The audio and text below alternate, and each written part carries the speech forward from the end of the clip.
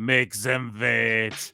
Make them wait. What's happening, guys? Welcome to another eclectic edition of Pro Wrestle Times PWT Live Show. Yeah, Phil Marks is here, the infallible Phil Marks. Of course, Hairline the Heater is with him. Hairline, how you doing, bud?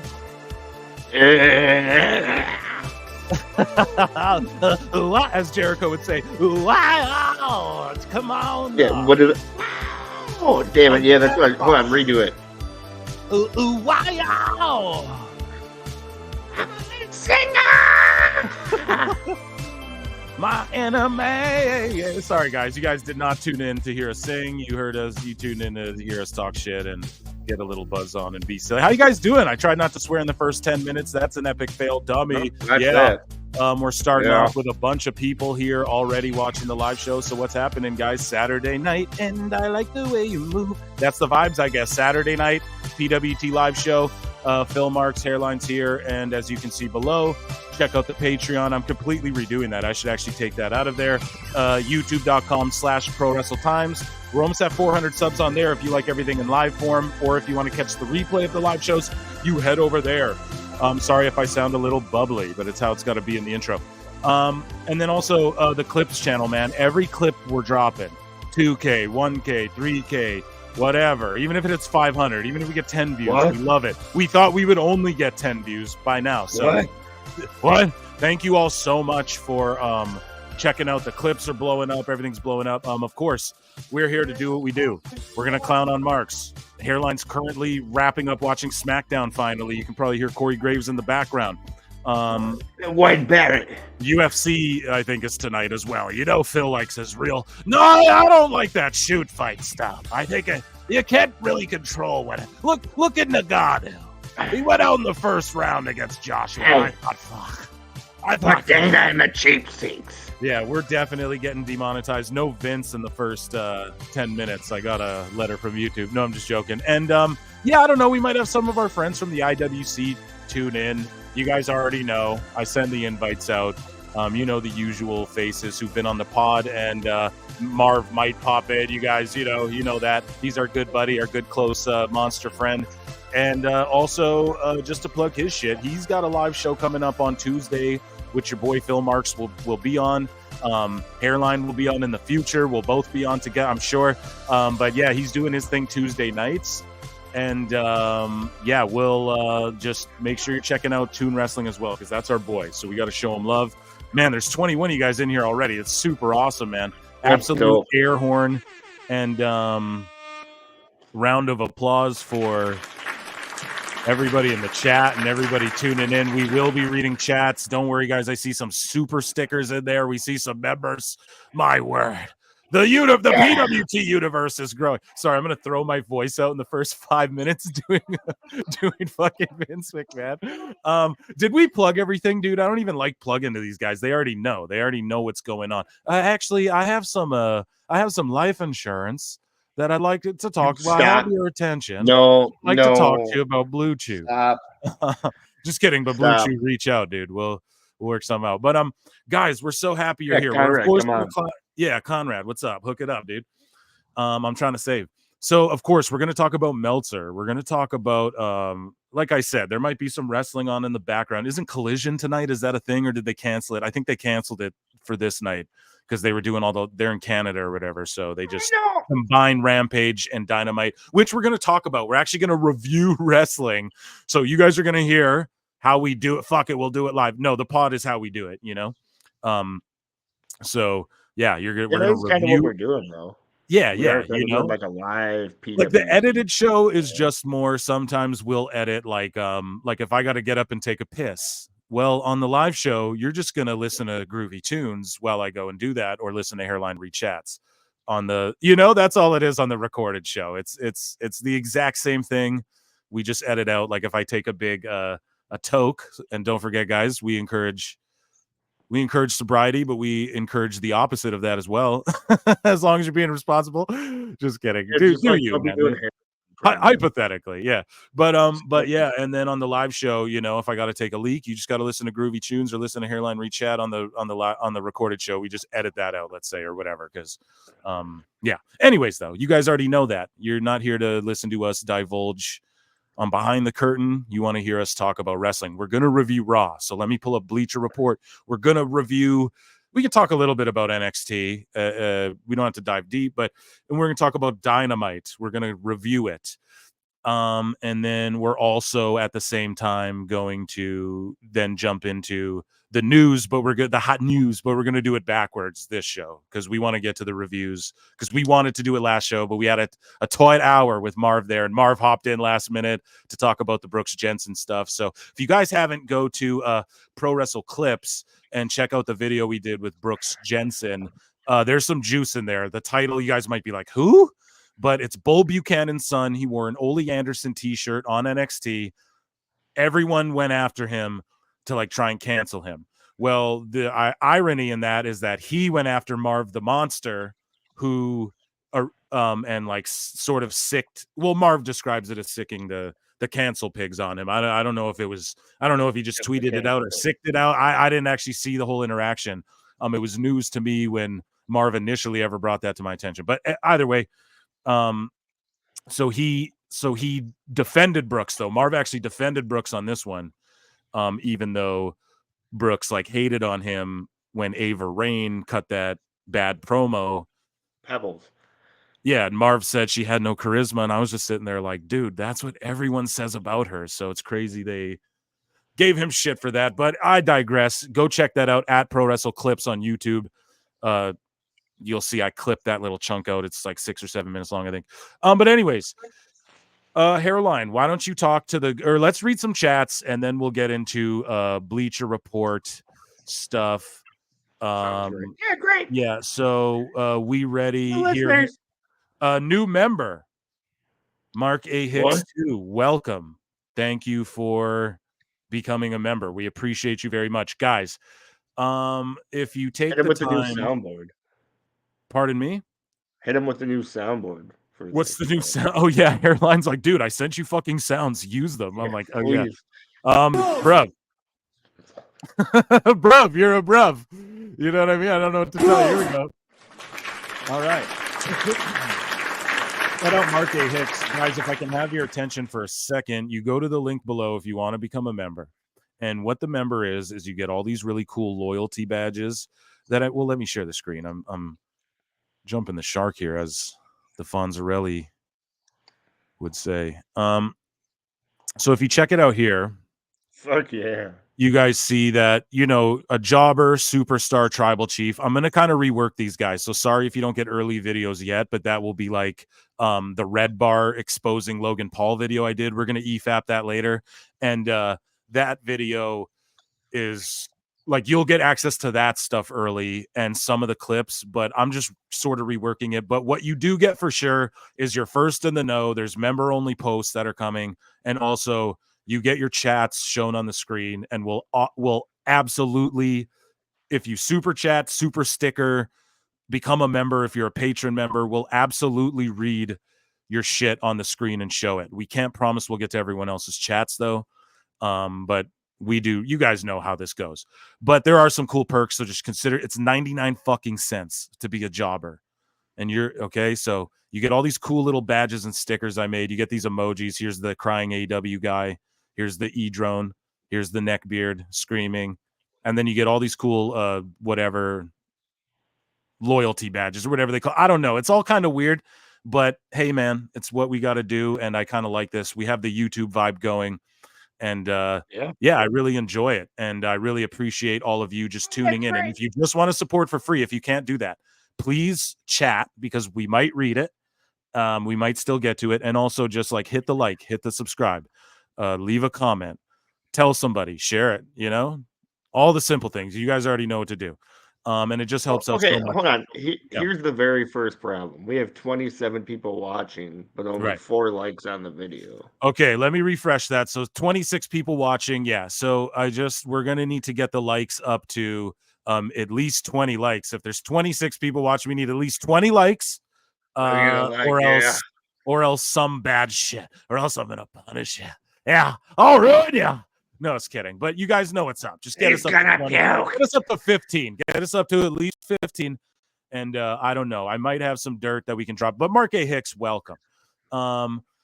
It's 6:48. D Essex, this gentleman says, yeah, sorry, buddy. It was 4:48 when you said that to me. I'm in Central Standard Time. That you guys move your clocks forward and back. I don't do that silly shit. It just stays the same time all the time. But yeah, so like East Coast, I think is like 2 hours ahead. Sorry, we're a little late. Or early, depending on how you're interpreting it. But I'm actually early as shit for myself personally. And Hairline, what time? You're an hour ahead of me, correct? Yeah, it's 6:00 right now over here in the good old state of Wisconsin. Previously, where Smackdown was, where we will get to later. Yeah, we'll talk about that. So here's Deserac Uchiha. Thank you for the $2 and for getting a super sticker. And you guys can also like buy memberships and share them, so you can like buy memberships for other people, right? If that's what you're into. But appreciate you. So I guess he bought a super sticker. You know, I'm a noob. I don't even really know what the fuck that is, but we appreciate the $2. And Deserac's a great supporter. He supported us all the time. I think, is this it? I don't think it worked. He's trying to use it. I don't think it worked. Maybe, I don't know. Who cares? But appreciate you. And yeah, he's been on the Patreon, everything. So shout out Deserac, a really good guy. Yeah. Here we go. We have a member. This is a member, John JID 999. I hope that everyone is doing well tonight. Yeah, John, it's good to see you back as well. Like you're here again. You joined last week. You were very excitable. And I like that. What's BK? What's Goo? You're excited as fuck. We chilling in this bitch. We are the young Christian. Yeah, we are the young and wild and fire. PWT rules, you rules. This guy's trying to use our stickers. Maybe they're botched. Maybe they're working. In the chat, let YouTube chat. Oh yeah, the stickers are working. So there you go. Oh, yeah. I'm looking through this aggregator. So I'm so sorry, guys. But yeah, so the stickers are working. You see him dropping those fucking stickers, bro? I made those. How cool is that? Your boy Phil Marks made those, dude. So show the love.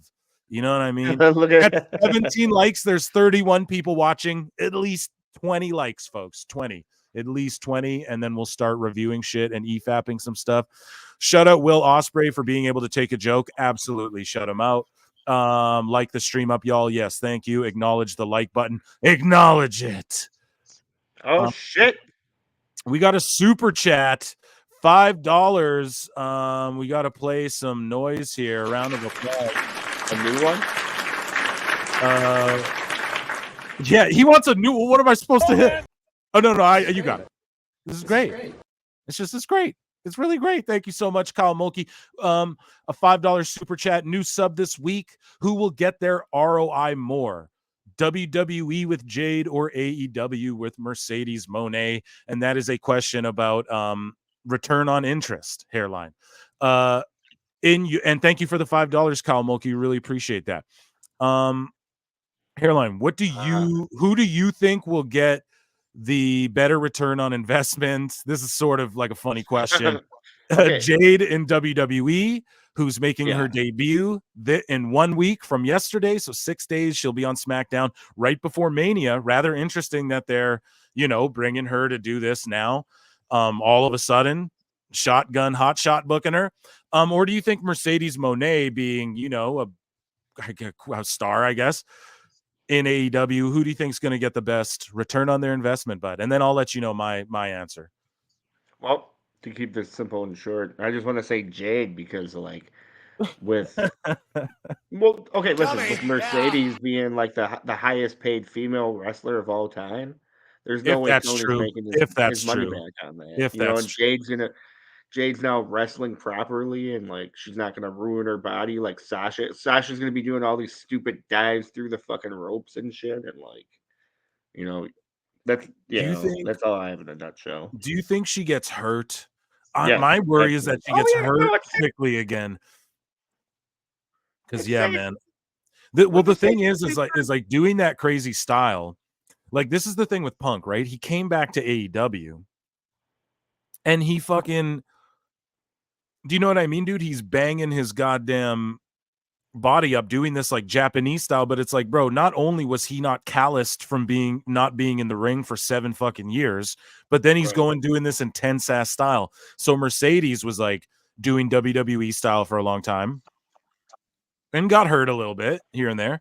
And then she's been she goes, does the Japanese style, gets hurt right away, and then is out for a long time, and then is going to come do that crazy shit in AEW and what?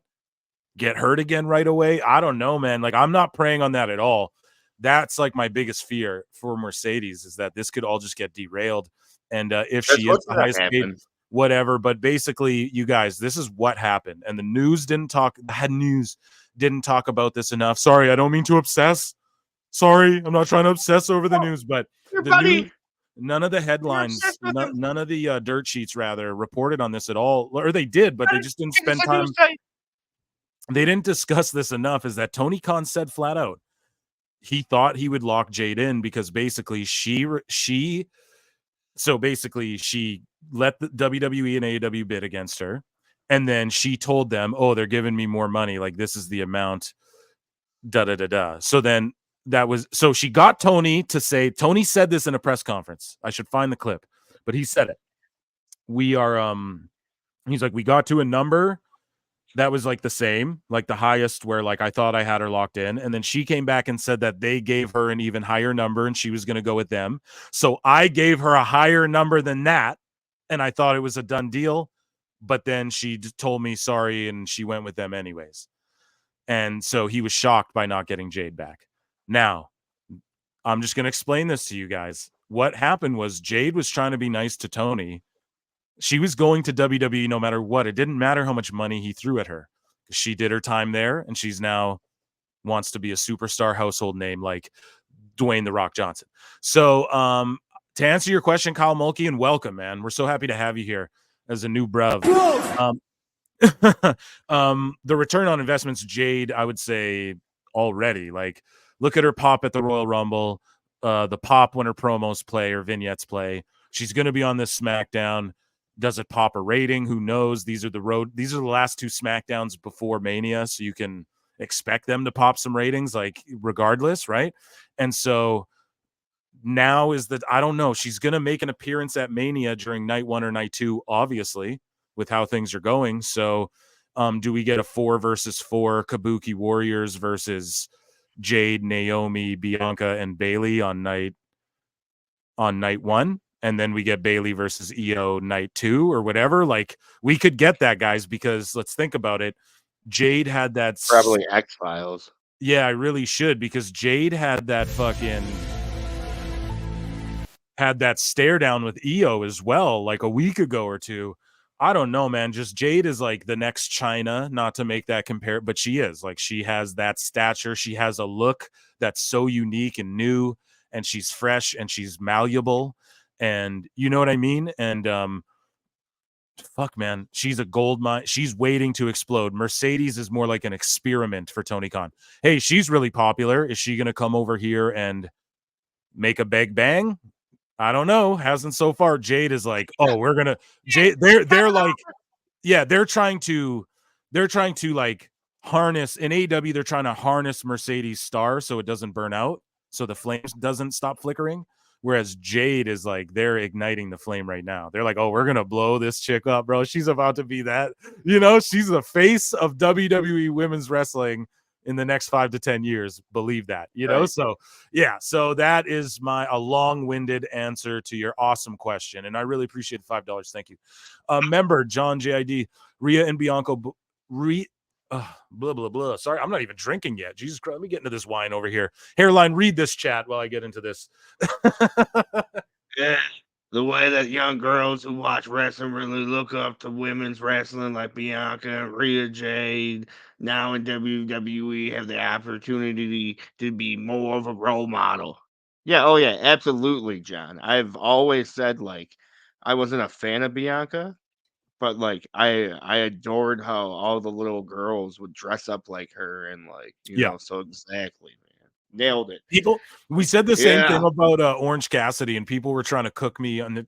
in the comments, they're like, yo, this dude admitted he wears an Orange Cassidy shirt. And I'm like, yeah, like the channel's blowing up. So we're starting to get some corny fans who like don't get it yet. Like they're going to hate me for a minute and they're going to love Hairline. And then they're going to listen. And then they're going to go, oh, Phil's actually, Yeah, you guys could jump to Team Phil right away. Just spoilers. But listen, though, I don't care. I'll wear a fucking, like, I don't care, bro. You think I care what people, but it was funny. They were cooking me, but like, I was under there. Like, I was responding and owning it as well. Like, I was like, no, yeah, like I own it, dude. Like, I fucking liked Orange Cassidy at the start. I thought he'd be good for kids. I thought he'd be good for like a light heavyweight division or whatever they're going to do. I thought he'd be good as like a jobber, like one of those guys with like a gimmick who just gets squashed. Like, but they didn't do that, man. They just were like, he's going to be the next fucking Tony Khan. I swear we'll try and put the world title on him one day before it's all said and done. But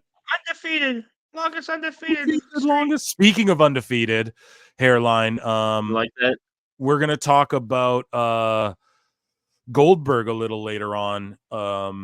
He talked about Asuka and her undefeated streak, but we're not going to talk about that unless we get the likes up to. No, we're at 22 and 36. That's cool. That's cool. Now, guys, we really should be at 30 likes. Yeah, there's 36 of them. Yeah, so there should be 30 likes, but we're going to let it chill for a minute because we've asked a lot of you guys and we haven't even really did anything yet. Mysterious Black, salute, just gave you a sub. Shout you out, brother. Thank you so much. Yeah, consider becoming a member too. If not, you guys, you hit like, you hit subscribe. That's the easy way to do things. See, everything's new. Everything's new here, and this is great. It's all really great. Actually, it's perfect. Like how I said, Sting off. Perfect. And so let's review some Raw, Hairline, because that's what we came to do, man. Bleacher Report, WWE Raw results. Where were they in Raw, Hairline? I know that SmackDown was in Milwaukee, down your neck of the woods. Where were they for Raw? I think we'll see on Bleacher, no? Yeah, the marks on Eric Beeston, our guy Eric Beeston. Your guy. No. You don't hate it. Last time we were like, nah, this guy's fair. We were like, he gives the fair. You know what I mean? So shout out Bleacher Report and shout out Eric Beeston. Sorry, I want to share the right screen. You know what? I think I'm gonna close these. Yeah, I'm an idiot, dude. I have like DMs open and shit. Here we go. No one saw that. We're all good. Oh shit! Oh, he's still. You know what happened? Oh my god! On my spreadsheet, I have you in a match over here, and then later in 3 months, flip it upside down.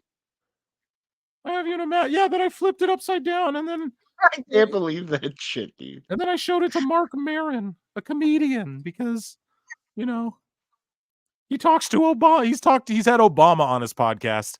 And then he's got Tony Khan showing him fucking. Flip it upside down. Okay, great. I got a nice Cab Sav. Any wine fans out there? I got a nice Cabernet Sauvignon. And yeah, I'm going to drink this. Light a little candle. Put my Orange Cassidy shirt on. I'm just fucking with you guys. Blue Moon. Do you know where they drink Blue Moon? Is in that movie Roadhouse. So I just saw Roadhouse with Jake Gyllenhaal and Conor McGregor. I watched it, Amazon Prime. It was great. It was it's one of those movies, Hairline, that it's so bad that it's fucking good. You know what I mean? Like like Jake Gyllenhaal's a good actor. The other people in the movie, some of them are good, but Connor's so bad that it's like actually good. So I just recommend everyone, like I'm definitely gonna like rewatch it and just throw it on here. Like I'll probably watch it more than one time. It's one of those movies that like if there wasn't streaming, you'd have just bought the DVD probably from like a cheap bin, but you'd have thrown it on like to go to sleep to type shit. It's just like a good solid movie. It's not too brutally violent or vulgar or anything. It's so not that like I'm against any of that. I'm just saying like I don't know. It was just way better than I thought it would. I thought it'd be way shittier than it was. But anyways, let's talk about the graphs, man. Yeah. So, Hairline, you can see the screen, right? Why don't you tell everybody what was announced in advance here? The last man standing. Well, fuck all that. Let's just start with the show opens up. Jey Uso comes out. He calls out his brother, Jimmy Uso. It was a great little segment. Eric Beeston rated it a B+. Shout him out.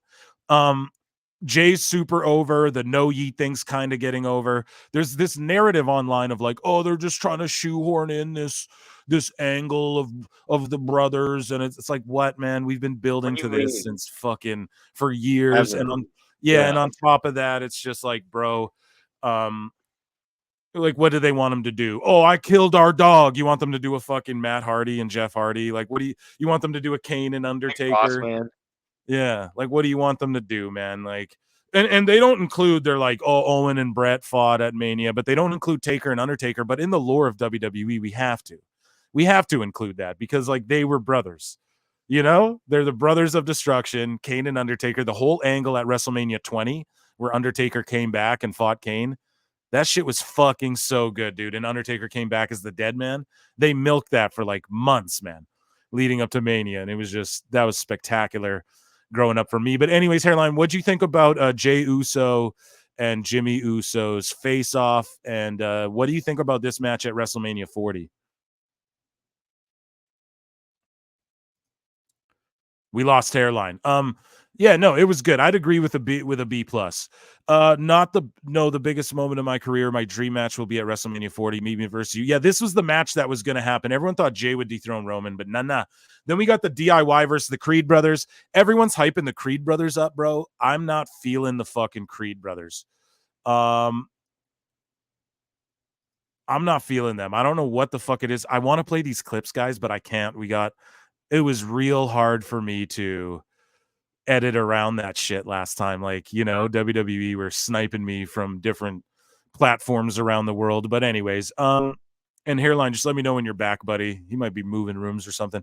But anyways, DIY Creed brothers. Yeah, I wasn't feeling the Creed brothers, man. Honestly, whatever it is about them, they're just too green. They need more performance center time, or what I would have done was just called them up as not their gimmick. I would have just called them up as like Chad Gable's new recruits. And these are my new recruits, the Creed brothers and Ivy Nile. And then I would have them just sort of, you know, I don't know. You've said that before.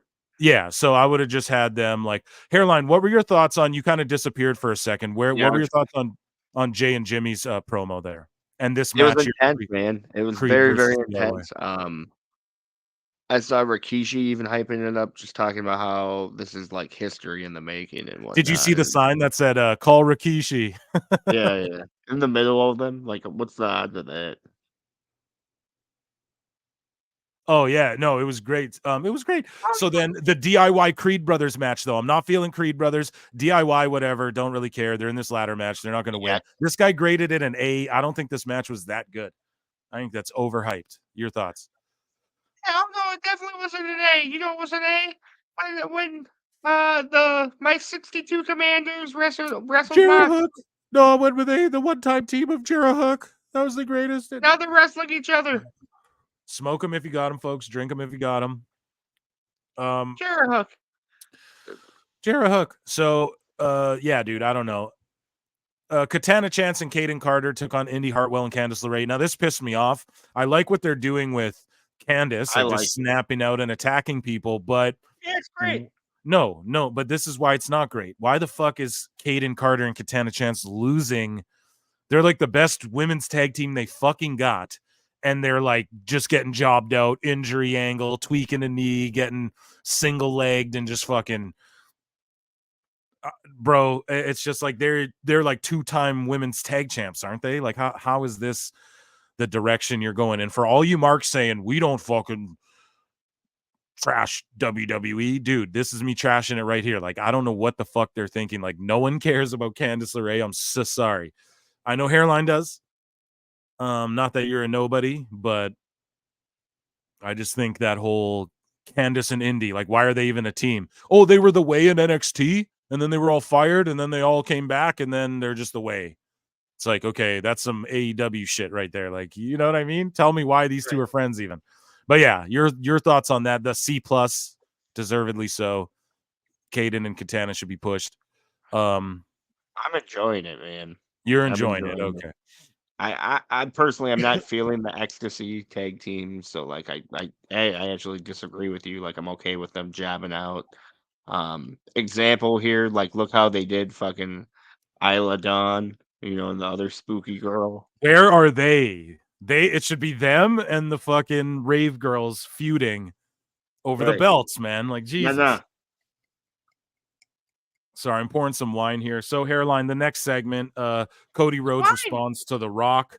This was a fiery promo. Some people were kind of trashing. Some people are getting sick of Cody a little bit. He talked about his or no, that was on SmackDown actually. So I'm jumping the gun there, but which we'll review that too. Fuck it. Do it live. But yeah, so Cody's promo. People have been kind of shitting on Cody though more. They're like, oh, he's the fake fucking smiley whatever guy, it's fake, which I don't know. His heel turn eventually is gonna, because the thing with Cena was that it was like genuine. Like everyone's like, no, he's just this super face. He's got to turn heel, but he'll never turn heel. He's just the Superman. But with Cody, it's like when he turns heel one day again, oh, it's gonna be so good. You know what I mean? Like he's a Randy. Like he's not a guy who he's got to kind of flip back and forth. I feel like because he can do both so well. But yeah, I don't know. I enjoy everything Cody does. Here, I will play this. And we just won't watch the vid. And then we won't get pulled down, folks. 36 of us in the chat, guys. Wow. Appreciate it, man. It's so great. It's great. We're at 25 likes, so we'll give it a rest for a second. Here, so let's play this. This is an A grade, by the way. Sorry, let me play this. And let me make sure the volume's up everywhere. And then I got to just scroll away quickly so they don't. You are the actual, literal final boss. Perhaps I'm too naive to see that. But at WrestleMania, I don't think you're going to be the final boss. At WrestleMania, I think you're just Roman's side chick.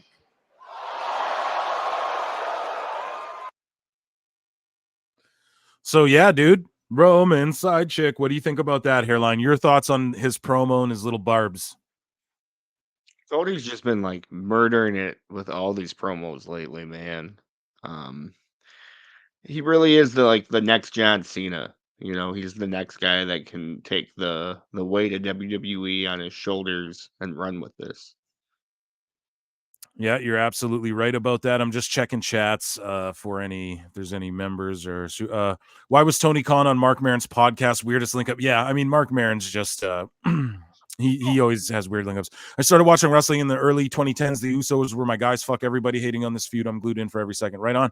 I'm most definitely intrigued by Jey versus Jimmy at Mania. Julius is insane. That boy's a star. Yeah, I'm not doubting their future. It's just they need they're green, bro. Gable is lame. I don't agree with that. Candace as a heel, I'm intrigued by. I like her heel stuff. No, I do too. It's just I don't think it's been such a short time. What are they going to do with it? What I think though is we're going to get like a Hartwell Candace breakup out of this because you saw the way Hartwell was looking at Candace and shit. But the thing is then the fucking tag team divisions just brush to the side some more. We need to get the female fucking rockers. I've said it since day one. We need the next female, like heavy machinery. There's got to be 2 girls who come in that are a gimmick team fully though. Like the Rave girls, yeah, sure. But we need they need to hire the goddamn Renegade twins, bring them in and make them be the fucking rockers or something. Like the Bella twins would have, I can't believe they never gave them tag belts. You know what I mean? Because that shit would have made them so much goddamn money. But anyways, I like her heel stuff. They should have gone with the Fatal 4-Way match for the WWE Women's Tag Titles at Mania. Sure, yep. Yeah, Cody will turn, but not now. Yeah, not now. Absolutely. I don't know how to clear these fucking...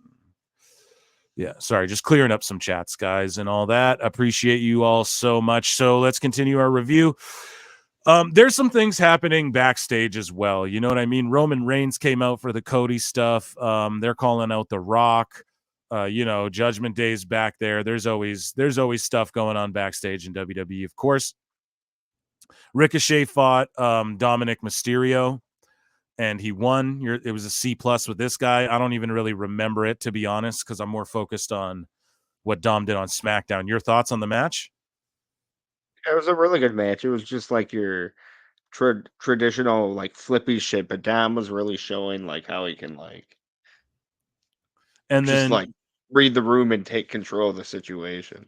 Right, and then I just didn't want to skip over this hairline. I might have skipped because I think this happened before the Ricochet match. Sorry to interrupt you, but the Jey Uso offered to be Rose's backup on SmackDown, which then comes up full circle on SmackDown. Now, this is just the little storytelling things. It's like, yeah, and I'm not saying AEW doesn't do that at all, but they're too blatant. It's like, next week we'll do the weigh-in, baby, but then there's never a weigh-in except for Jericho's like, next week we'll have, I'm going to do the public address, and then it's just there's just no hype around it. Like Jay's like, okay, will Jey show up on SmackDown? Maybe. Will he? Cody's like, nah, I don't. I said I'd like there's all the little beats to the story. These are just the little things that like progress characters instead of just saying you're going to do something just for the sake of doing it as well. Like, sorry, not to make it about AEW, but contract signing, Zayn and Gunther. Now people are shitting on fucking, now we need to put a halt to this. Oh, Chad Gable should have won. Chad Gable should have. Chad Gable, it should be Gable versus Gunther. Should be Gable. I would have done Gable. Bro. Should have been Dynamite. Like, after all the fucking emotional damage. After all the crying about they should have pulled the trigger on Sami. Why didn't they give him? He should have beat Sami should have dethroned Roman. After all that shit, and now you're gonna say he can't be the one to beat Gunther? What the very good point. Oh, has this chat been on here the whole fucking time? Yeah, sorry, I'm gonna pull that down, guys. Sorry about that. Sorry for the viewers. Not the viewers. But yeah, hairline, you dig what I'm saying, right? It's like, dude. Yeah, brother. What are we fucking talking about here? He deserves this. Also, guys, I played spoiler last time, but they need a French speaker to go because Backlash is in Paris, and so he's French Canadian, and they need him. And Kevin Owens are going to be like top of the bill. Don't be surprised if Owens gets that U.S. title off Paul or some shit. Like, I'm not even joking. Maybe not, but but we could get like Paul versus Owens one-on-one in Paris for the U.S. title, right? But Sami's winning that belt because Roman ain't going to Paris because they're just, again, it's like Australia. They're just breaking it open, the market open. So it'll be like Zayn versus Gunther 2, or it'll be like Zayn versus whoever, and he's going to lead the French-speaking media. And I'm sorry to spoil that all for you guys because that's a spoiler. I'm dropping dirt sheet shit right here. No, just kidding. No hot news, but we'll call it X-Files. But as Heyman would say, I'm telling you what's happening at WrestleMania, right? So Gunther's moving on to the World Heavyweight title picture and shit. Anyways, and also don't be surprised if we get sorry to put more on, but like Sheamus versus Sami. Sheamus is European as Gunther. I think we could get Gunther Sami 2 in Paris. And also, here's the thing. Sami might lose at Mania, but then we get the rematch in Paris where he wins the belt in his home country. So there's all these different options, but I'm telling you, Sami's going to be the one to get that shit off Gunther for that Backlash show. That's what that whole show is going to be built around and focused on. Anyways, though, yeah, and that's just X-Files. We'll call that X-Files. Moving along, though, the contract signing was great. I don't know. I fucking love Sami. I love Gunther, and more of them always, I'm fucking down. And look at this their Intercontinental title, longest reign in history, this brutal guy who just beats everyone down, old school, European style wrestling, Austrian. And then you have a French Canadian, so it makes sense for the Intercontinental title. And then they're going to have the biggest match for it ever in Philly, and then the second biggest match for it ever in Paris and Europe. This is what an Intercontinental title is, folks. That's what AEW, they have the Continental title and the crown jewel. What's the one? Here's the problem. What's the one that Orange Cassidy had? The International title? And then what's the one that Okada won, hairline? The Continental title? You don't even know? I don't know. I don't know, dude. It's just fucking hairline. We lost him. He's taking a piss or something. Dummy. Yeah. Listen, what's the Continental title? Like, what's the difference? Like, why is that a belt that someone wants to win? Define the titles. Tell me why people want to win them. Establish where they lie in the order. of how this organization functions and works. You know what I mean? Like, tell me who's in the divisions and why you want to win the belt.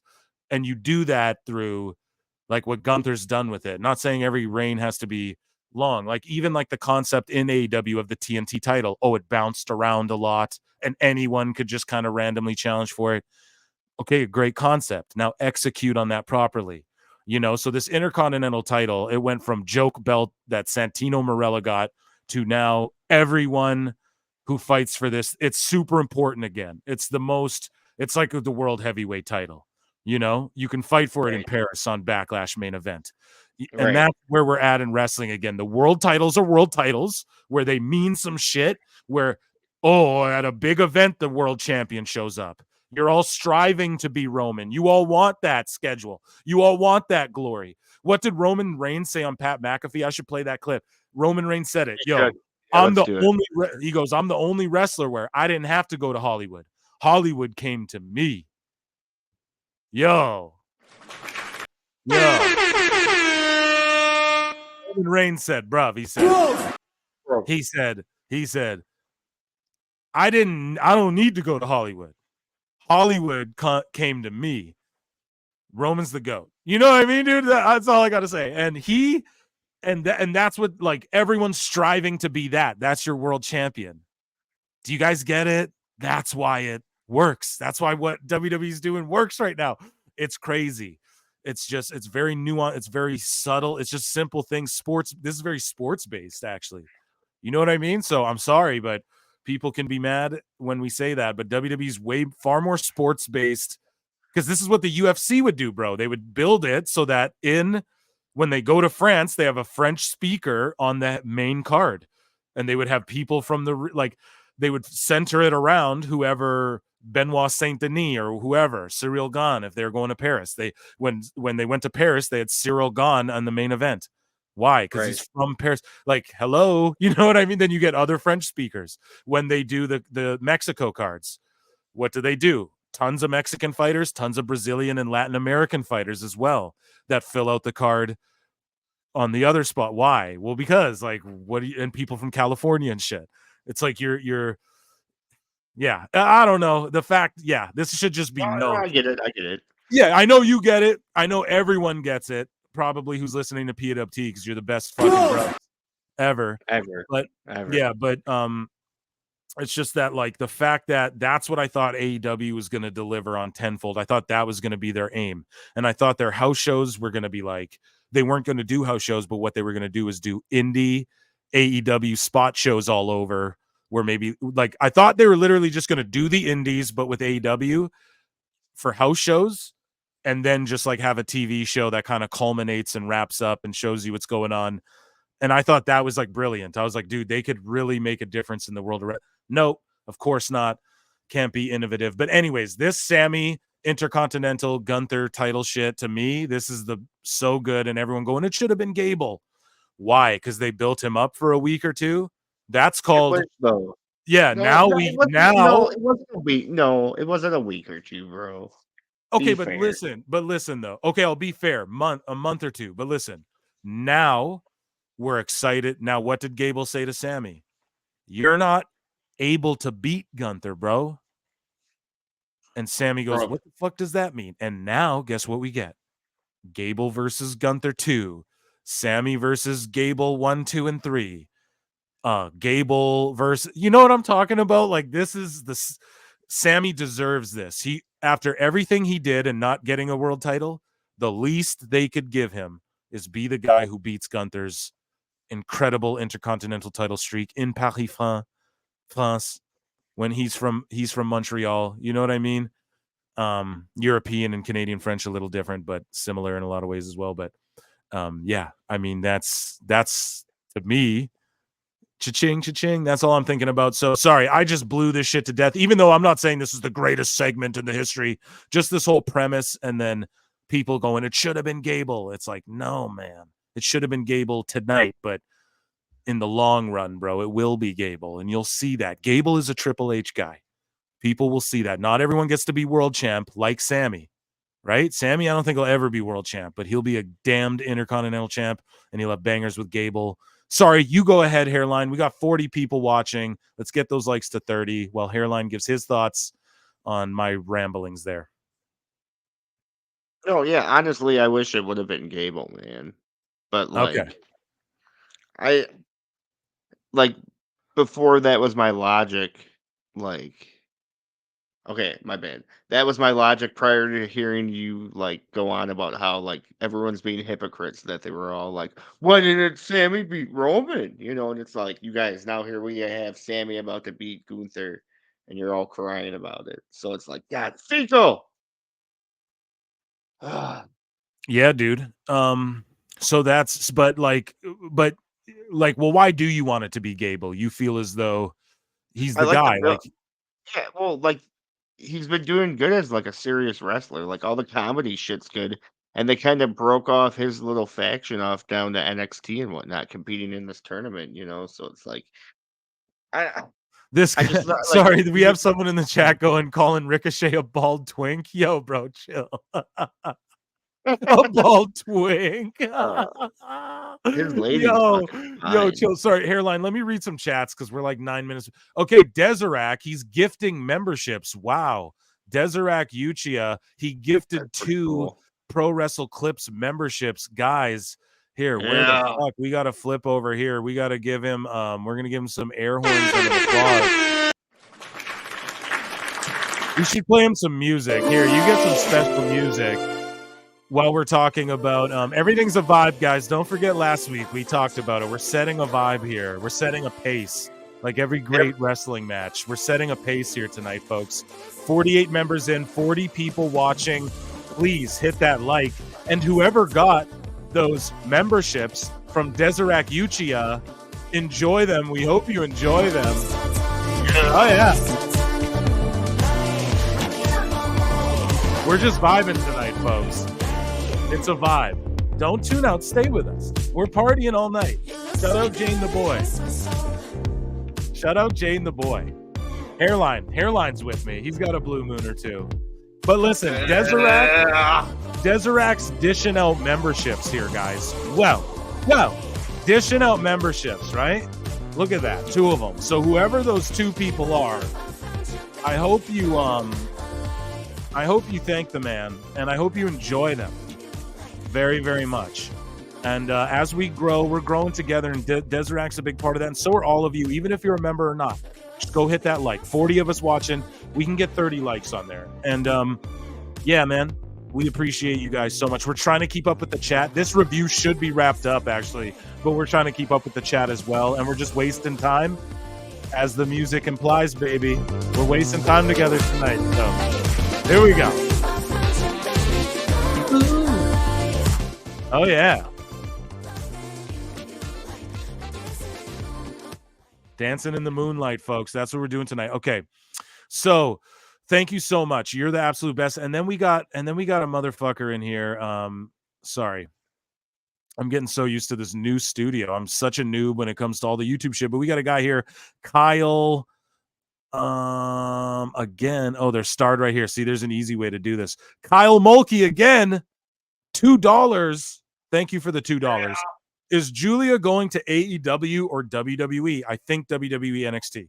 So to answer your question, you're asking a lot of questions about the female wrestling, and thank you for that, Kyle Mulkey. Because there's a lot of great things happening in the world of female wrestling, especially if you watch NXT. And you see, Hairline and I were talking off pod as we were setting up the pod, and I was making the thumbnail in that. They are fucking killing it. We'll talk about NXT after Raw here just briefly.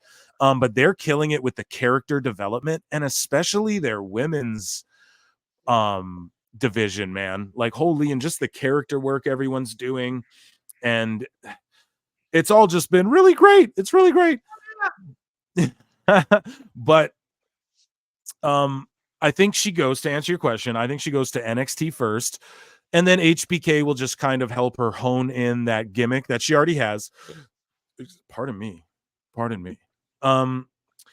She already has a gimmick going for her, and she has a presence on social media, but he's going to just sort of refine it, hone it, tune it in a little bit, and then really help her, but let her do her own thing. And then he's going to let her kind of work out her kinks, the Japanese style, just not as stiff, stiff when it's important.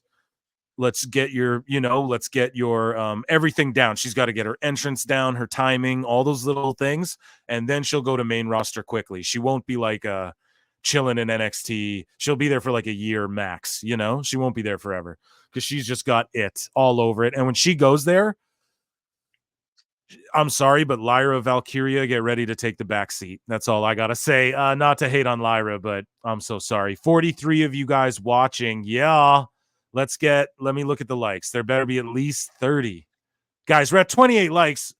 Hairline's not answering this question until we get to 30 goddamn likes, okay? And we're going to just sit here, and I'm going to play the music until we get to 30 likes. How about that? Yeah, we're going to play music till we get to 30 likes. Not that that's a bad thing. Yeah, sorry. I'm a botch. Here we go. We're wasting time, literally, until we get to 30 likes. Ooh. And you got to hear me sing. Yeah. Yeah, I like to sing in the shower. Go ahead, Fred. Hey. Let's go. Are we up all night? I'll just sit up all night and do this. I got a bottle of wine. I got a bag of that and this. 30 likes, okay. Wait, now we gotta play it though. You guys earned this. Ooh, looks so good. It hurts my sight, baby. Okay, we're gonna let that play a bit as we review. So, Hairline, go ahead and answer. Is Julia going to AEW or WWE? And he thinks Kyle Mulkey with $2 thinks NXT. What do you think? I don't know. Who is that? Julia? Yeah. She's that lady from Stardom that like everyone, she's half American, I believe, half Japanese. I think. I could be absolutely wrong on that. Yeah. But everybody's like, she's going to be a huge star in America. And this is who Tony Khan melted down about. Oh, they poached, WWE's poaching from Stardom. And then all the AEW people, when they found out she was going to WWE over AEW, all the AEW freaks started hating on her. And then some story came out that she was unsafe and didn't check on Willow. And then that was completely debunked. Sorry. That's who Julia is, though, Go ahead. Never heard of her.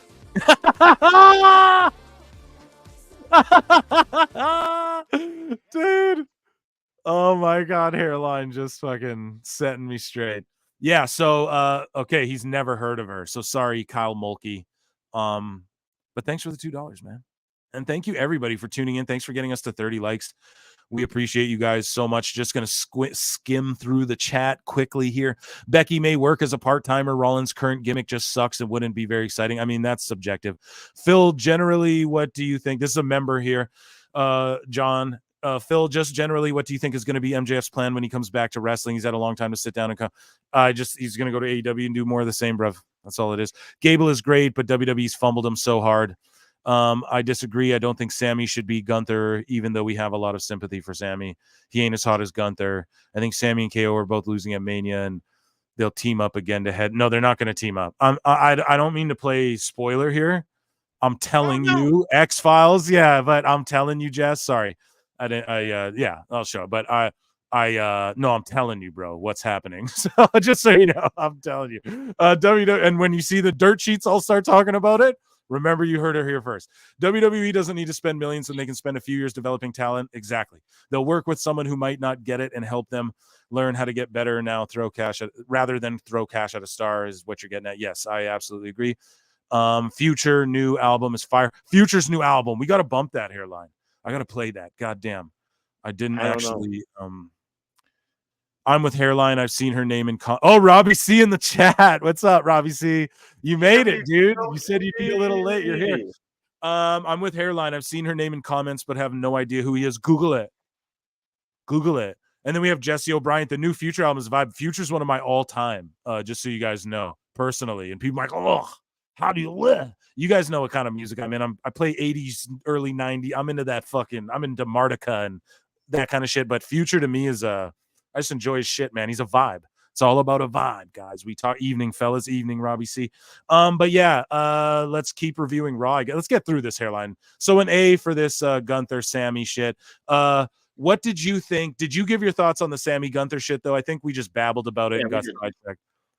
Yeah. Okay, well, we got Awesome Truth versus Indusheer.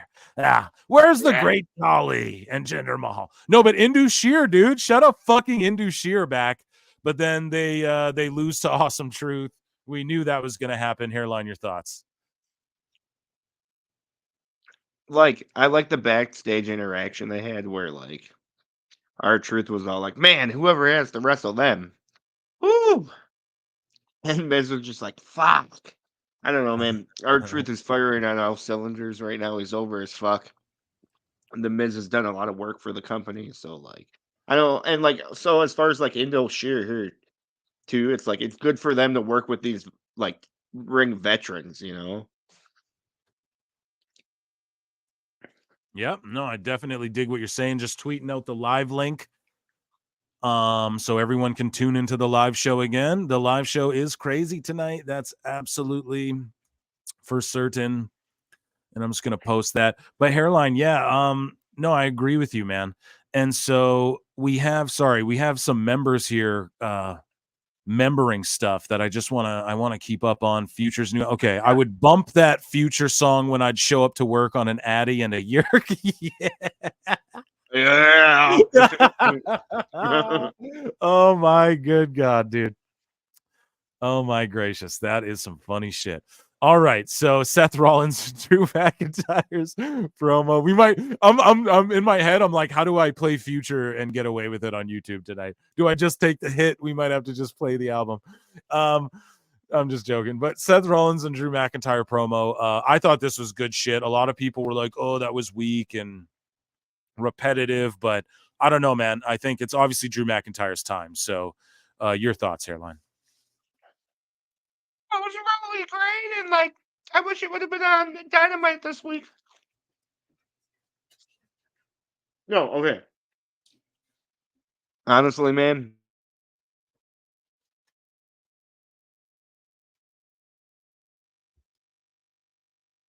You cut out, bruv. All right. Hairline was honestly man and me, and then he just he disappeared. Hello, chat. Hello, Phil. Who was in Paris? I'm kidding. Yeah.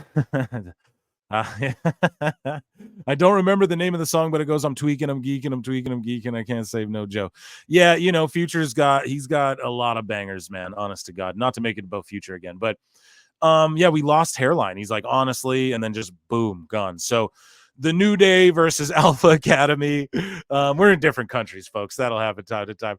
So, and that's what we edit around if it ever you know, it's funny. We do the recorded show. It never happens. We go live, and then, of course, that shit's going to happen. But it's fine. He'll be right back. We're here all night. We're wasting time tonight. So the New Day's Kofi Kingston and Xavier Woods are headed to WrestleMania. They beat Alpha Academy, Otis, and Tozawa, who aren't a regular team. So it felt weird, but they're obviously saving Gable for the shit I was talking about. So don't get triggered. Don't be mad. That's just how it is. My gorgeous, gorgeous girlfriend brought me some Vietnamese food, man. Every show she brings me food. She knows Saturday I like to eat and stuff, but goddamn, we couldn't have did this before, woman. No, I'm just joking. Yeah, she's the best. Anyways. She's the best. Anyways, but yeah, I like this, man. I love New Day. More New Day for me. Alpha Academy. That's just not a regular team, so we knew who was going to win this. It just goes without saying. I would love to see a 6-man Tozawa, Gable, and Otis versus Big E, Xavier Woods, and Kofi Kingston. And Big E, it's like he ain't coming back, but he produced some kids animated TV show, and he also Hairline's back, and didn't add him, and he also he like it was great technology. And but Big E's hosting the Slammies, and he hosted that WrestleMania thing, and it's like, dude, hopefully he's ready to come back soon. But you know, I'm not one of these marks like, oh, we need the big pop, but there's going to be a time where it's a New Day hits and he's going to come out and we're all going to shit our pants. Here, I'll remove, oh no, I'm behind on this one. So we got 45 people watching now. If we could get the likes up to 40, we're at 35 likes. I really appreciate you guys. If we could get no, you're being too fucking nice. Hey, and every show, brother. Every show we get more and more viewers as well. That's what's happened. So I really just appreciate you guys. We've beat it every single time, and we're gonna come back. Just let us get through this Raw review, and then we'll read chats, guys. But keep chatting in there, and we'll try and get to them all. But Hairline, sorry, your thoughts on the New Day and Alpha Academy, and your thoughts on this last women's standing match, which was fucking phenomenal in my opinion. Becky's great. She's obviously gonna beat Rhea Ripley.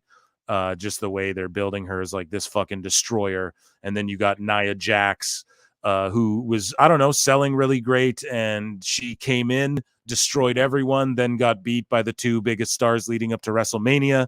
This is how you book people. This is how you make them look strong. This is how you keep everyone good without 50-50 booking and shit. But yeah, Hairline, your thoughts.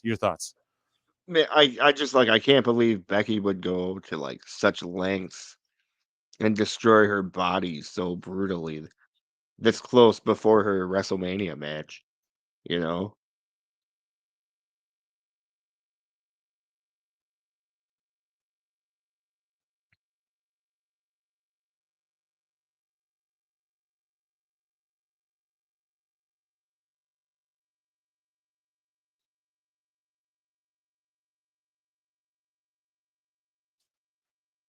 Sorry, guys. What's up? What's up, guys? Hairline, what? I thought you'd start reading chats or something. What the fuck are you doing, Hairline? No, I'm just kidding. No, I was just checking on something there. Okay, here we go. Everything's great. It's all great. Everything's good over here, folks. Oh, no. Just to be honest with you, I just assumed my internet dropped out again. It's the safest. See, mine's not. Mine's cooking on all cylinders, but we're good. But sometimes we disappear, and usually I play music, but I just kind of forgot. Anyways, so yeah, moving along. I'd like to talk to you. Let me chat you up about Viagra. So let's get to we talked enough about Raw, dude. We literally talked about too much. NXT. I just wanted to talk about the character work is phenomenal. The character work's phenomenal. The kiss with Trick Williams and Lash Legend, and they're building up to that romance. How good is that shit, Hairline? How good is that? Top tier. Well, give me your thoughts on it. Like, what's up with it, dude? Like, you like that shit? Hold on. Is there no Bleacher Reports on this? Or we just you want to pull? Okay, I was just gonna say we don't need to pull NXT up because I was gonna talk about the last like 2 weeks, but let's just pull NXT up. Let's just fucking do it. Yeah. NXT results. Let's get a give my thoughts report. On the kiss. The kiss spot was like 2 or 3 weeks ago, bro, wasn't it? So that's why I'm saying like Roxanne's turning real fucking heel. People are into it. Obafemi is just like stick him with Omos. I said that. Dijak is doing his best work. We had we got fucking Mr. Regal's back. They call him Mr. Regal. He's fucking back. I don't know, dude. Everything's hitting on all cylinders right now. Lola Vice is the shit. Sol Ruka's back. D'Angelo is saying he's going to break. We're getting him versus Ilya. The family's expanding. Lash Legend and Trick Williams are making out, and they're fucking, that's super over with everyone. And just the whole romance angle that's going on is great. The Good Brothers are on NXT. Fucking, you know what I mean? They're in a tag team championship triple threat #1 contender match against LWO and Axiom and Nathan Frazier. So they're doing double duty, helping kids get over in NXT while they're also, you know what I mean? They're also doing shit on SmackDown. Like we just saw Carl Anderson fight on SmackDown. And then we got Trick Williams beating Noam Dar with Metaphor. And just the romance continues with him and Lash, bro. A lot of people don't watch NXT. So I just kind of grouped the last couple weeks together. Your overall thoughts, Hairline, like just give me like how are you vibing with NXT? We were talking about it off pod. We love it, man. It's one of the best like kind of throwback wrestling shows, no? Yeah, it's honestly probably my favorite show out of the whole crop at the moment. You know, that's usually my vibe on all that. But man, how good was Trick versus fucking Mensa? God, fucking nuts, bro. Just everything. Trick. Besides his gear, for some reason, I don't like his gear.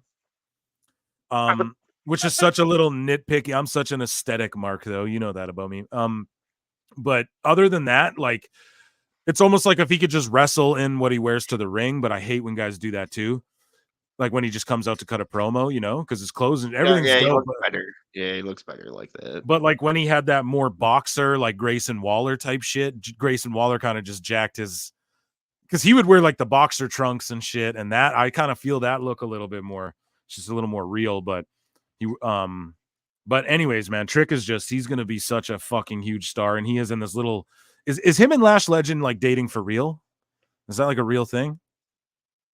I'm not sure. Yeah, we're marks. We'd have to look that up. Oh, no, yeah, AEW fans know though. Yeah, you guys do. Okay, there's 40 of you in here. Guys, don't fucking, I mean it. You all better stay here, or I will wish bad things upon you. No, I'm just kidding. I'll get in your DMs, and I'll be like, stop obsessing over me. But no, don't go anywhere. This is 46 seconds long, and I'm just going to play this for you, okay? And stay right here. What's happening, Pro Wrestle Times listeners? Phil Marks here, and I just had to interrupt myself babbling for 1 second to talk about Pro Wrestle Times' affiliate partnership with Fanatics and WWE Shop. That's right, you can get your favorite WWE superstar merch, tees, caps, hoodies. We're on the road to WrestleMania, folks. There's so much at WWE Shop, and if you use our affiliate link below, not only will you be directly supporting your favorite WWE superstar, but you'll be supporting PWT as well, and you'll be supporting your drip. Check your reflection, it'll look like perfection. And did I forget to mention, you'll grab all the attention by clicking PWT's official WWE Shop affiliate link below and get you some digs now. Let's get back to the show. So we actually gained 2 viewers during that commercial, so I really appreciate you guys so much. And yeah, if you're gonna buy some WWE Shop gear, we're official affiliate partners with Fanatics and WWE Shop. We don't sell you guys shit, really. We're just like, become a member and shit, because I don't know, if this was my job, it would be fun. I'd make content every fucking day. But at the end of the day, we also just like doing it and keeping the lights on, as Conrad would say. But yeah, we try to keep the shit. It's just like, support us on the internet side, and you know what I mean? If you can, just use that link if you're going to buy WWE merch, because you're going to do it anyways, and it's no extra cost, and you're directly supporting this show and this channel and everything. Yeah. So thank you all so much. And just, if you're going to go to WWE Shop for anything, they do all kinds of crazy sales too. Like when Raw's on, it'll be like, right, 35% off until Raw's done. Or if it's a pay-per-view, it'll be like 75% off all this shit until Royal Rumble's done. And you're like, holy fuck. So just use our link. And if it's like, oh, you're not, just click through it. Don't worry. It just goes to WWE Shop. And yeah, it fucking, we directly support us. Yeah, it's crazy we're sponsored by fucking WWE Shop in the first place. And Fanatics. We can't leave Fanatics out of it. They're also doing the WWE World Experience. Fanatics is hosting that. So shout out Fanatics, man. They're a great, whatever. Yeah. They're great. I'll put them over. Yeah. Now I'm just doing a Conrad Thompson ad. But you go do the WWE Experience. Sure. Like if you're someone who flies internationally, and this is some big holiday and you're going to WrestleMania, dude, the Fanatics Experience, like they have a fucking tunnel set up where you walk down to the ring and get, all of us marks think about that. I get out of the shower, I walk into my bedroom and pretend I'm doing WWE entrances, bro. So just, let's all be real here. We'll read some chats. Sorry, we had to say, come back.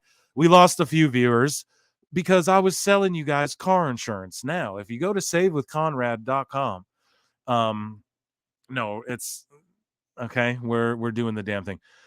Kyle Mulkey, $2. We got to plug some shit, guys, okay? Yes, you're coming back. Thank you. Funnel in.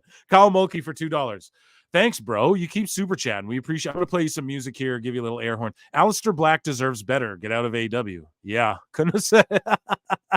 Hairline, your thoughts on Kyle Mulkey's message, tweet. Are you there? You motherfucker. We're tagging in. I gotta give him the hot tag.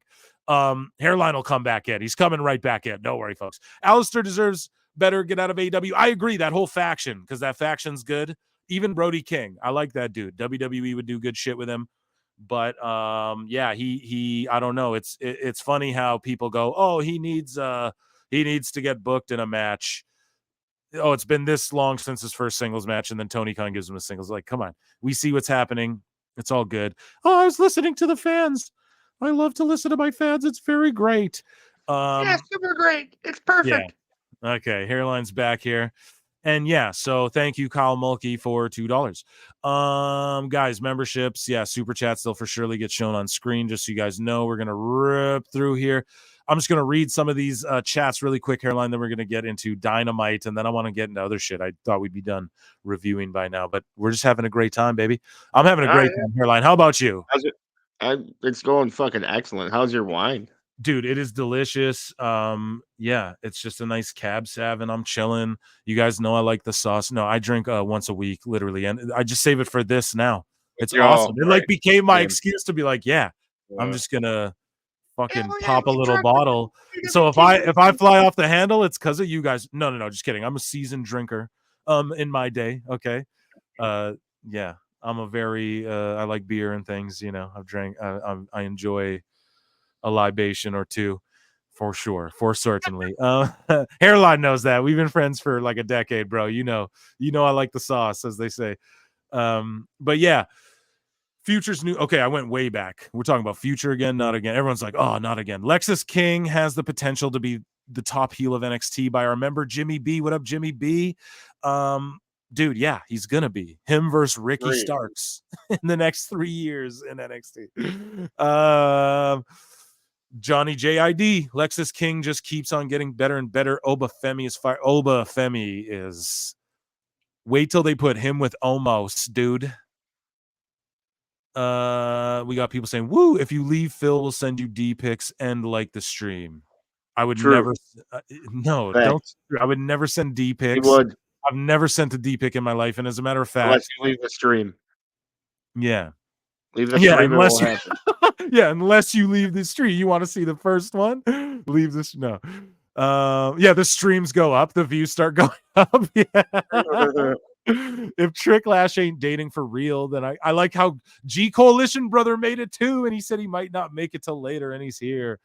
If Trick Lash ain't dating for real, then I give them even more props for being willing to do a black love subplot for our entertainment, bro. WWE has always featured the most diverse, multicultural. Bruno Sammartino, dude, was from Italy. All right. They've always had the Yokozuna was champ. You know, we've had Bobby Lashley, multiple black champions, Booker T. We could go all the way back. Mark Henry. They've always done that. So I know a lot of people though do hate on AEW. They're like, dude, there's no real diversity in champions or anything.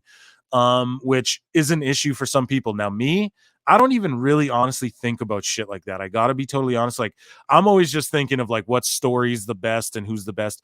But you look at NXT, and objectively speaking, like I don't know, you got Trick, you got Oba Femi, you got like Lash, Jada Parker was on made it to World, and she's great, dude. And she brings this element of the culture, like to the fucking to NXT and shit. And you look, man, they're just so diverse. They have the best luchadors. They have the best European representation, as I was just speaking about with Gunther and fucking the Austria and the European, the Intercontinental title rather, and all of these things, man. They cover that whole. WWE is just firing on all cylinders. What this is right now is we're in the era of what UFC did. They merged with Endeavor, and then they just were like, we're going global. Now it's just like Africa, Mexico, fucking Paris. They just did Paris. You know what I'm saying? That's why WWE's going to Paris. UFC just broke Paris open. So TKO and Endeavor and them are like, oh, we got all the connects. We're going to plug you right into Paris. Like, you guys, and then Saudi, they have all that. Like, they're, and you guys go, and Hairline's the one since day one. Hairline said, who put women on billboards in fucking Saudi Arabia, though? Oh, yeah, they oppress women. Horrible shit. I don't even know the rules and regulations in Saudi Arabia. Phil Marks can't even talk on that shit. But what I can speak on is we know that women are quote unquote impressed or whatever. I don't fucking know how.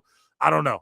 But as Hairline would point out, who got women on billboards there? It's pro wrestling. Right. Forget WWE. It's pro wrestling.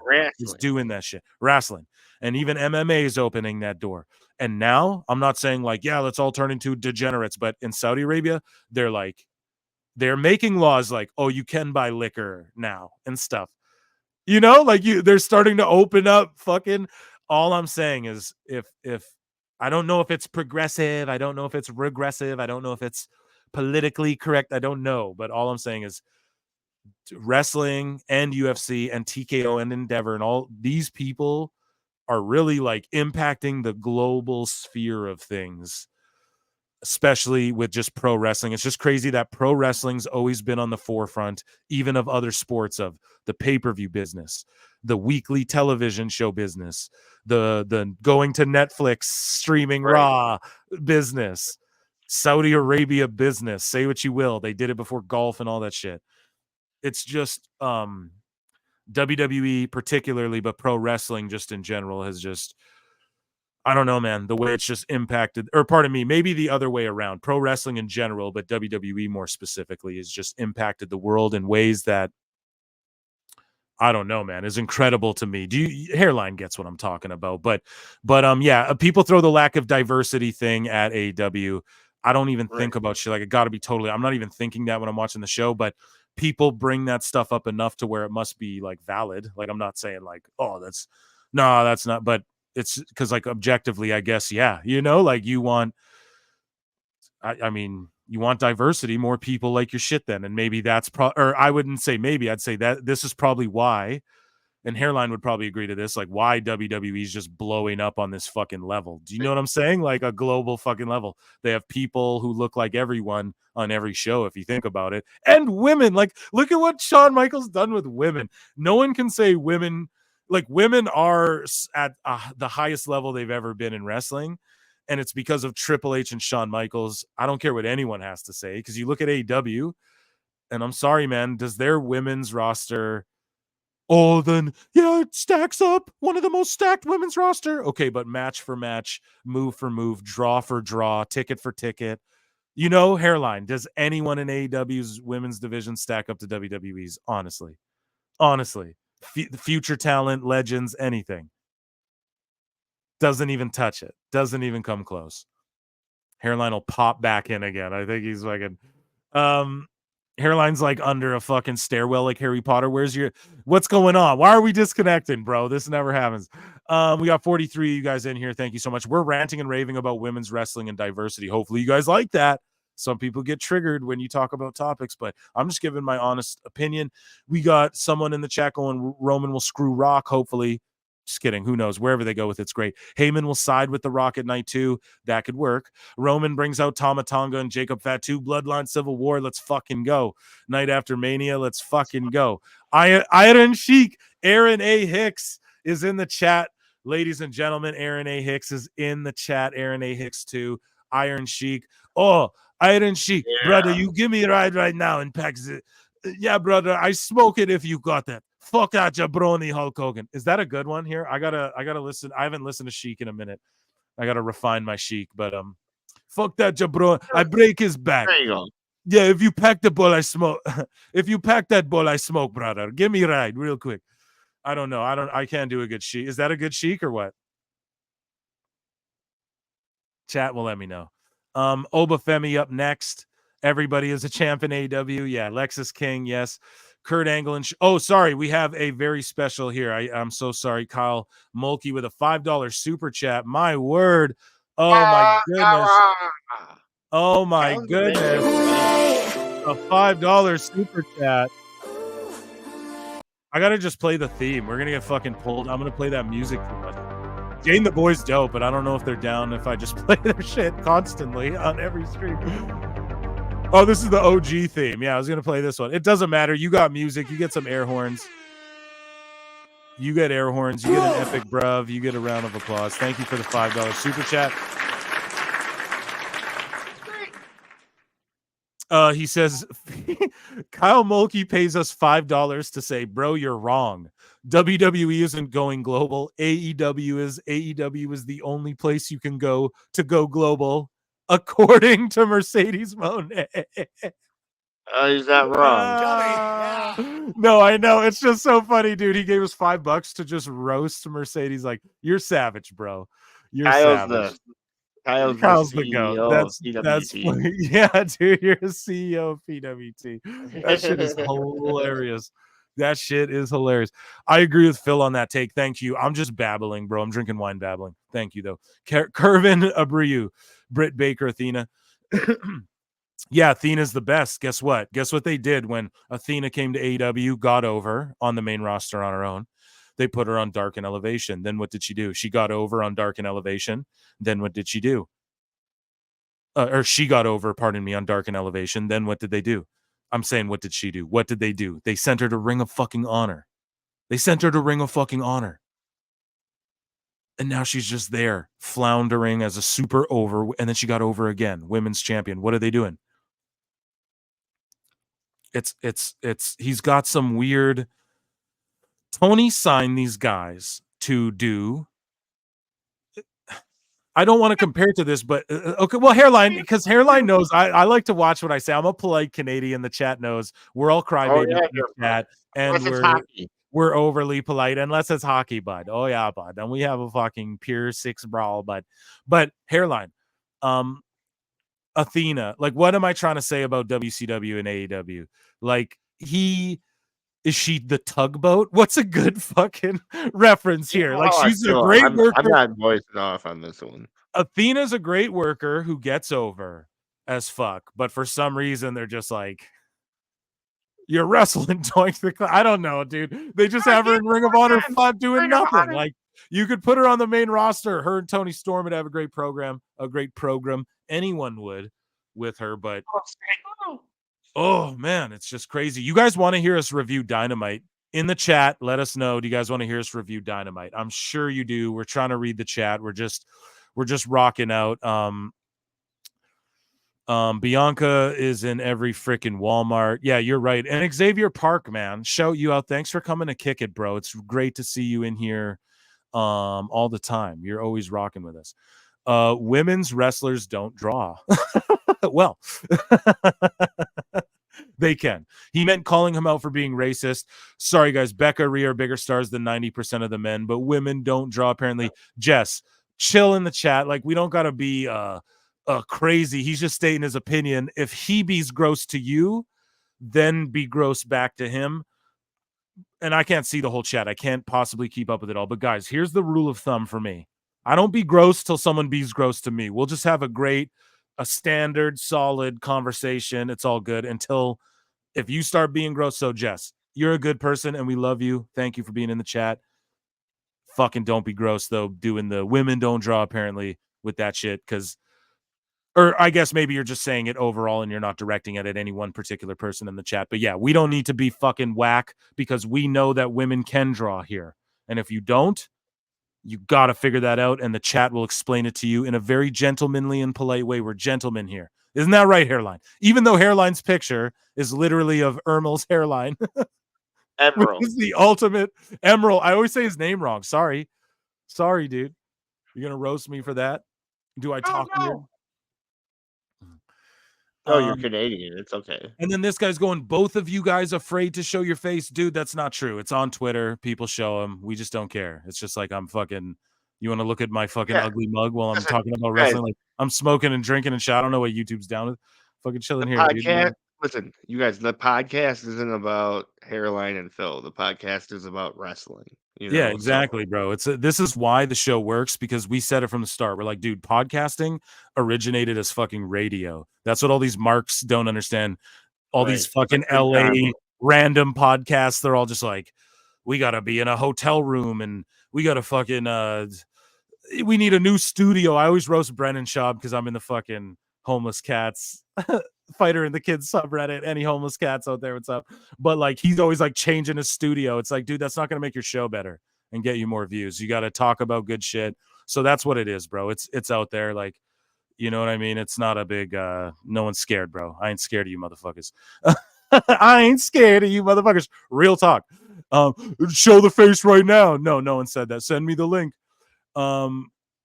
Nobody watching wrestling, but don't get mad. See, Kevin Abreu's getting mad. Guys, no fighting in the chat or I'll just mute you motherfuckers. Let's just be chill, dude. Like, come on, we're not, or like, go ahead and fight, I guess, in the chat. Hairline gets to tell me. What do you think? This guy's saying, Curvin, if you're GAY, holy, Okay, we're just gonna ignore the chat, Hairline. Let's review wrestling and let them handle that and duke it all out. Yeah. If you want to talk shit publicly, become a member, send a super chat, because that's the only way I'm going to read it, because you guys are going crazy on each other. Everyone just be chill. But the chaos is pretty funny. I'm getting a kick out of it. But listen, this is a place of I don't know. I don't know. I'm not going to tell you what to fucking say. Who the fuck am I? I'm Phil Marks. I'm going to review wrestling and talk about. Yeah, dude. These guys are all duking it out, Hairline. What are your thoughts on the chat duking it out with each other? Like I said, just let them duke it out. Let them duke it. Yeah, actually, you know what? Hold on here. Hold on. I got an idea. Let's put them in a cage. Let's let the PWT chat. Let's let them duke it out. In a hell in a cell. Oh, we're gonna listen. Yeah, you guys keep fighting. Actually, now this is probably good for the algo. You guys keep going. No, I'm just kidding. But listen, we don't have to be like crazy. And this guy's like, send me a link of what? Nobody's watching. Listen, Kevin Arbrew, nobody's watching women's wrestling for or nobody's watching it for the women's wrestling. But yes, a lot of them are, bro. You are discounting these like Joshi women wrestling stan account marks who all they do. Like a lot of those guys are guys, dude. Women don't waste their time making accounts where they just stan a female all fucking day. So women can draw. And Rhea, okay, who drew the house in Perth? Obviously the men's elimination chamber match, but it's not like if they like Rhea can be a draw. Someone like Jade Cargill can be a draw. But you are right, bro. Like we're not saying, oh, like, okay, Mercedes Moné, case in point, she's got 5 million Twitter followers, right? So this is a conversation. We don't gotta stop begging for a donation. Yeah, fuck this guy. But listen, fuck you. How about that? But if we but yeah, dude, like Mercedes Moné, case in point, right? I was just agreeing with you, bro.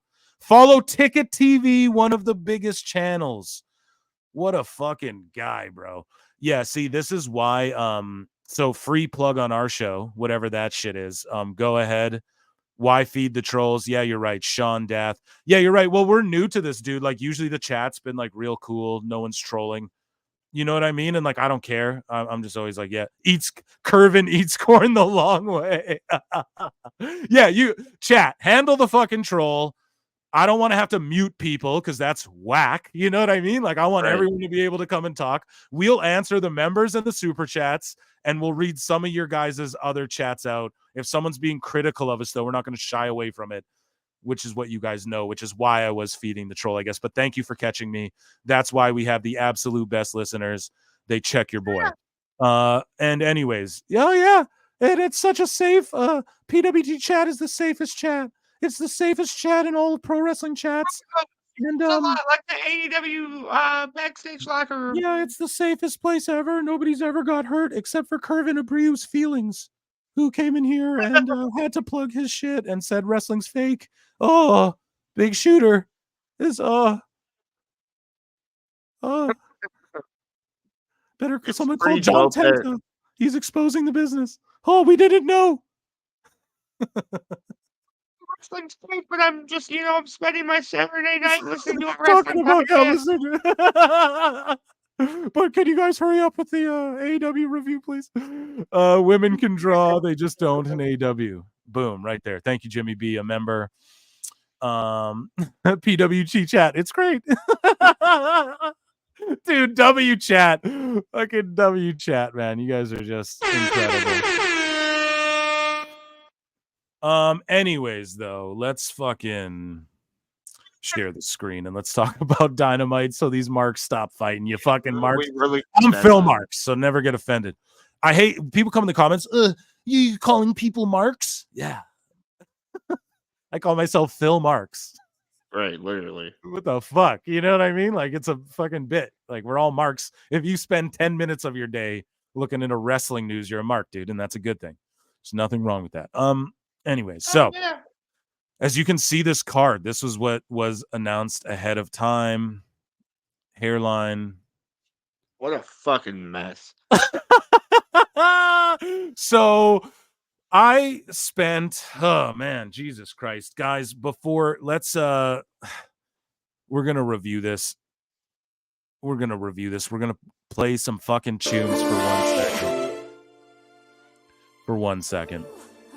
Everybody, have a little smoke, a sip, whatever you're going to do. Calm down. Everyone calm down. Jane the boy, calm down. Hit my bong quick, okay? Yeah, exactly. Don't pull this segment. Get a soda water. Yeah. Get a natty. I meant soda water. Put a little tunes on. Here, we're actually just going to play this one just to be sick, because I played that one so much. But listen, guys, we're vibing. Everything's a vibe. We're about to vibe and review Dynamite. We got some Twitter stuff. Don't worry. We got Dave Meltzer dummy moment of the week coming up. Some friends might pop in as well at any given moment. You never know. We have, we got The Rock, Barry, and Dave Mel owning. The title isn't a lie. We don't cap in the titles. They might seem clickbaity, but when you click on them, we're actually talking about what we talk about. Look at the title. We got, we got The Rock coming up owning Dave Meltzer. We got Jack Perry being locked in some contract. We got fucking whatever else the title says. Oh my goodness, Goldberg being a hater, ladies and gentlemen. We got all that coming up, and we got 42 of you. I think we hit 50 at one point max. I think max, but at the most like 45 stagnant for like a good little while, and we're at 43 likes with 45 watching. You guys are the fucking goats. What are we talking about, dude? Let's go.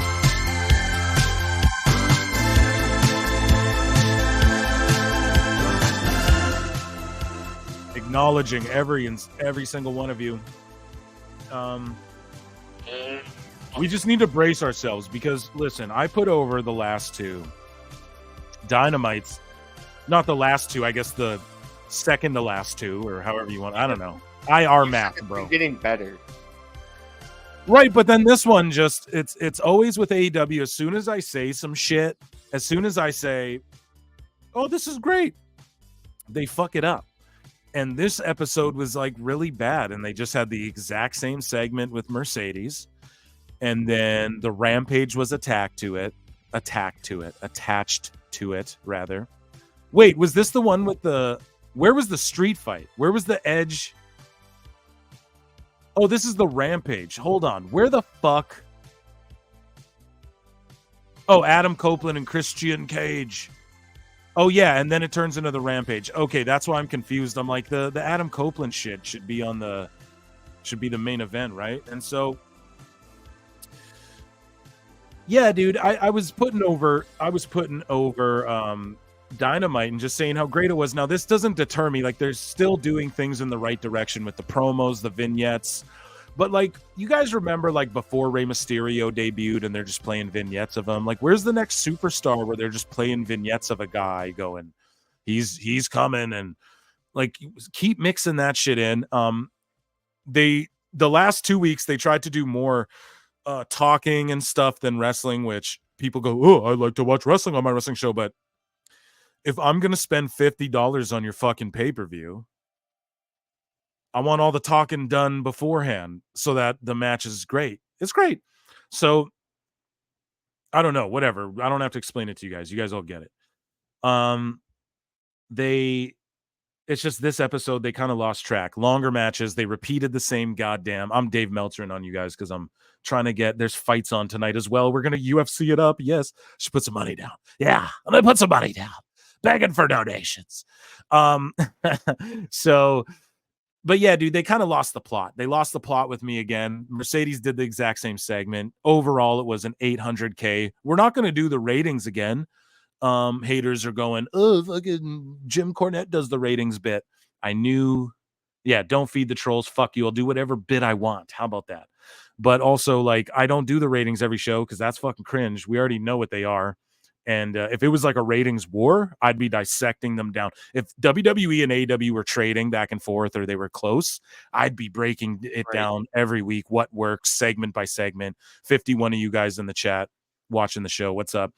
We're at like 43 likes, Hairline. So that's good. Let's try and get us up to 45 or 50, but 45 would be cool. But you guys are great tonight. But anyways, so I'd be analyzing it down to the fucking T. But I don't do that every show because it's just like everyone else does that. So you can just go on Twitter and see that. It's just it is what it is. And so, but when I do it, it'll be for a key moment like Mercedes Monet's debut. Let's see what she did on the quarter hour. Let's see what everyone did. Let's see who's working and who's not working. Of course, I'm going to break that down a little more analytically. So, of course, the trolls get triggered, whatever. The comments are popping too. We got a couple stars here. Deserac gifting 2 more. Holy shit. We got to take a break. We got to play some goddamn music for the man. He really is making it. He's Walter Whiting it tonight, guys. We got to play music for him. Sorry, I'm going to get songs for like when people do good fucking donations or whatever it is like this. He's donating because this is how we help the community grow, is what Deserac's doing. So he's gifting memberships to people. You know what I'm saying? And that's what we got to do. That's what we got to do. So thank you, Deserac Uchia. You're the fucking man. And again, a patron, everything. Everything. Yeah, this guy's in here. Okay, so we got to ban some guy. Sorry, chat. I need to get like a moderator in this motherfucker. This guy's writing, watch porn. You guys aren't even close to 2K. Stop begging for donations. So just, if there's cringe people like that, tell us, chat, and then we'll just ban people like that. I didn't know shit like that was going to happen. People are whack, dude. WWE My Faction, 2K My Faction is fire. Yeah, we're going to draft against each other, me and Hairline. Yeah, we're going to start doing SRS. What's that? We should probably wrap her up. Yeah, this isn't working. Yeah, it's not even been a year old yet, and we're not close to 2K, and I should just pack her in. It's probably SRS with his fucking Stan account. No, stop, dude. We said we weren't gonna. You said. I just don't like, bro. The thing is that no. We're gonna be. Let's be fully transparent with the chat because they're gonna be like, oh, what, you're gonna shy away from? No, it's just like he's like, oh, you're obsessed. Okay, let's just not talk about him then, and then let's see how much he likes that. I guarantee you, he's gonna still attack me. I guarantee you guys. Watch, he'll still be in the comments. He'll see some old shit and go, oh. Are you going to apologize for this yet? Like, he's just got some weird things. So we're just not going to, it's all good though.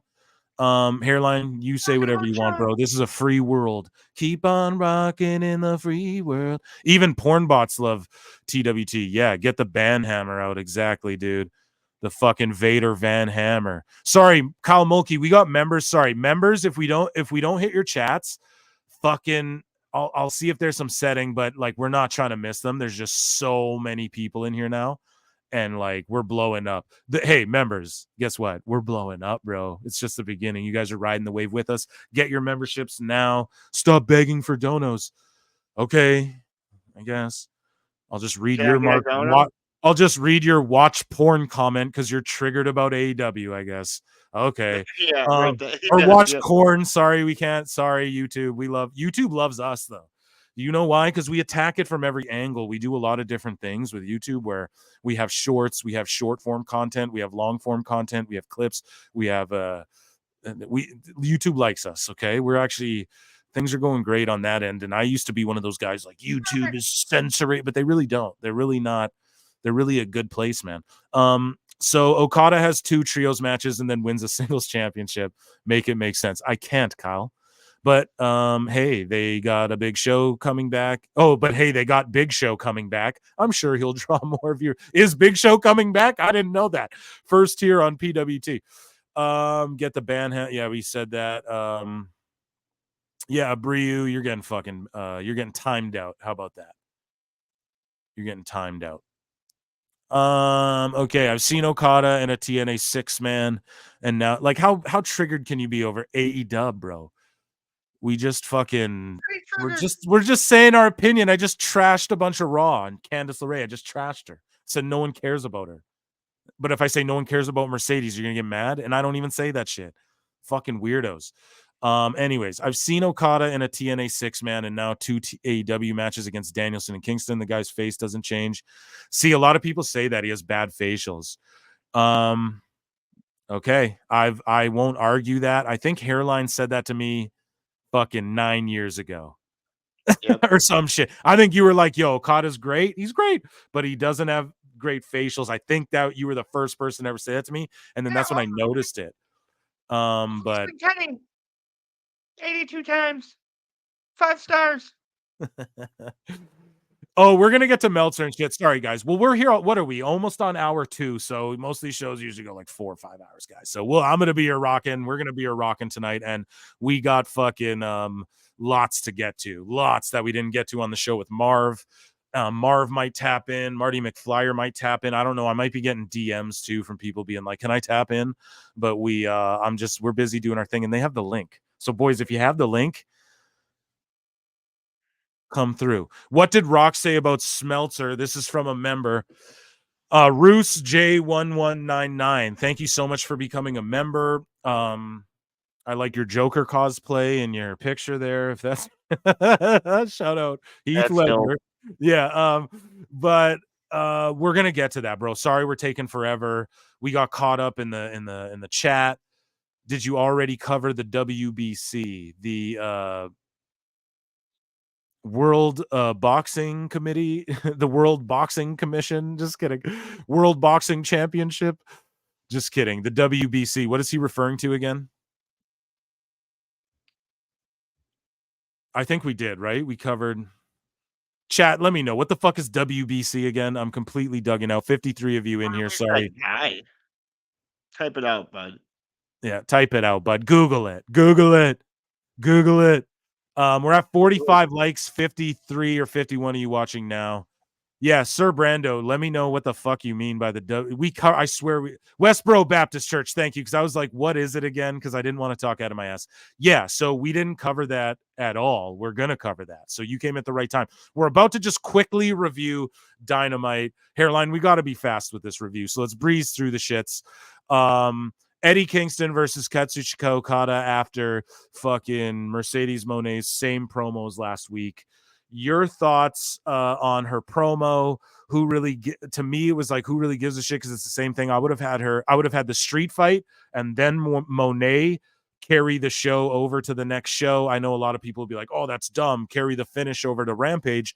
But you saw how it just completely fell off. So I don't know. I would have tried to like stack the back end of the show more, maybe have her come out. I would have had her like show up throughout the whole show. Like there's a through line throughout the whole show of where like she interacts with this woman, which makes her interact with this person on screen, and then she fucking does a run out because of this, and then she cuts her fucking promo. But they just did the same thing as last week. And then the Eddie Kingston Okada match, thank fuck Eddie lost.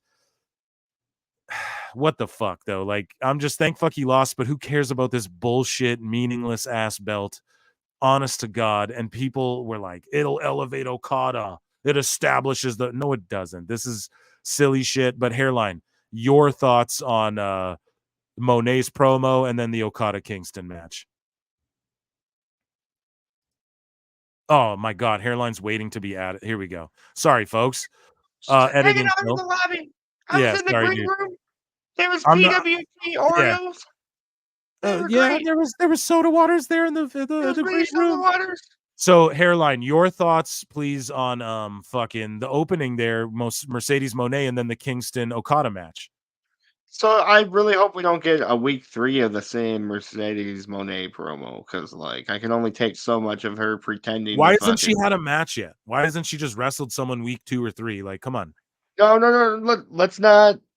No. Listen, I'm finally not rushing it for once, right?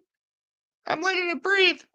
This is what PWT said I need to do, is let it breathe. Yeah. I don't know, man. Anyway, whatever. Fuck the Sasha. I don't care about her until she's Sasha Banks again. So, Hairline. Yeah.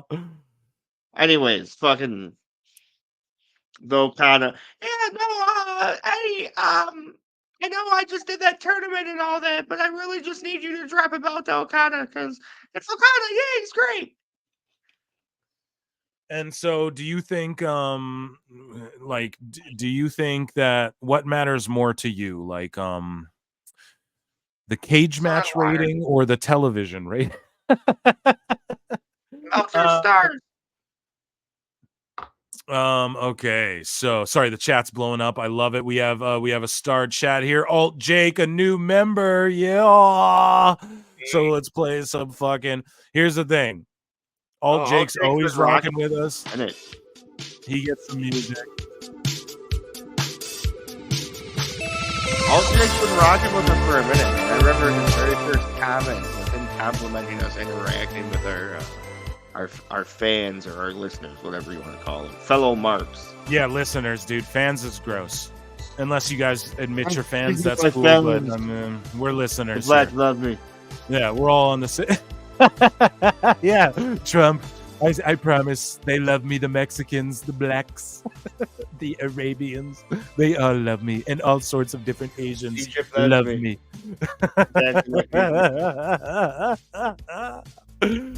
PWT, man. And if we ever get pulled down, you find us on Rumble. You find us on Patreon. You guys find us where we are. Oh my goodness.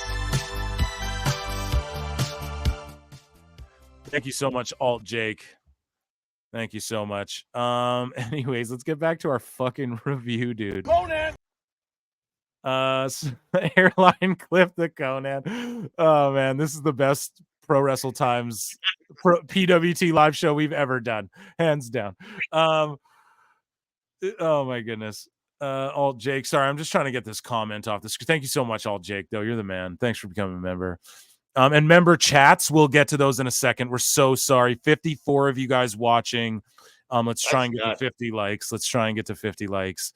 We're at 47 right now. If like 3 of you guys could just like quickly. Okay, anyways, though. So Jericho fight each other. Everyone was cooking Chris Jericho, saying, you know, oh, he's like moving in slow-mo and he's not getting a Hook over and all that, and he's not getting young talent over. Marv was saying that on the podcast, Pro Wrestle Times, episode 53 with Marv the Monster and Hairline.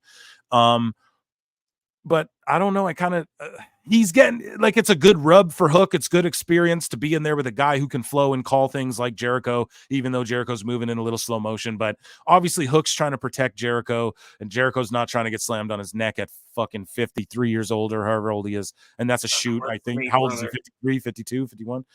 So he's in that range, right? So, or maybe I'm off. But anyways, the match was what it was. I'm not shitting all over it, but like Hook needs to get, we talked about it on PWT podcast already. Fucking Hook needs to get over to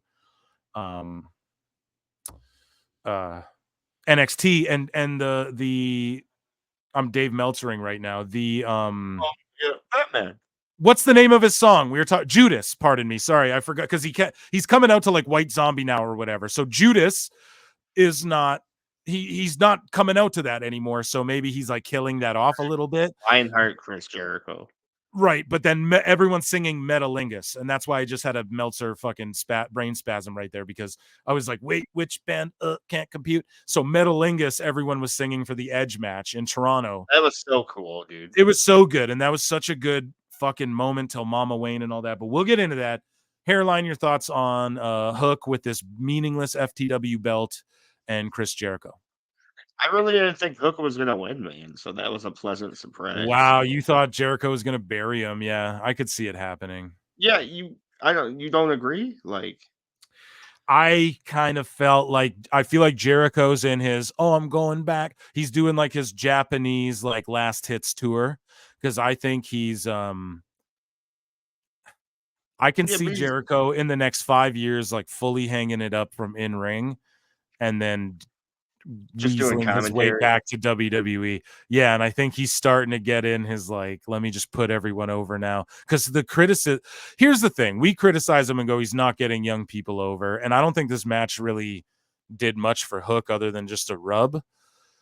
But so Jess says, isn't Jericho signed to AEW until he's like 60? Yeah, but it's Tony Khan, man. We talked about it. If you don't know, go back at Pro Wrestle Times on YouTube, at Pro Wrestle Clips.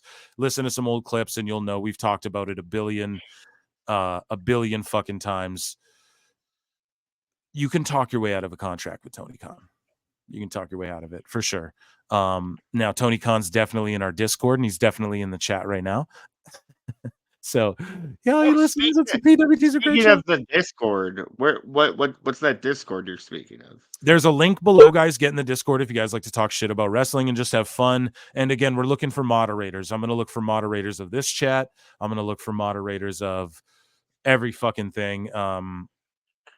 Because Hairline and I can't do it alone. So, yeah. Start kissing ass now, and we'll. No, I'm just joking. But, do you know what's unfortunate, Hairline, that we had to like ban people tonight? Like, what kind of goofy shit is that? Well, I immediately take it back. It'd be kind of fun watching Robbie C be an admin in the chat. Just I mean, Robbie C could he could send us an email tomorrow. He knows that, and he doesn't do it. So we haven't played Red Dead with him yet. Yeah, he could just tap in. We're supposed to play Red Dead with him. I know. Yeah, PWT games coming soon for sure. Anyways, Dynamite review is why you guys are here. Toni Storm and Mariah May. And Mariah May, Mariah May's gimmick is Toni Storm's WWE gimmick. That's what they're literally doing. Now, you can sit there and go, storytelling. That's funny. But it's like the boy who cried wolf. After you cried wolf 3, 4, 5, 6, 7 times, you cannot then come and fucking cosplay Toni Storm after Eddie Kingston cosplayed fucking whoever he fucking and Eddie and fucking Claudio's cosplayed. We got fucking Guevara and Jericho cosplaying Jericho and HBK, and we got Toni Storm cosplaying. I'm so sorry, but you cannot do this and expect people to like it, because if they never did this before, I'd actually be maybe intrigued. So I'm trying to be optimistic because it is Toni Storm and Purrazzo's making shit work. And then they've just inserted Thunder Rosa into this. But they botched Thunder Rosa's return. She's one of the best female wrestlers in the world all around. And I just look at Rosa and go, she's got to get to WWE with what WWE's doing with all the different Andrade. And then you have the LWO. And then you have you got what is it called? Not LFI, but the Legado del Fantasma. You have all the different factions, and just Dragon Lee chilling on his own. Get Thunder Rosa over there. They'll figure out there's some angle there that they can work, but I don't know what she's locked in for. And it's good that she's at least in a tag match with the women's world champ. Toni Storm's great. I'm never going to shit on her.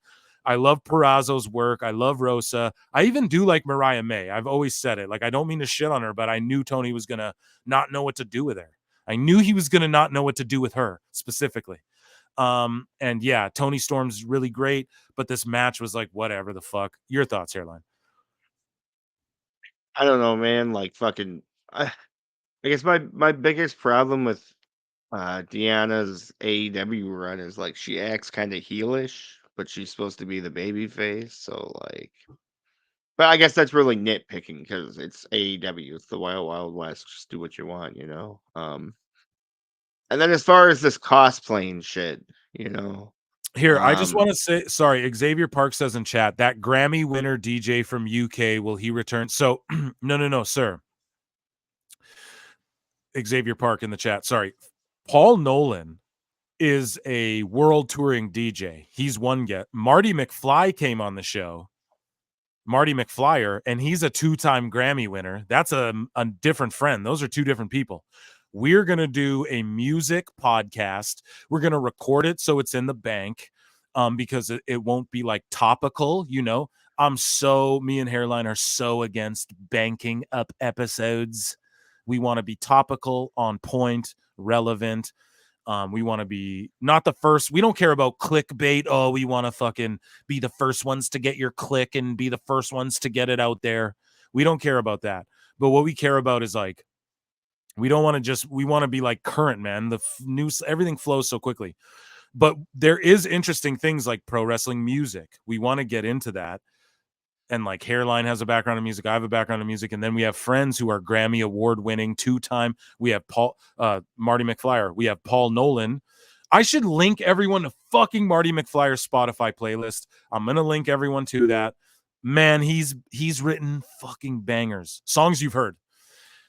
Grammy winner. Okay. 2-time. 2.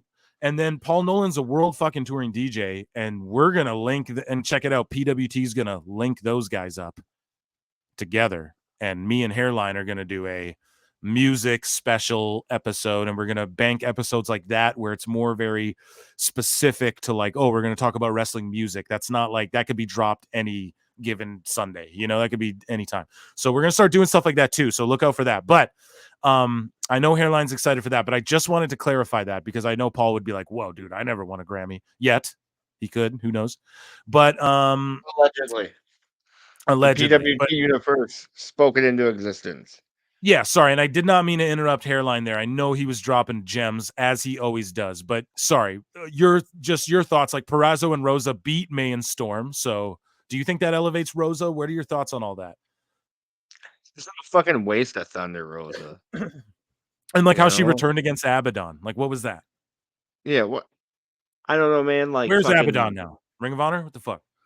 Not to make it all about me, but like fucking, I really like that first NWA DVD, and it's like one of the biggest feuds on there was fucking Thunder Rosa versus fucking what's it? Camille? Yeah, correct. Starts with an A. AK. Yeah, AK. Allison K. Allison K. Yeah, there we go. Sorry guys, I've been drinking since about like 1 o'clock.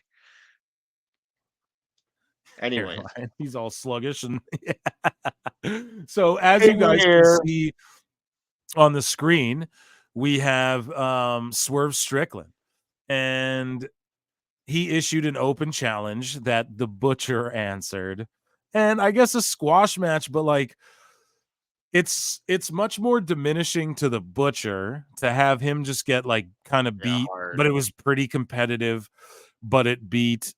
He like Swerve beat him, but it's like he's like bigger than Swerve, and it's like you couldn't have just got like a little jobber guy or something to just kind of have it. So I don't know. To me, I just feel that's where they need to WWE it up a bit more. Not to be a hater, but I love Swerve and he's good on the mic. And I don't know though. The Butcher, he just came out of nowhere, and then Samoa Joe and Swerve confront each other, and it's like they're both kind of heels still, even though Swerve refused to cheat. But it's just Hairline. You talk to the listeners here about what you think about this. All right. Well, to say something positive here, I think this is the best the Butcher's body has ever looked in his entire run. He's still got the stupid hipster mustache, but whatever. But outside of this, he's taking his body a little more serious, so that's a positive. But yeah, basically in a nutshell here, the Butcher got cucked out, over Swerve, which obviously Swerve should be cucking out the Butcher, but it's kind of like, to go off what Phil said here, why couldn't we have just got some local talent or something here to fucking fill in? Why do we got to get one of we could almost say here an AEW original, you know what I'm saying? Fucking yeah, he's here tonight. Here to wrestle. I invented Hit Row. Real great. Perfect. Real great. So then we have Copeland, Cage versus Cope. Imagine you got to make your name Cope, dude. It reminds me of like, it reminds me of like Tugboat, or like not Tugboat, but like what was I just watched The Dark Side of the Ring on John Tenta. What was his name? He went there and he was the Shark or whatever. It just reminds me of that. Like, man, I just hope under WWE, like, I get it. You build the brand Edge, you want to keep that, but like, let dudes who like put in their time like Edge, let them keep their I know this is an old thing I'm even talking about, but goddamn, man, goddamn. We gotta do we gotta do. Yeah, we've both been drinking, folks. We gotta do Jeepers Creepers, man. Okay, here we're gonna fucking set the tone. This main event, Hairline. Here, we're gonna play some beats while we talk about this. I'm gonna play some beats for myself.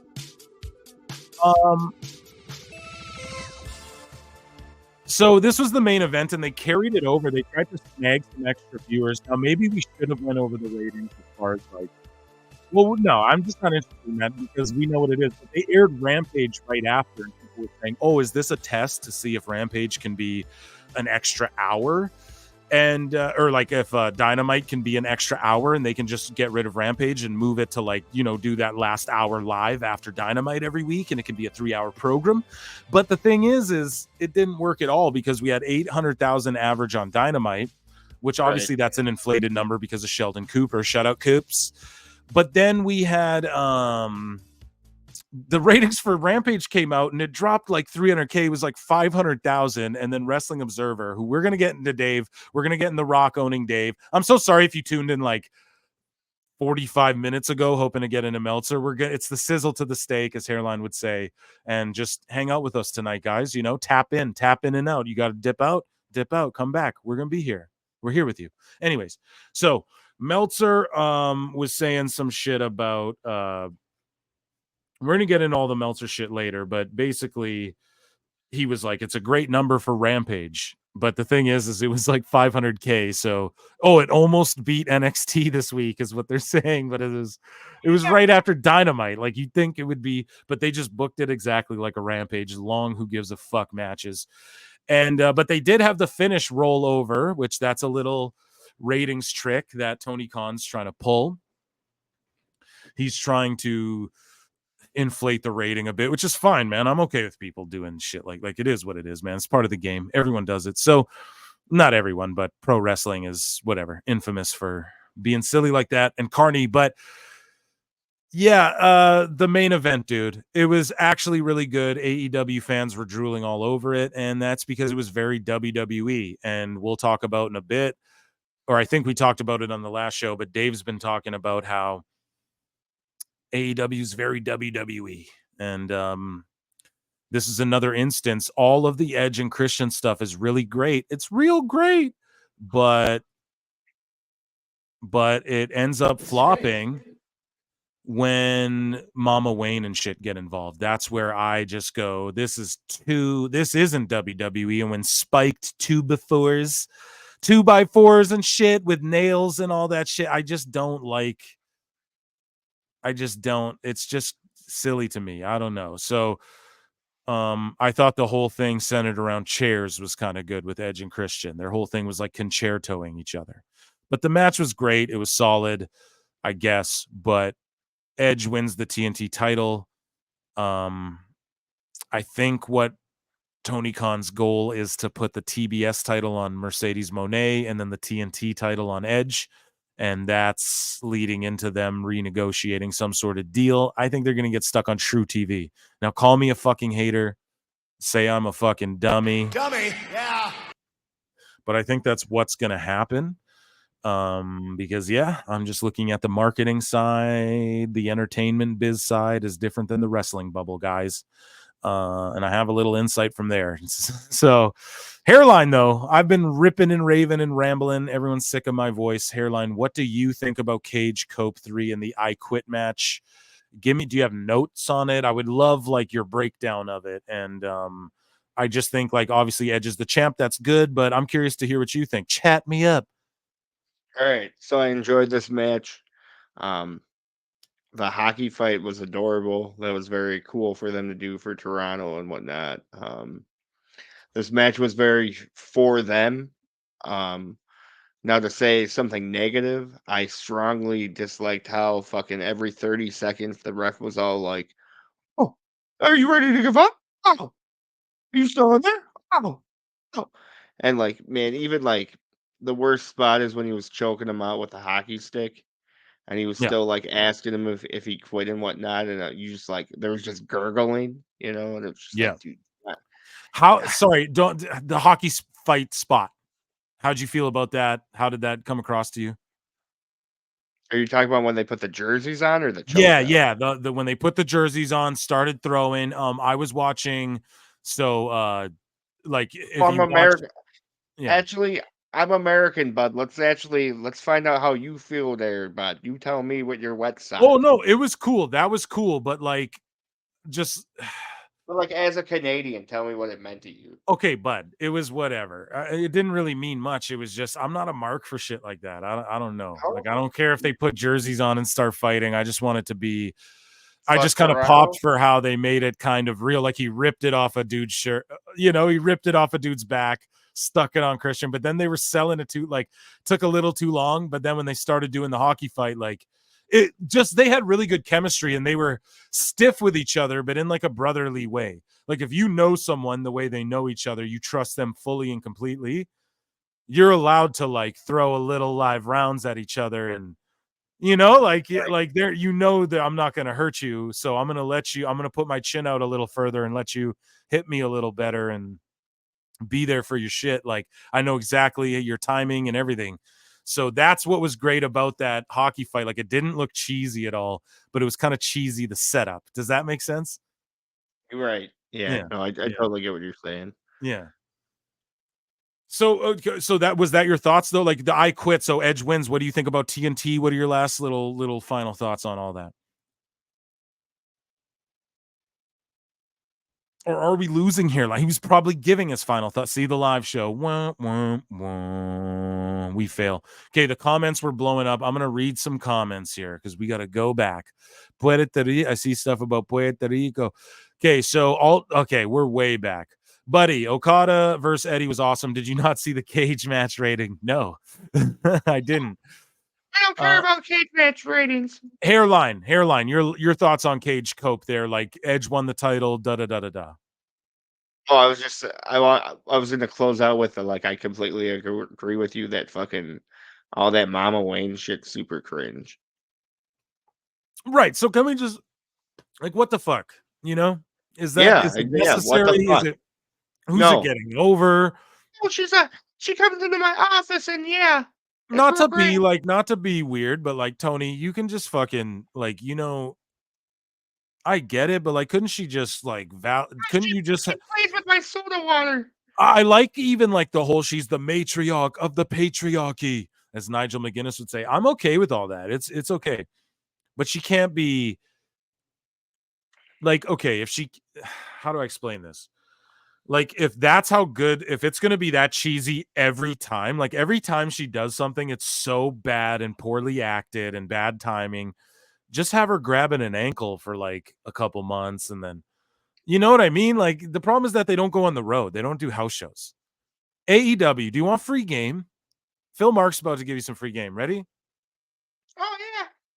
Run indie loops like indies would run house shows. When you have a TV, do it in the bigger city, in the smaller building for now, but where you can still film TV. And then what you do is you do indies that whole week or leading up around the Dynamite. You book 3 kind of bigger indie shows with AEW talent, even if it's 100 people in a fucking gym. You do it indie style, but you film everything the way WWE films their house shows, guerrilla style. So you have that footage, and then that's your house show loop. You run your own indies because you're a fucking super indie. And then you can do all these fantasy, whatever, dumb matches. And then you just only do your TV show for TV.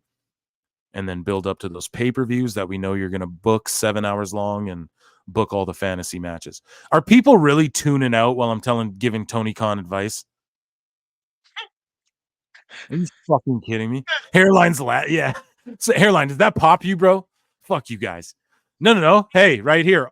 Alt Jake. He says, just call me Jake. No, you're Alt Jake forever. You're the Texas Tornado now, bud. PWT Jake Daddy. PWT Marks for life. Exactly. You can just call me. We love Phil. Xavier Park. We love you, bro. We love Phil. PWT. I love you too, buddy. Hook looks like a child in the ring. Way too small. Okay. I'm okay with Hook, man. He throws good punches. He's nice 6-pack. Yeah, he's good. Yeah. Well, I mean, girls like that shit. We got members here. How did WWE trick AEW to becoming the second farm system for WWE? Weren't they supposed to be competition? Exactly. They're a farm system now. It's funny. Thunder versus Zelina feud would slap. See, would that be the feud or would they be on the same team? Probably same team. Well, I'm just saying, though, they're both over. You could book, because listen, you have Elektra Lopez, who just got called up onto the other side, right? And so, because if Thunder Rosa is on your roster, you want to sell those masks. You're going to sell shirts with that paint on it. That paint is the next fucking Rey Mysterio mask. You know what I mean? But they're not in AEW. They don't think like that. It's crazy. It's fucking crazy. This guy's laughing. Kyle Mulkey again. And I'm glitching. Here we go. Remember when Vince McMahon wanted Adam Cole to be a manager, so he went to AEW to become a manager? Yeah. And then, yes, the appropriate response. Absolutely. Robbie C says Butcher and the Blade did wrong, frankly. I absolutely. Think about how they introed them to what they did and have accomplished. No. And then this guy's saying, I know it was a bit cringe, but I did like the Butcher Blade Bunny team. Yeah, it's a great gimmick. Like, it's all great. You just have to execute, man. Swerve Strickland broke into Adam Page's house and yelled at his baby. I know. We talk about it every show. Kyle says, can't wait for Jordan Grace in WWE. Some build up Jade first. You bring in Jordan. So what they did is they let the fans kind of know, here's this Jordan lady. And then fans go, oh, shit. What the fuck? Maybe I'll watch a little TNA. She's great. Her value goes up. Oh, and then when she shows up randomly, they'll reintroduce her. Trust me. Or they start playing vignettes, and then the internet marks build up all the hype and go, oh, remember at the Rumble? And then the new fans can just be hype about the vignettes, and then the old fans can get hype about. It's what they're doing is just on another level. Oh, get off of WWE's dick. Bro, I'm sorry. Like, it's crazy. It's like saying they have the most hits. That's like saying get off Eminem's dick if you ever say he's the best rapper alive or whatever, or whoever lived or whatever. Like he was, you know, he had the most. Everyone agrees, you know. So it's just what it is with WWE. It's not like on their dick. It's just what it is. They're just operating on a different level. So we're talking about AEW, and people like to make fun of AEW, and that's so telling. It's telling that we get more viewers for making fun of this shit than liking this shit. And I want to like this shit. It's a weird, sick, twisted world we live in, man. Meltzer bashing is the main event. Yeah, pretty much, dude. We got time. Hairline, are you with me? He keeps popping in and out with everything. Hairline's with me. Yeah. And we got yes, he is. Yeah, I'm just tapping in, bro. That should be its slogan, Rampage, you're home for long who gives a fuck matches. Yeah, that's pretty much it. Much. We are going to see if Impractical Jokers is a good enough draw to keep. This is the problem, too. Yep. When people go, I don't worry about South Park's ratings. I don't worry about Breaking Bad's ratings. Yeah, you don't have to worry about their ratings because they're not bad. Because it's a good show where everyone's watching it and saying how fucking good it is. So we never. And also, this is a weird thing where Tony Khan is strictly a TV show. AEW is strictly a TV product, but they have a sports deal. They have like an NBA contract, like hockey fucking deal. Oh, I hope I didn't miss any fights. But yeah, I think I did. Yeah, I probably missed a handful. Fuck beans. Oh yeah. Shoot fights. Let's have a shoot match. Fucking Ruby versus. Have you seen what they're doing with are we done talking about Dynamite? I think we are. Rampage was whatever, dude. The Best Friends fought the Don Callis family. Get the fuck out of here. Takeshita's hold on. The thing about that match is like Orange Cassidy literally took the fucking meat guy to the limit. And that's just preposterous. That's all I really I almost shut the show off, but Takeshita was up next. No, listen, take a Shida versus a Romero, dude. Who gives a fuck? Right, exactly. But it is like a good. But here's the thing: if this was, people were like, "Oh, it's like Sunday Night Heat." Not really. But if Sunday Night Heat was a thing, though, this Takeshita Romero match, because it kind of got Takeshita. It gives him the rub, but the problem is that, like,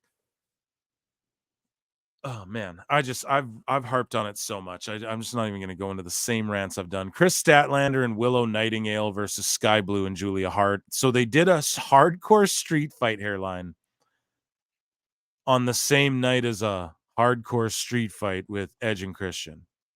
Yeah, an hour later. Taking a bath before my bath. Hairline. Talk to these guys. We're at 51 likes, and there's been the most viewers ever. So round of applause for you all. That's and there's only 47 watching now, but we fluctuated to our highest viewership, and we're at our highest like count ever. All of you guys, even you trolls that I had to fucking mute for being marks, you're the best. We love you. Hairline, your thoughts on this street fight after Tony Khan had a street fight? After he booked a street fight, then a street fight an hour later. What do you think about it? I take a shower before I take a shower. It's great. Man, I actually enjoyed this for what it was. Yeah, they all worked their asses off. They did. They really did. I blue-bladed. I know. Who made her do that? Who made her do that? Who made her do that?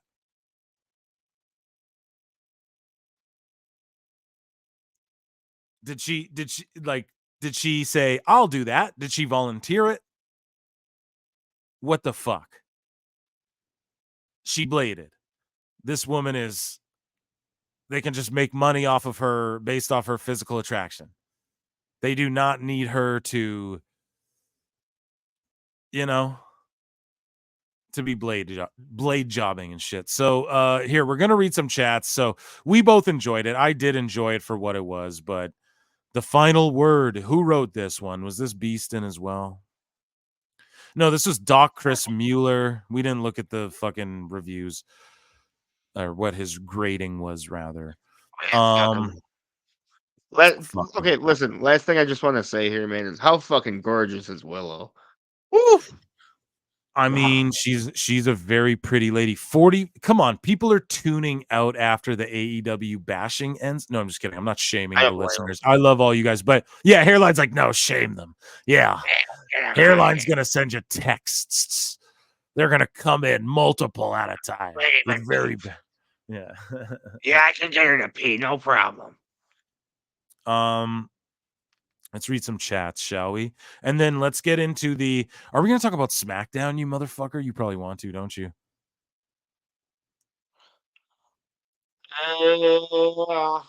Of course. No, that's what we're here for, man. This is what we came for. Okay, guys, I'm fucking serious, bro. I'm so serious. I'll cry. I'll cry. Oh, sorry. No, let's read chats, and then I'm gonna play you guys something, and you all better fucking stay here while I play it for you. Let's read some chats. Boom. Swerve straight. Yeah, okay. We read that. Can't wait. Okay, I went way too far back. Here we go. When they asked fans for their shirts, I just laughed. Yeah.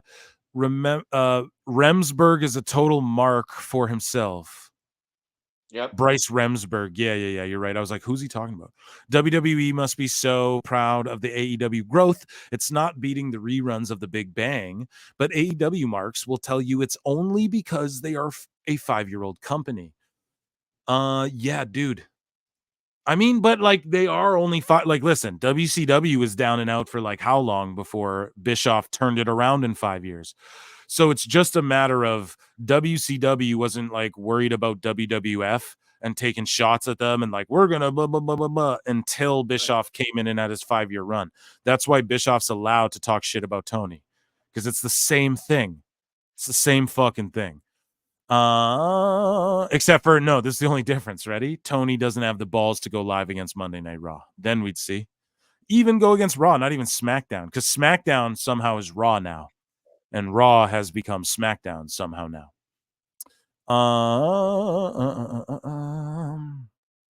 Are you wasting time? Are you wasting time in the moonlight?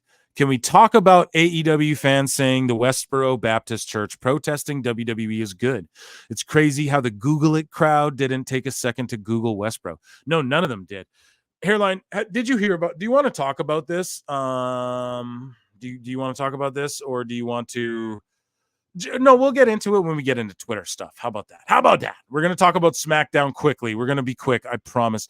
I saw Takeshita versus Romero on Rampage, and I just laughed. What in the hell are they doing with Takeshita? This guy's the young Japanese guy who's gotten over as fuck. He's so good. He's so good, John Jaddy.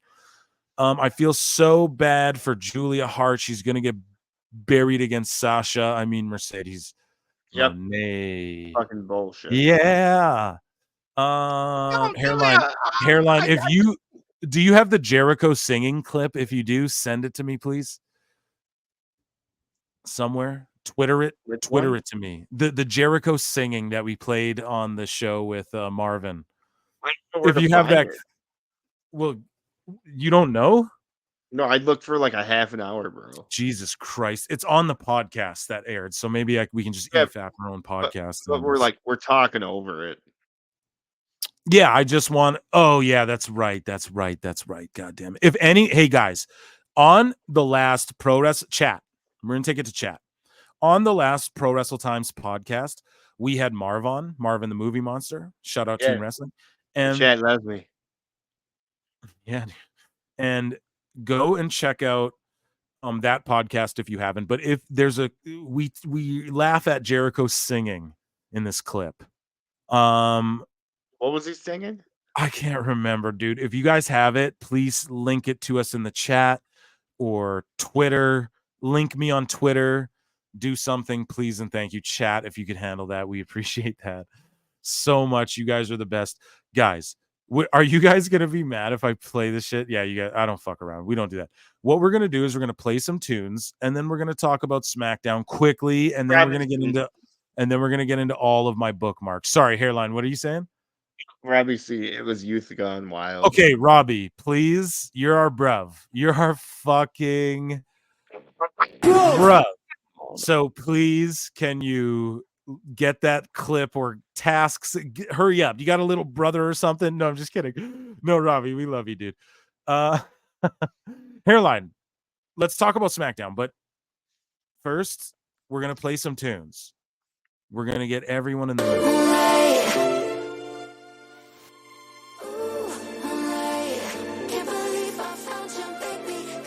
Can't believe I found you, PWT listeners, babies. Ooh. We're going to dance in some moonlight, Hairline. And then.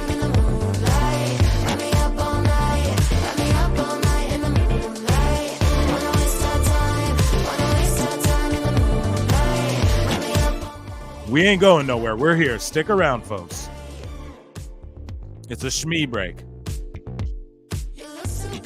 Not even a break.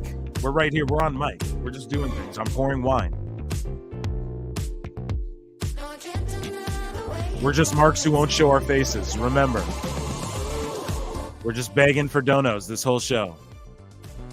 That's what we do.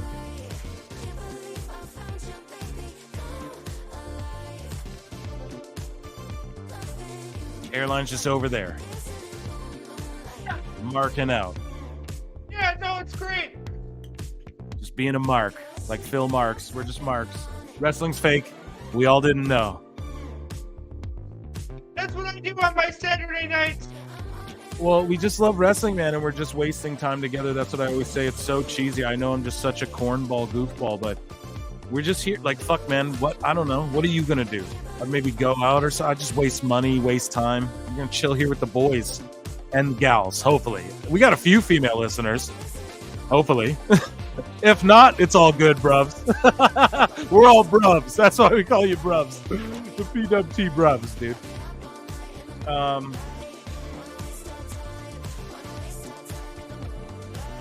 And shout out Jane the boy. Waste our time. And actually, DJ Paul Nolan is going to well, I don't want to spoil shit, Hairline, but what's up? Like he's gonna mix us up. World touring DJ Paul Nolan is going to mix us up a little something for the show. How do you feel about that, Hairline? Hairline's probably ripping his he was like, oh shit, the break's not over yet. We'll get his thoughts after.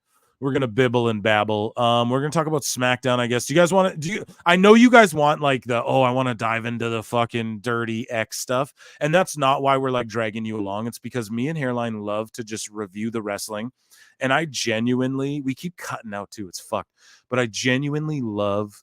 Here, Hairline's coming back in here.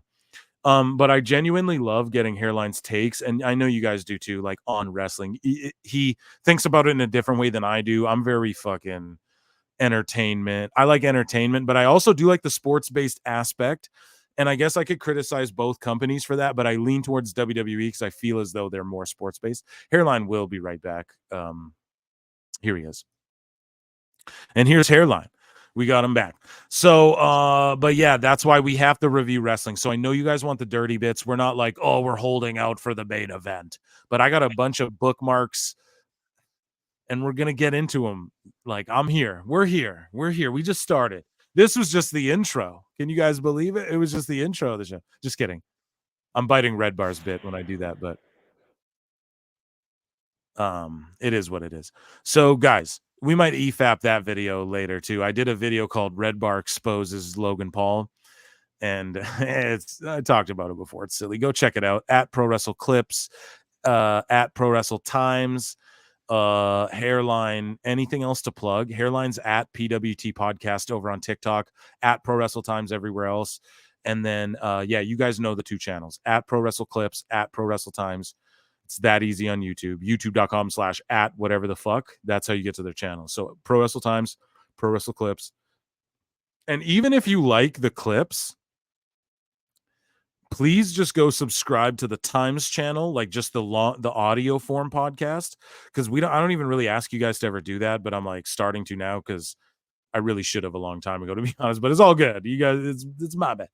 But if you guys could just go to like that long form audio, like where it's just like we just upload the pods, you know, and that's where the replays go of the live shows too. Go subscribe to that. Even if you only like the clips, like don't watch the other channel, just subscribe to it though, please. You know, even just like touch it, click it, a like.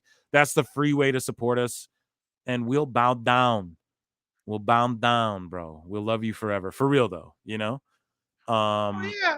We just appreciate it. Like you guys fucking turn out every live show too. This is crazy. I mean, 55 likes, only 45 watching now. We beat the ratio, the spread. You guys are fucking, you're just goating on us. You're the goaties. You're the goaties. Let's fucking play some tunes, bro.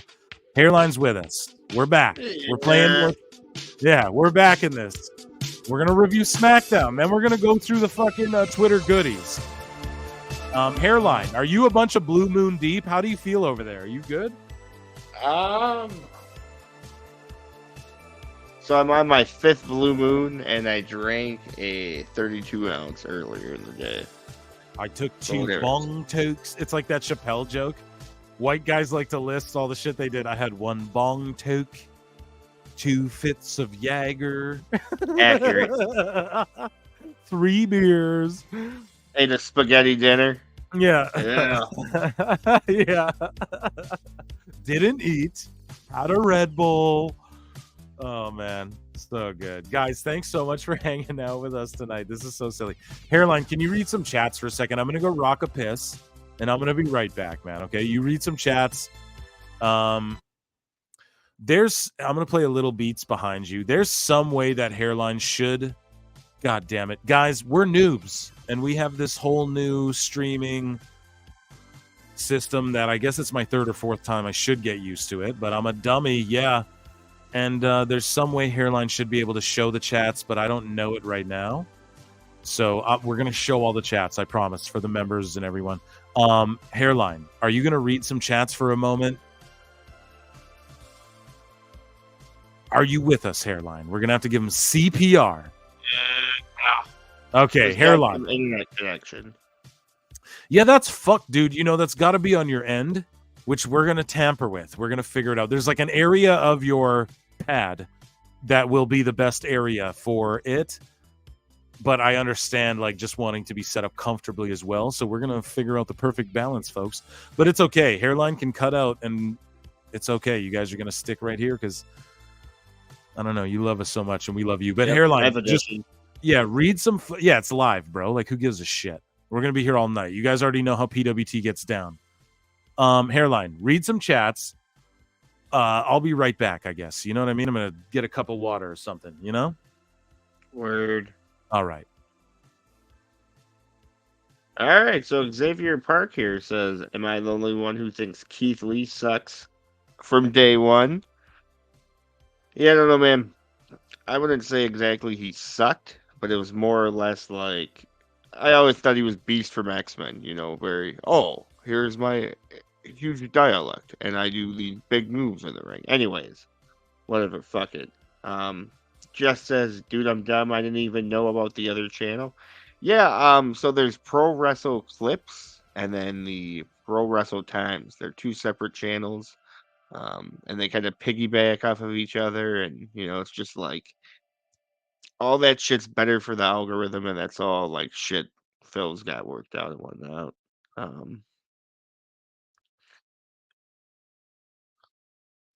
Sendeth? I don't know. I don't think I'm doing that right. I'm sorry.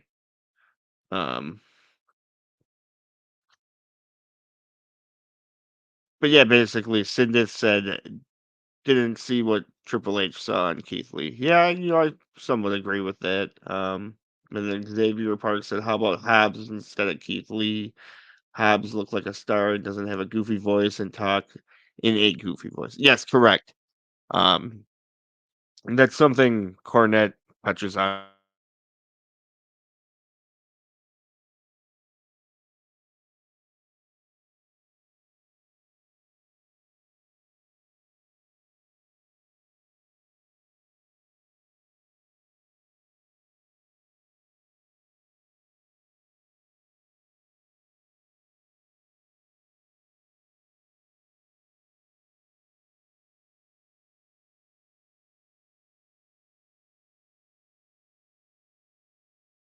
Saying here that Hobbs got that look to be a main eventer, and I agree. Robbie C said the voice definitely ruined anything Keith Lee could have been, which is a weird hill to die on. Yeah, again, yeah, man. Like I said, he sounds like Beast from X-Men. So, oh no, Indubitably. What's up, man? How are the chats going? How's chat doing? Yeah, I just had to go bleed one. No, you're all good. I was talking about how Keith Lee sounds like Beast from X-Men. The first chat you read fucking popped me hard when I can't even remember what you said. I just bursted out laughing.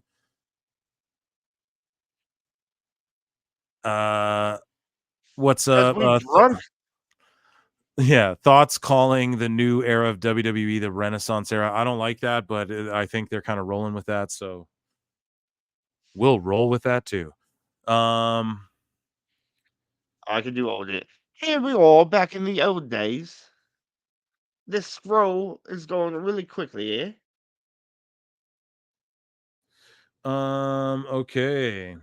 I'm getting Texas's. Guys, are there fights on? Is there a collision on? What's going on, guys? Is there anything you want me to throw on live as well, or do you just get pissed when I get distracted? I had I had women's soccer. Like I had just let this I had let the show run out. I was on like a streaming service, and then it rolled over to like fucking women's soccer or whatever. Or whatever it was, and I was watching it on the stream. It's pretty fucking funny. We got 41 people. People just dipped out when we're reading chats. Fuck you guys. No, I'm just kidding. Because all of you guys in here, I love you, and we're seeing the same names every week. Robbie C, Isaiah Coyote, G Coalition Brother. Love you guys so much. Deserac, you're out there gifting fucking memberships. You guys can gift memberships as well, so other people can enjoy them. Some of these names you see in the chat repetitively, fucking hook those guys up even if you're not friends. And you guys all become friends in the chat. Don't beef like that, you guys. And I'm sorry, I want to apologize to the chat too about, I looked back, that dude with the Miami fucking logo, I did it live. We did it live. He fucking is like a big hater on our channel, and I didn't realize till now, and he just came in and was disruptive. And we're okay. You guys know we like to debate. We like to talk. We're okay with having disagreeing opinions, as Hairline would say. But that was just fucking goofy. That shit was goofy. Not to bring it back to the trolls. But anyways, we have more chats. I wish you could have thrown them on screen. Lexus King is 10 times more relevant than Brian Pillman Jr. ever was. Yeah, true. He'll say that. I like the women's soccer talk. If there's some women's soccer on, let us know what's going on. Dude, John JID just fucks with us, bro. Heavy. He fucks with whatever we're doing. There's got to be UFC, though. I was just trying to check quickly. I'm not a huge like gambling man, but I do like, I'll throw a little this or that on a fight or what if it's, but tonight's just like a standard, I think Rose Namajunas is fighting. Yeah, Amanda Hebas versus Rose Namajunas. If you guys are into that sort of thing. Wow, so it just actually kind of started. So I'm going to throw that maybe on my screen over here. While we continue to talk about and review SmackDown. Hairline, are you trying to review SmackDown? You want to review SmackDown? I got it pulled up right here. I've had it for minutes and moments and miles. Minutes, miles, moments. Yeah. Yes, that's right, guys. Here, I'm going to pull this up. So we got the fights on too, guys. Ooh. I'm not a big gambling man, but honest to God, like if there's something that I like, I might partake in something. You gotta be honest. Okay, guys, so 46 of you guys in here tapping in women's tennis. Yeah, but it's not as good as men's tennis, right, guys? I'm just playing. Hey guys, follow you Twitter all the time. Well, thank you, Corey Mitchell. We appreciate you. Everyone follow us on Twitter at Pro Wrestle Times and at PWT Podcast. Over on TikTok, where we have, I believe, Hairline, are we in the millions of views, or is that a fallacy that I keep repeating? Millions, thousands, billions. Yeah. Yeah. Universe, moon, sun, stars, Mars. Yeah. Poseidon. Yeah. Someone just got KO'd, and you guys hear that shit? I missed it. Goddamn. Okay, we're all right though. We're kicking off to a good time. I know that the listeners do like when I like kind of do play-by-play on dope shit that's going on, so we're gonna continue it. We have members. Okay, guys, we're adjusting as we go. Members, if we ever miss some of your chats, we're sorry, but you guys are members, so you guys know that you're getting prioritized and shit. Because there's no possible way to keep up with all this shit, whatsoever. What's up, Phil Hairline? Glad I caught you guys live. Hey, glad you did too. And I'm glad that you're here with us, and consider becoming a member if you could, or just hit the like. That would be awesome if you just hit like on the fucking video. Phil, you should check out JID. Him and Metro Boomin are working on a project together. One of J. Cole's Dreamville signees finally getting the recognition he deserves. You sound like Marty. So I know, but no, yeah, trust me. I'm gonna play. I haven't listened to. Wait, so JID, him and Metro Boomin are working. Okay. Yeah, we'll check in. Link me something. Follow us on Twitter. Find a place you can link me. I don't know if YouTube lets links in comments. I might have turned that off just so people can't spam, right? Because they can fuck with your channel. So I'm just wary of that stuff. But if you can't, this guy's a nasty cut. Go on Twitter, guys. If you guys are into that shit, UFC, Twitter, you'll see it. Nasty cut. Okay, let's keep going. JID is a beast. I don't even know who that is. So, Hairline, are you familiar? Hairline's not with me. We're okay. We keep having this fucking boom, boom, boom, boom, boom. Guys, let's review SmackDown. Then we'll get into the goodly giblets and the goodies, as you guys like to call them. Just kidding. I like to call them that, but we're at 56 likes, only 43 watching now. We ratioed everybody. I'll send you the recent album. Hey, do you know what? Twitter or, guys, prowrestletimes@gmail.com. Hit me up. Send me do you guys make art? Do you make music? What are you into? I'm not going to answer every fucking question. I can't, but I want to see. Maybe we'll find a gem. We can share it on the show. We're building. This is all building. You guys know that. Hairline's back. Don't worry. If Hairline ever disappears, he's right back in the swing of things. Oh, yeah. Raquel. Like Raquel. We want to share. I'm like Raquel. Hairline, let's go. Let's get through this fucking SmackDown. You mark. Is everyone marking out? Let's mark out for a second. What are we doing? Everyone's like, oh no, Phil's gonna play music again. You goddamn right, bruh. It's my goddamn pod. Here, let's play the OG theme. This is the one we gotta play.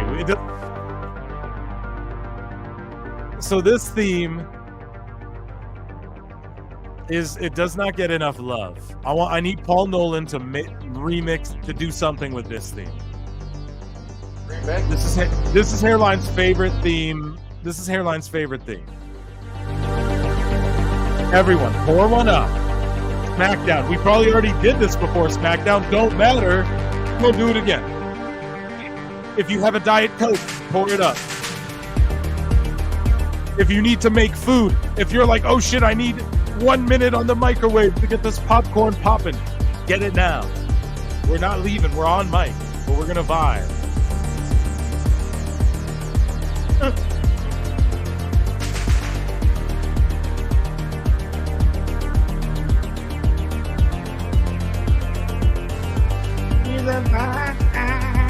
This is exclusive, man, because nobody gets to hear this whole theme like the way we fucking. Yeah, you're right. Yeah, you know, like only me and you have heard it.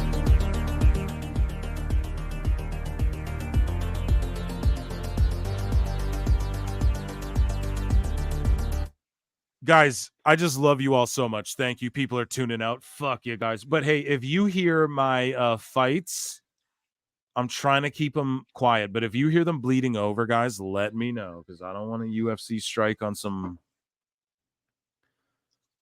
silliness. But yeah, so SmackDown. Hairline, they're in Milwaukee, as Brendan Schaub would say. Very around your neck of the woods. You don't live in Milwaukee. We're not going to dox you, but you that's your neck of the woods. So pretty close. Yeah. So as you know, if you listen to the show, you guys are yes. And so because we're just trolls who don't show our faces. So Rey Mysterio versus Santos Escobar. It was great. No, I gave you more time at the start of the show. That was no Hairline. I gave you more time. Oh shit. Rey Mysterio versus Santos Escobar set off SmackDown. I don't know. Guys, am I wrong? What a great way to pop off a Saturday night. Maybe I sound like a boomer and lame, but you pop off a Saturday night with a Rey Mysterio in a fucking lucha mask. Booyaka, booyaka. That shit. I don't know. It was awesome. Your thoughts, Hairline?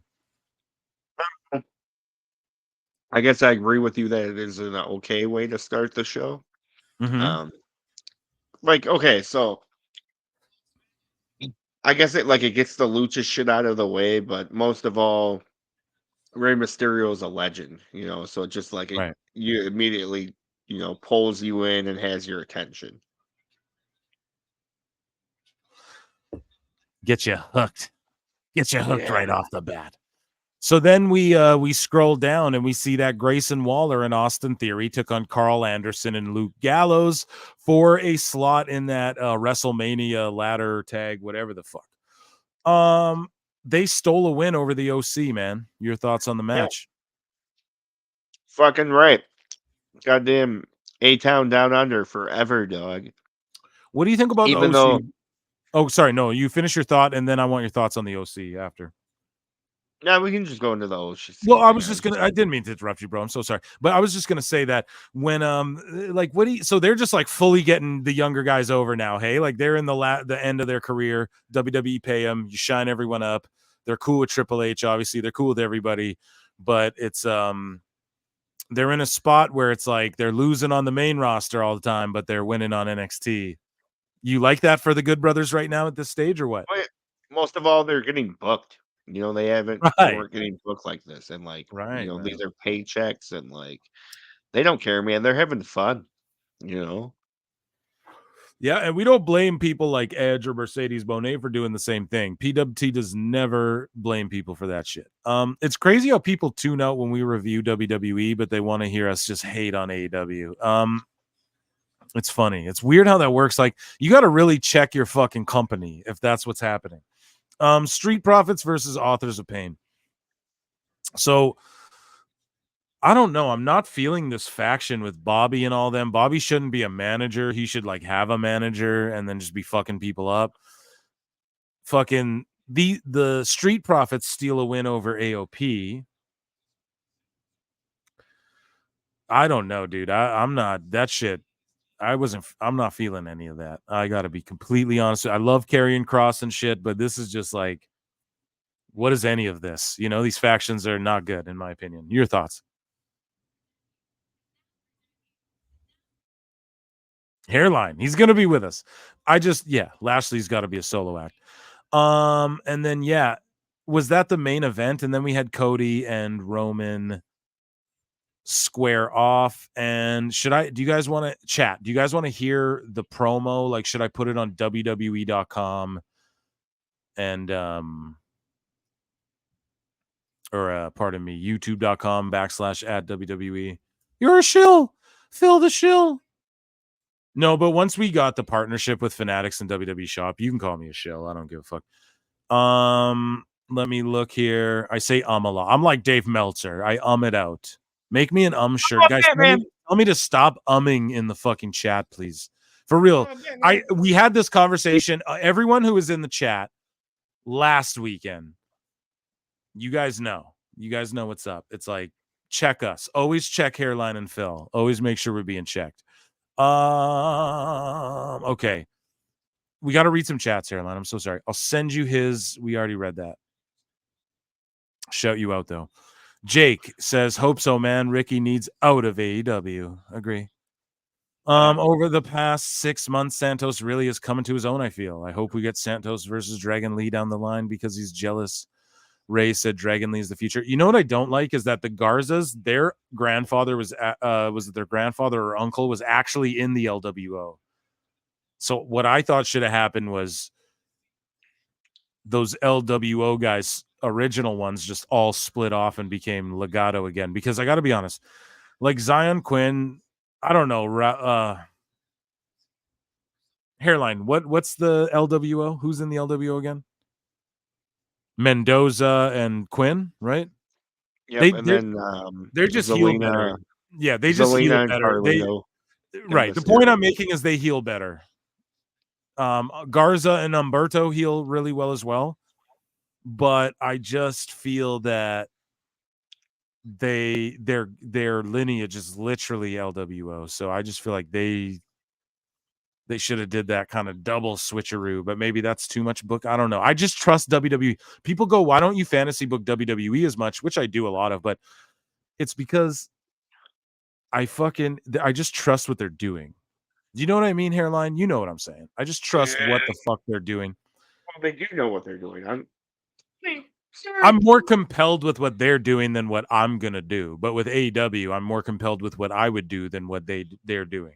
If that makes any sense. That bold asshole doesn't even flip it upside down to make it easier.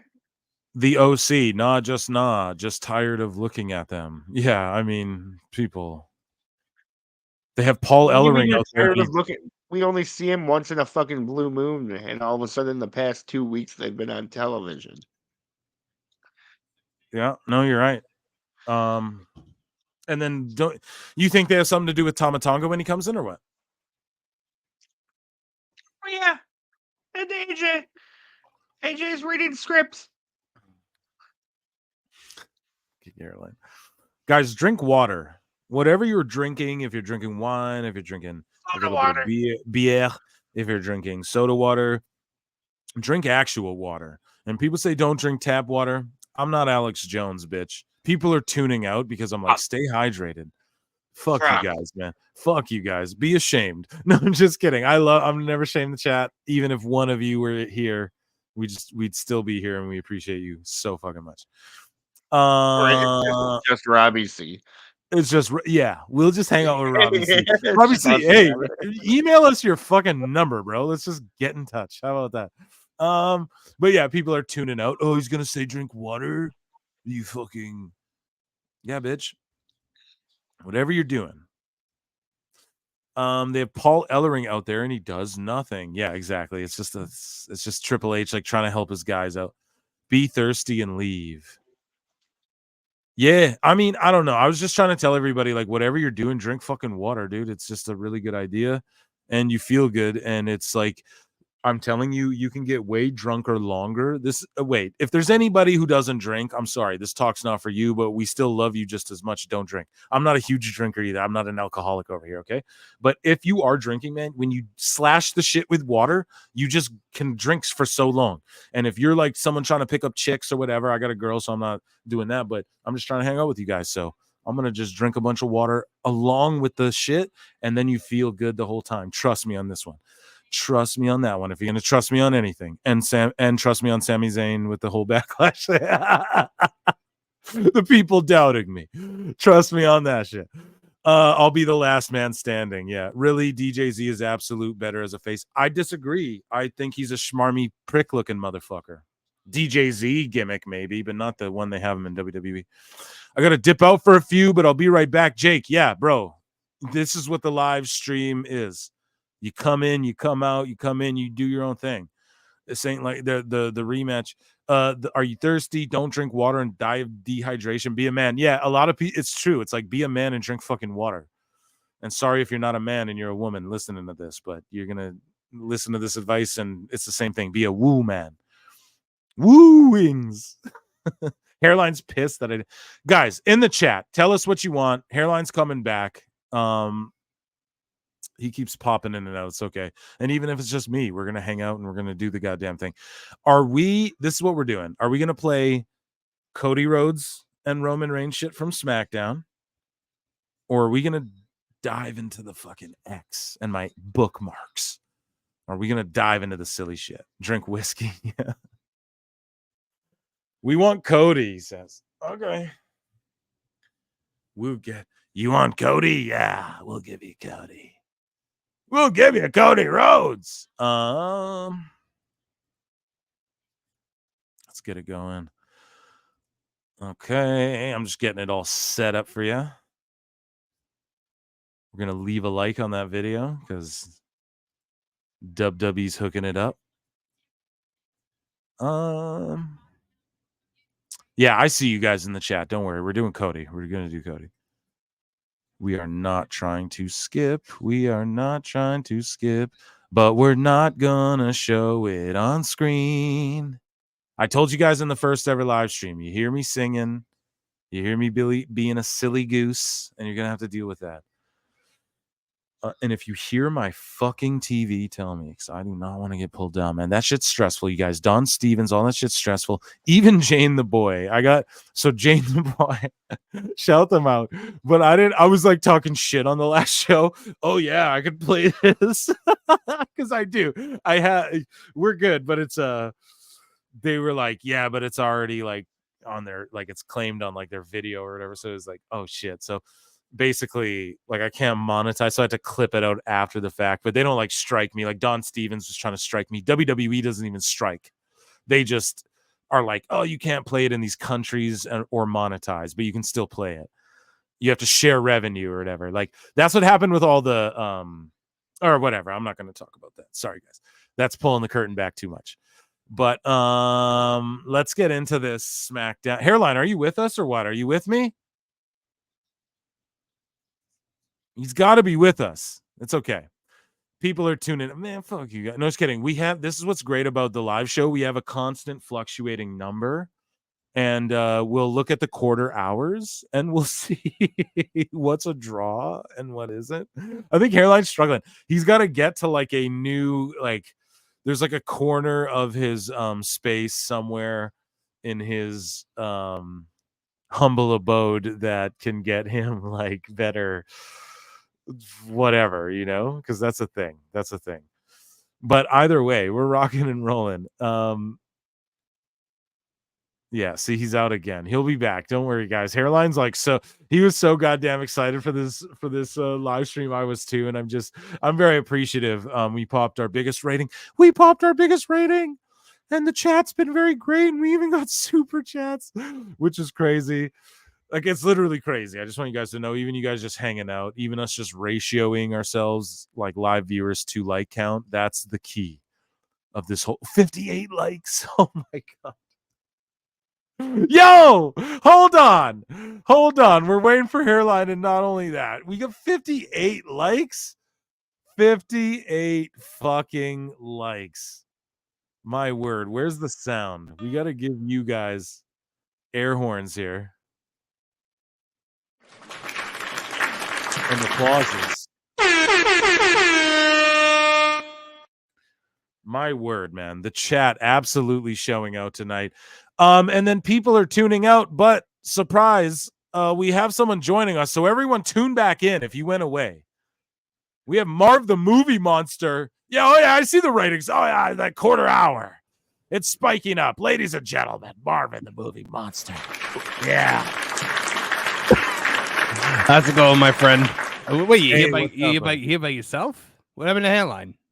Oh man, he's been here the whole time. He's just he's struggling with fucking, I don't know. He got set up at a new flat, and he's just struggling with he keeps getting cut out and then cut back in and then cut out. Yeah, I get you. It's working though. He's figuring it out, and it happened all night. But I figured I was finally able to get over here. You know, I've been a little busy tonight, but other than that, you know, I'm here now. And have you already talked about the Westboro Baptist Church? No, we didn't talk about any of that shit. Oh, good. Fact, because I did not have that one on my bingo card for this. Everyone, Marv may have tuned in just in time.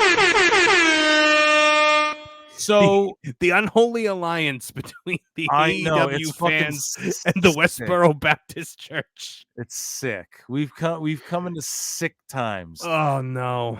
You know what I mean, dude? We're gonna get into all that. The listeners requested that we listen to a bit of the Cody and Rock. Sure. Getting into it. So if you want to join us for that. Absolutely. You know, I have not been a huge fan of the build for this WrestleMania. I feel like The Rock has just kind of been a disruptive force that kind of like destroyed 2 world title matches in the process, you know? Like I feel like his presence has kind of like destabilized the Roman Cody situation, and it has all but obliterated the Seth Drew world title match, which I think most people are thinking of as an afterthought. It did hurt it. Yeah. I think it did hurt it. Hugely. Do you think that so how am I trying to say this? So like even down the line, you don't think that The Rock versus Seth is like that could make some money? Like they could do that. I do think that could make some money. I think I think that maybe if you wanted to do Rock versus Seth, you should have just done it at WrestleMania this year. Like, you know, like The Rock gets mad and you know, something happens with Seth and you make that match instead of Drew. But I mean, you know, and then I would have been upset that Drew didn't, because I think it's Drew's time. Like I think Drew needs to take that belt, and I think that the only way to really build that World Heavyweight Championship is more people now have to get it. You know, we've only had one champion, so it's kind of the Seth Rollins belt right now. I'm with you on that. Yeah, and I think that Drew is kind of on top of his game right now. And but, you know, somebody just pointed out in the chat, they were like, yeah, you know, it would be a bit repetitive to have the same build as last year. I agree. It doesn't have a big fight feel to it, you know, like the way I always look at you know, WrestleMania main event, and I know this wasn't a WrestleMania, but SummerSlam Highway to Hell 1998, one of the first WWE pay-per-views I ever watched, that Undertaker Austin situation, that was big fight feel, you know, like that felt like a Tyson fight, and that's what I feel like the main event of WrestleMania is supposed to feel like. You know, it is what it is. It's what we got. Yeah, and I asked Hairline earlier about what do you feel about if they do because okay, all of a sudden Jade Cargill is going to be on SmackDown next week. We're leading into WrestleMania. Everyone's fantasy mark booking. Where's my sorry guys, I'll hit the X-Files. Everyone's fantasy mark booking. You know, Jade and Naomi and Bianca. So do you think they could do like a 4-women tag, like Damage Control, all 4 of them versus 4 women with Jade maybe included, and then the other night they do Io and Bailey? Like, are you interested in that at all, or is that just really okay? Yeah, not really, because then you're putting like 3 out of the 4 world title matches in one night. Like, come on, like I don't know. I think I personally, everyone is kind of celebrating the fact that Jade is going to SmackDown like next week or something like that. I was like, I'm a little alarmed by that because I'm like, she did not go to NXT. Like Raw after WrestleMania is where I would have had her show up. Yeah, I wouldn't have had to show up there. I would have had to go to NXT. There you go. I would have kept her there for like a year. I would have had a year under. Do you know what I think? I don't know what the rush is. Well, this is what I think it is. I think that Julia girl is going to come into NXT. We talked about it a little bit earlier, but I think Julia's going to come in and they're going to like push her as like the main girl. And so the one from Stardom. Yeah, because she is. I mean. And yeah, I get. They're making a push for Japan next. I'm telling you, like they're doing Europe, they're doing UFC. It's the same pattern as UFC. I'm telling you, like Julia's going to be like huge in NXT, and she's like Shinsuke. They got to put her there to just you understand. Yeah, I know. Robbie's saying here that like 6 months. She's been training for the last 6 months, and I get that. I do get that. I just feel like she could have used at least like 8 months on camera in NXT, give her an NXT women's title reign. And then when she debuts on the roster, she's already like, established. I mean, she looks like $1 million. That there's no, but then again, if they are bringing Julia in and they want Julia to kind of take that spot, I understand. And I also do, Triple H and Shawn Michaels, I mean, they know more about wrestling.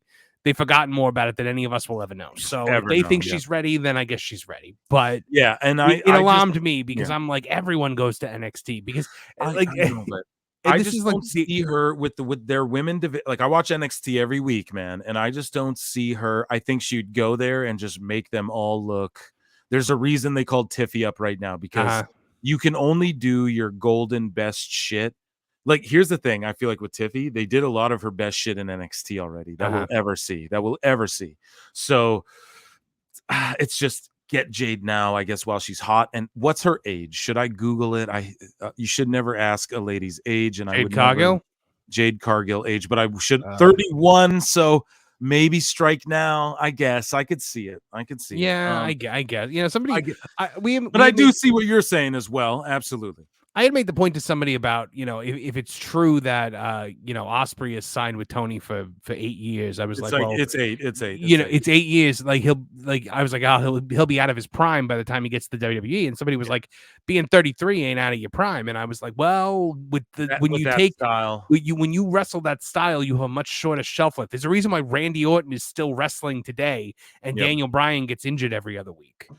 There was a literal debate about like Omega and Orton, who's the better, and it's just like it's not even a matter of like I love Kenny, dude. I know people are like, what? I fucking love him. I think his style for WWE would be so good. That's my opinion. It's all good. This is what it is, though. Orton is just objectively like he's great. He's like one of the best to ever do the goddamn thing. So it's not even a debate. It's not even like just Kenny. It's like him and anyone.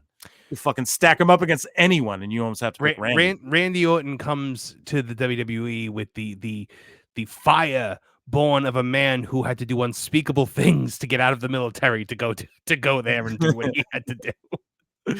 If you know the story I'm talking about. Yeah. The listeners requested we talk about this. Okay.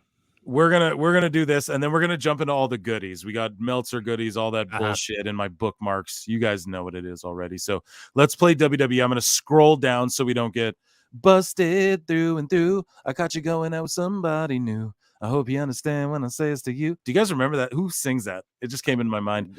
You were the first person I've ever heard sing that. It's like Indecision or whatever that group. You could have told me that you just made that up off the top of your head, and I'd have been like, wow, that was good improv there, Phil. Oh my god. So ladies and gentlemen, we'll acknowledge the tribal chief for a second. Oh, I will always acknowledge the tribal chief. The wise man. And Paul Heyman, Hall of Famer. Does Paul Heyman the undisputed WWE. Sorry, what were you saying, Marv? Does Paul Heyman seem to maybe he's dropped a little bit of weight? A bit. I mean, life's got to be good the way he's living. He's making tons of money. I mean, there were moments that I would look at Paul Heyman and I would be like, all right, exactly how fat of a man do you intend on becoming? But when I looked at him there, I was like, oh, you know what? He's starting to look a bit more like the Paul Heyman of old again.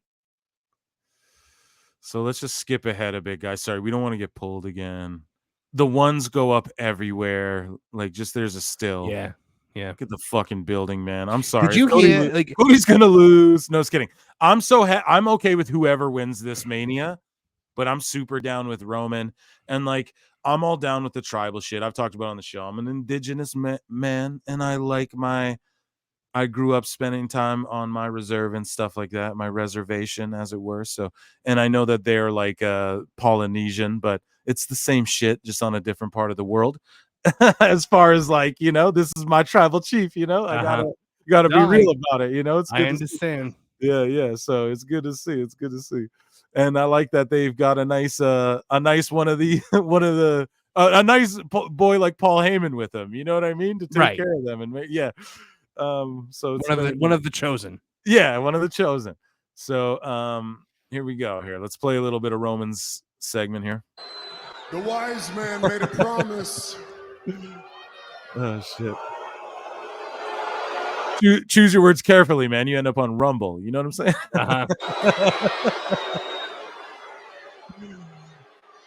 And the tribal chief has kept his word. And that's what I am. I'm a man of my word. And I'm here alone. No bloodline. Well, other than I believe you. But he's no physical threat, you see. Yeah, I believe you so much. But it's the storytelling of like, on Raw, Jay's like, yo, I'll have your back and shit. And then like to Cody, and then Cody's like, nah, like, we're gonna face to face, like just one-on-one. And then I don't know. I just feel like it's good storytelling. It's simplistic. You can understand it. There's just natural heat on all of these characters. Like everything's so hot. Now, it's not the best shit in the world. Like obviously the Bloodline was more compelling like a while ago and stuff. But with that being said, and then I hate how they did this. I got to be honest. Like here, I'm just going to play you guys through this. So Cody comes, like he's just all of a sudden on the screen and he smiles. It looks eager. And then they like go to commercial break, and then he comes out or whatever. So it's like Jericho walking in the back with Ralphus and them. He gets lost on the way and get locked out. And Roman just stands there with his thumb in his ass during the commercial break. Like if you've ever been to a WWE television, you know what's up.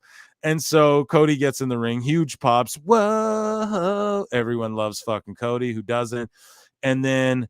But okay, Marv, I want to know where you sit. A lot of people are like, this is like everything lately with Cody has been crybaby Cody shit. And I'm not into it. He's fake smiling and da-da-da-da. What do you make of all that? I don't know. I like what Cody's been doing. I think that we're getting to the point where something needs to happen here. Like I do not think that he can lose this match. I really don't. I think, but I also worry that Cody is going to be one of those guys where the destination is far less interesting than the journey, and when he gets up there, when he gets the belt, that's going to be it. Everyone's going to get fickle. Everyone's going to suddenly tune out. That's why I'm okay with Roman. Well, okay, Roman was just on Pat McAfee. We talked about it earlier in the show, and he made this comment. He said, "I'm the only guy." He goes, "Yo, I'm in the WWE. I'm the undisputed champion." He's like, "I'm just scratching the surface of what I'm going to do as champion." He's like, yo, and I'm the only guy who I don't have to go to Hollywood. Hollywood came to me. I don't have to go to Hollywood. Hollywood came to me. He's like, that's just one thing I'm doing. Like, yeah. What do you think about that? I mean, I feel like Cody has to win, but I feel like if fucking Roman wins, dude, shit, like you keep this train rolling. People are gonna get so fickle on Cody, they're gonna flip. I am not one of those people that's like, oh, he's got to beat Hogan's record. He's got to beat, because Hogan's record. I don't care about that shit either. Hogan's record doesn't exist. Third place is not a record. I'm sorry. It's and I was a mark too. I was like, well, they called it the modern era, and people are like, well, yeah, but now they call it Roman the modern era, and I was like, you know what? They're right. Because the only time the modern era thing works is when they talk about the women's title, with Bianca being the longest reigning women's champion in the modern era, because she's never going to hold. No one's ever going to hold it for 20 years the way Moolah did. Well, exactly. And I was wrong, because they did call Hogan the modern era champ, but like now it's the modern era again, because they were comparing him modern to like Bruno. Right. So I guess, it's like a generation. I'm like, okay, boomer. I'm a boomer. But yeah, anyways, but basically, like, you're okay with whoever wins. We're basically on the same page. I'm a Tribal Chief lover, but I also love Cody, and I've honestly been a Cody mark. I don't know if I expressed it enough on the show, but I've been a fan of, even when he was Stardust, I was like, no, Cody's my guy. I was always a mark for him. I don't know what it was. I always liked him too. I mean, I loved his father, so me too. That's what it is, I think. And kind of like, it kind of transferred over. And I loved Goldust too. Like, Goldust was huge fan, huge Goldust fan, and it's weird, whatever. I was a huge fan of when him. Goldust came back. Yeah, when Goldust came back in '98 with the Val Venus thing, I think I was like the only one that was excited. I really loved the build to the Goldust Val Venus thing. He used to scare the shit out of me, and I just liked it. I don't know what it was. It was fucked. I'm androgynous or something. Who knows? Here we go. Here, we'll play this. To answer the call of the right. So sorry, we were ripping on that. He comes out, a million fireworks. Whoa, my father said when I was younger. There's here by myself. Here we go. How about you, huh? The chat's probably like, hurry up and fucking listen to the promo. Yeah, I know, right? As much a man of my word as you are. So if you came alone, I came alone. We jumped the shark. We already spoiled what happens. So I came alone in the dark in my apartment into a gym sock. Yeah. And because it seemed like he was just showing his true colors, you know? And then he told you, what did he say? He was going to be your shield? I cringed. Yeah. I was like, if they bring up Moxley, I'm turning this off. You understand I was in the shield with him, right? We didn't do good guy things, but we had a bond. And over time, I thought that we were becoming family. I thought that he was becoming my brother, and what happened? So do you think that me in my back? Do you think that because of this, like, he's saying the whole like Seth is going to turn on you thing, do you think that means Seth is not going to turn on him? Yeah, I think that that's what everyone's like, oh, Seth's going to turn on Cody. And I think that what's going to happen is basically he's going to stay loyal to him. But this is where I find a hard time with Roman losing the belt, because I feel like we're getting Rock Cody, Rock Seth, Rock Roman, Roman Seth, Roman Cody, Roman Cody 3, Roman Rock. I might already said that, but I feel like, because dude, there's no way Seth Rollins and Triple H, Seth is his boy through and through. Oh yeah, through and through. There's no way he lets them call him a walking clown emoji and all this shit if they're not on the same page, man. Triple H and Rocker Boys, Netflix, we're all working here. It's synergy. Everyone's flowing. It's a vibe. Okay? We talk about this on PWT all the time. They're all vibing, dude, on the same frequency. And yeah, not to sound hippie-ish, but it's you sounded like a hippie there. Yeah, that's totally fine. I was a little disgusted. I threw up in my mouth a little bit. Yeah, it's fine. A verp, I think, as Tim Allen would call it. It's fine. I swallowed it. Yeah. What do you think is going to happen to you? And that's why I think that you're a fool, plain and simple. Called him a fool. I'm a fool. Did you ask me if I remembered the Shield? Because I certainly think we all remembered the Shield. Now listen to this shit. No reaction to the Bullet Club. Watch this. No, you none. guys were unstoppable. You guys, as a matter of fact, were undefeated. Let me ask you something. Do you remember the first team that did beat the Shield? I remember that. Who was it? I think it was Cody and Dustin. Goldust. Yeah, exactly. But it was Dusty with Dusty in the corner, right before he converted to Stardust. It was like their first run. Yeah. I'll give you a hint. The last name was Rhodes. Bam, bam, bam, bam, bam, bam, bam, bam, bam, bam, bam. And I appreciate this education, this venom-laced wisdom that you're dropping on me. I don't know if I wore them. Yeah, I did. I've got my bull. Did bullet cufflinks on tonight. So my bullet cufflinks, are they Bullet Club cufflinks? Like, are those? I mean, like, I would assume so. Are those like the heads of the members of the Elite? I feel like they all look different. I'm trying to look. They probably just look like bullets. Yeah, because I'm just like, so that's Bullet Club reference. No one gave a fuck. Listen to the anti-reaction to this bullshit. Wisdom that you're dropping on me. I don't know if I wore them. Yeah, I did. I've got my bullet cufflinks on tonight, so I'm certainly not unfamiliar with factions, betrayal, all that good stuff while I was off doing something. I mean, but this isn't a faction you're talking about. The Bloodline's not a faction. Bro, he thought he was going to get a pop big time, dude. Yeah, That's I think so too. But I mean, like, where even were they? Were they in like a big smart mark area or like? You were in Milwaukee. That's Smarky Mark fucking territory, dude. That's where Hairline. I really just don't think that that's as well known as they like to think that it is. It's just not over. It's more this IWC thing where it's like, they think that the things that are talked about on Twitter are, the things that everybody talks about, and it's not. Like it's such a small, not even close microcosm of the wrestling fandom. Yes. No, you're right, and especially, it's so true. MJF said you fucking marks represent 7%. It's like, well, okay, who's he talking to? They represent 100% of the audience of AEW, but it is family above all.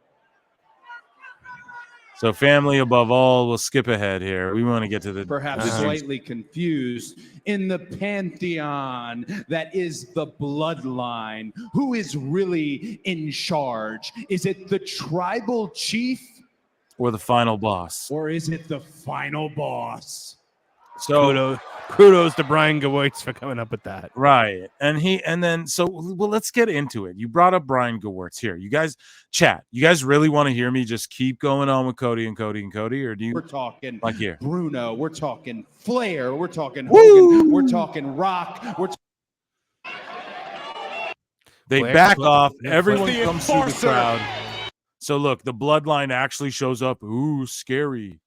I felt like this wasn't good for me. Do you agree? Am I being a hater? I didn't like it. I didn't like this. Unless they all brawled. Now, if they all just started brawling, okay, and then people are running out, Aldis with his broken arm. Everyone's trying to, okay, we might have something. And then next week they go, everyone has to be out of the building. We have extra security. They're all trying to fight. Roman can't be here. The Rock can't be here. We've put together a stellar main event, and Punk is in Chicago, so he'll talk to the crowd, and we're sorry that our blah, blah, blah, blah, blah. Like, fucking, that's how you do it. But, okay, WWE. Look at Rollins. What do you think about Rollins? Honest thoughts. What do I think about Rollins, like, in general? So, right now. Like, I think he's great. I always have thought he's great. I wish... I'm kind of like, I love the music, I love the matches. I'm kind of over the outfits and the like I don't know. It doesn't work for a baby face, I don't think. Like that's where he loses me a little bit, because I'm like, well, if you're a heel, this is kind of if you're a heel, this is something, but like when you're a baby as a baby face angle, I don't really love it. Yeah, I can't argue with you there too much. Okay, we have we have members. We had a bunch of super chats earlier. That was crazy. We had people beefing. We had to fucking mute people were beefing, huh? Dude, it went crazy. There was people in there just out of nowhere. Like, we did our peak fucking viewership, Marv. So it's been a great night. And the PWT listeners are the best, but some like people came in who were just like going crazy, and then I was kind of addressing them, and then the chat straightened me out. They were like, dude, they were like, don't address, they're like, why are you fucking, and I was like, you know what, you're right. Yeah, it's not your job to police right, because I'm responding to the criticism. I'm not like afraid of criticism and shit, but this dude, but then as I scrolled back, it's impossible to keep up with the chat. There's way too much going on. Yeah. But we appreciate the chats. Keep them coming. But so I scrolled back and I was like, oh, this dude was just like going at motherfuckers. So yeah, we had two people had to get me. Well, one guy came in and just started spamming watch porn, watch porn, watch porn. Corn, watch corn, watch corn, watch corn. See, they're trying to get me banned. You see what I'm dealing with, Marv? That's we're okay. ridiculous. Tuesday. While we're talking about it, Tuesday. If they don't want you to, if they don't like that you're getting, that you have this show, just don't listen to it. If Real One and AEW Defender and all those guys launched a live stream tomorrow, you know what I would do? I would not listen to it. I would not watch it, and I would go on with my life. I would not dedicate myself to destroying it. That's pathetic behavior. Oh my God! Dude. The last thing I would do is if like a clip went viral on Twitter for them being dumb or that I thought what should be addressed or funny came about, I would address it on my show. I would never.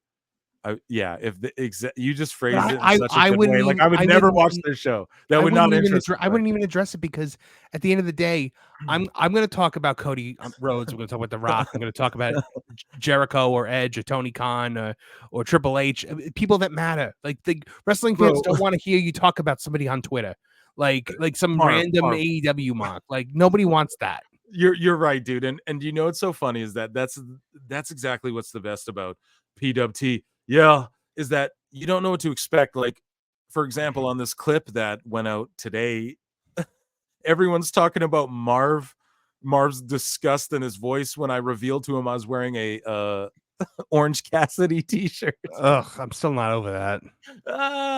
Dude, I love it. People are like, "What, Phil, for real, dude? Like with how you could?" Yes, motherfucker. Like it was.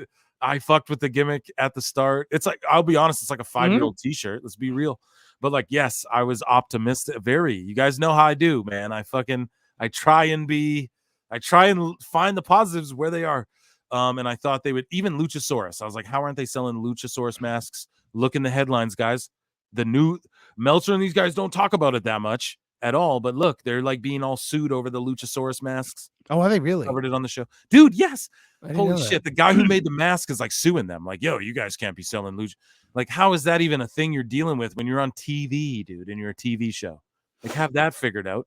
Right. Christ in heaven. Anyways, guys, we talked about Smackdown, okay? Let's get into the stuff you all have been, I guess, kind of waiting You know for. what? Desire Death in the chat says, Seth feels like a dollar store Joker Sting. That's exactly it. Well, that's exactly my feelings on the gimmick when it's a baby. Like it's at this point feels like the insane icon angle from TNA. Okay, that kind of I guess I could I agree with that. I just don't feel like he's acting all like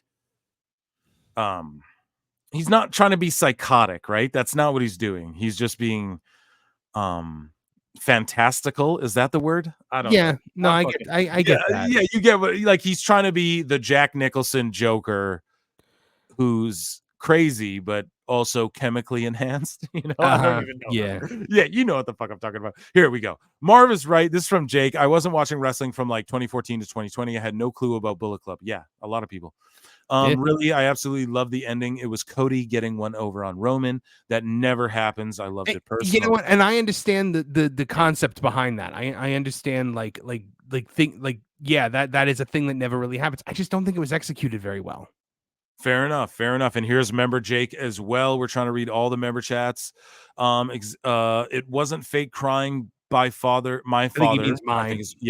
Died suddenly in 2008. It still makes me cry sometimes. Hey, we're crybabies in the chat. We talked about it last week. We cry. Look, there are very few moments in which a babyface professional wrestler is allowed to cry. Okay. Right.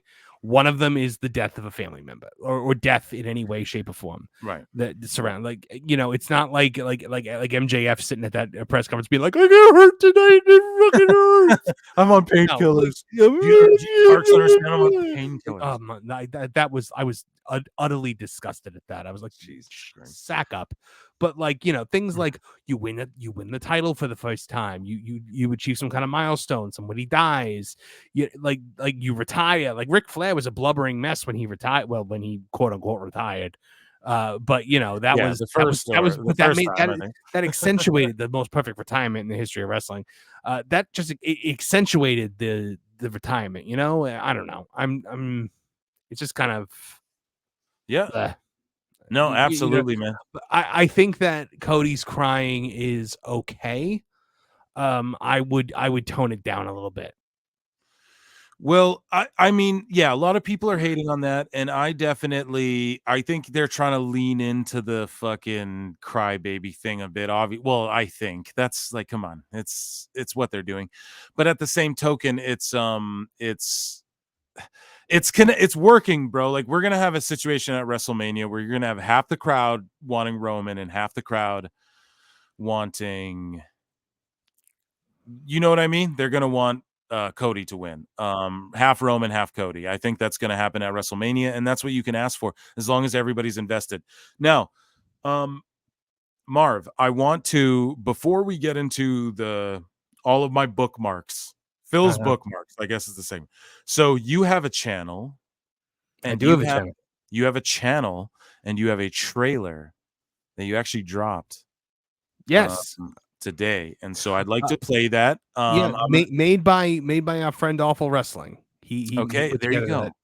So he's a good editor. Yeah, I see he's fantastic and shit. He's I really edit good. And I can identify he's actually really good, like really good. Like, and it's not like a joke. And just these little clips he does is not even. He does little things, man. He's really great. He's really great. He's great. He's great. What do we got here? Hairline hooked us up, but this is great. Well, no. So I want to just share your channel. We're gonna play your commercial here. Yeah, go ahead. Absolutely. Let me just get this going here. Sorry about that, guys. Live show. We the Headlock Headlines did really well. This of course, our biggest video launch to date. We got I think it's at 4.7K right now. Okay. Like not even. Well, I tuned in. I definitely tuned in, and you all need to tune into at Toon Wrestling. And Marv, I'm gonna let this trailer play, and then I'm gonna give you a minute to plug your shit, and you just go right ahead.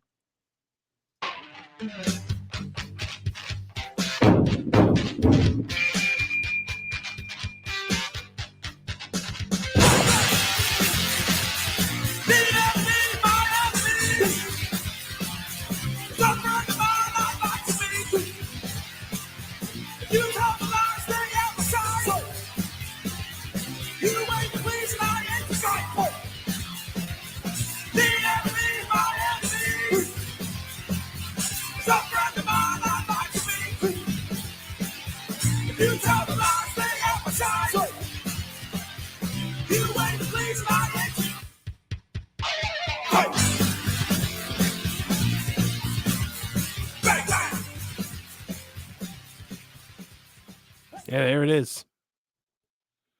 Why Triple H hates Tony Khan. Triple H hates Tony Khan's guts. Phil, are you not there anymore? No, I'm here, dude. Okay. Sorry about that. Yeah, no, I did get up for a minute, but yeah. So everybody at Toon Wrestling, how did the trailer go? Everyone's telling me to watch this video. I have not watched it yet, so sorry. Whose channel is this as well? Pro Wrestling Bits. Sorry, dude. Everyone sent me that one, but yeah, sorry. So Toonie Talk Wrestling, Tuesday, March 26th, 8 p.m. Eastern. 8 p.m. Eastern. That's this Tuesday. Phil, are you not there? Yeah, I wasn't for like a millisecond. I'm not gonna lie. So 6 o'clock Central Standard Time, which is my time, and but Eastern Time it's 8 o'clock, which I know a lot of you guys, you're on Eastern Time. So tell us about that, Marv. Like, what can people expect from that? And I think that a lot of people, when they saw, especially like who my regular panel is going to be, they thought it was just going to be like an AEW trash cast, like make fun of the IWC. But honestly, I can tell you, I promise you, stole that name. It is not. It is not going to be that. It really isn't. Like, honestly, we're probably not even going to talk about AEW that much. I mean, we'll talk about the big things that happened that week, obviously, but I'm also going to really try very hard to like find things that I like. Like, I plan on talking a lot about Joe as champion because I think Joe is such a he's the best, strongest champion they've ever had. One of my all-timers. And I mean, like, he's incredible. And, it's funny because when I said this, a lot of people reacted violently to it. Like they're like, no, you're lying. Like, no, like I'm not lying. Like, this is what the show's going to be. And like, I'm not going to say one thing and do another. Like, I don't do that. I plan on talking about a lot of different things, folks. Not even just like, like current things that are happening, but I want to ask questions like about, historical things, or like bring up funny things from the past. Like, have you ever heard Triple H laugh? Triple H's laugh is ridiculous. Like, right. Yeah. It sounds like it's some kind of like visceral, like, I made a video of like wrestlers getting punked, and we're gonna EFAP it on one of the live shows. I see, that's great. I compiled every wrestler getting punked, and yeah, Triple H, like in real life, when he doesn't know he's being like watched, when some heat goes down, it's fucking hilarious, dude. But have you ever heard the sound of him laughing? Like, oh yeah, man, I'm a fucking Triple H fan. It's like raking gravel. Like, I don't understand how he physically makes the noise. Even now, it's funny how like him and Vince have the same thing going on, where their voices are going to the rocks. But no, so like that's really what it's going to be. It's going to be it's going to be a lot of conversation. It's going to be, I'm going to have a pretty big panel, as you saw, and I know you're going to be dropping in, and a couple of other people will be dropping in and out. We'll be there. It's my plan is to kind of make it. I mean, I really enjoy Friday Night Tights over at Nerdrotics, channel, and that's kind of what I envisioned for this, like a wrestling version of Friday Night Tights. We have a big panel of big personalities, and you get to kind of see all those personalities bounce off of each other, and present the news of the week. It's be a lot of joking around. I'm hoping it'll be a lot of laughing. I mean, War Dog Apollo is a guy that not a lot of people know. His Twitter is like, he just kind of came back to Twitter. We met a couple months ago, back when the channel first started, and I was like, oh my God, I love this man. Like, he's the funniest guy. And him and I, when we start riffing, like, some good stuff will come out of it. I guarantee. I really, really hope so, at least. That's good, man. Yeah, it should be a really good time. I'm hoping, and everything that we like from whatever proceeds that we make, a percentage of the profits made through super chats and super likes and whatever, we're going to donate a percentage of that to the Dusty Rhodes Foundation. Oh, that's really good, man. That's a really, really, really good thing you guys are doing every week. I mean, look, sometimes it might not be a lot, depending on what we make, but like, every week we're going to be able to, I want to at least throw something to the Dusty Rhodes Fund, because it's a thing that I believe in very wholeheartedly. Like, my family was always very involved in youth sports, and I believe that it is definitely a thing that could really help kids when they have access to it. And I think that what Cody's sister, I forget her name, Teal, I believe her name is. Yeah. She's doing some great work over there, and I feel like, if we can give a little bit back to that, a good cause in the name of a personal hero, I'm happy for it. Yeah, and youth sports is very important. Like, I grew up like it's a very big part of what kept me out of trouble. I'm not even gonna lie. And others, it's just something that you can't go school. I agree with you on that. You can't go get drugs. Yeah, you don't have time to go get drugs when you got practice every day. Well, exactly. Yeah. Or sometimes you do still, but you just gotta learn how to balance it correctly. No, I'm just kidding. But listen, guys, so make sure on Tuesdays you check out @Toon Wrestling, because we're gonna go live. I'm gonna appear on the show. I'm sure Hairline will come through at some point down the lineage of the. Yeah, I'd love and that. And also when Marv comes on our show, as we were talking about earlier on PWT. It's not going to be, we're not going to just do only trash casts. Like, Marv's no, of course not. Talk about some backstory, some history, maybe dive into, Marv, like what piques his interest, and then we can dive deeper into that and all that sort of stuff. Like, not just where it's all negative, maybe where we can put some things over. And Marv, we'd love to have you. You come on like every live stream, and I'd love to have you. I legitimately have a good time coming on here and talking to you guys. Me too, dude. I can't wait for your show. It's going to be a great time. I told you off pod, I was like, I'm a fucking babble mouth, but I know on your show there's going to be a lot of more folk, and I just really hope everyone tunes in. If you tune into the show, we plugged you way earlier too. Before I didn't even think you were coming on tonight, but at the top of the show, I was like, I wasn't sure if I'd Marv's got something on Tuesday, and I'm going to be there, and just make sure you tune into that, because there's a wave. I told people there's a wave coming. And we're on it. We're on it for sure, and we just hope you're all a part of it too. One of you members, John in the chat, he asked me, "What is your favorite old school territory to watch?" Mid-South Championship Wrestling. Yeah, it's the hands best, down. Man. I'm such a Bill Watts fan. Like, I love the. It's gonna be lit Tuesday. Yeah, it is gonna be lit Tuesday. Stoked for Tuesday, Marv. Here we go. All right. These are from members, by the way, as well. These are YouTube members. He wasn't balling; it was a choke up. Yeah. There's people arguing about the Cody stuff. We had a wild chat tonight. I can't even get to all these. And members, if I miss some of your chats, I apologize greatly. But I think I've got them all. MJF crying at the presser ruined him for me. Me too. Crying at the presser. I get you at Robbie C. I'm just all in on the Cody Dusty story.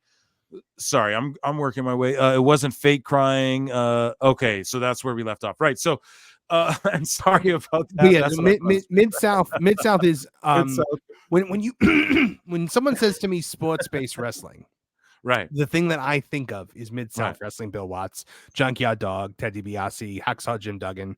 Yeah. Or as I always correct myself to say Jim Duggan because I always want to say Jim Dugan because that's what they would say on Mid-South.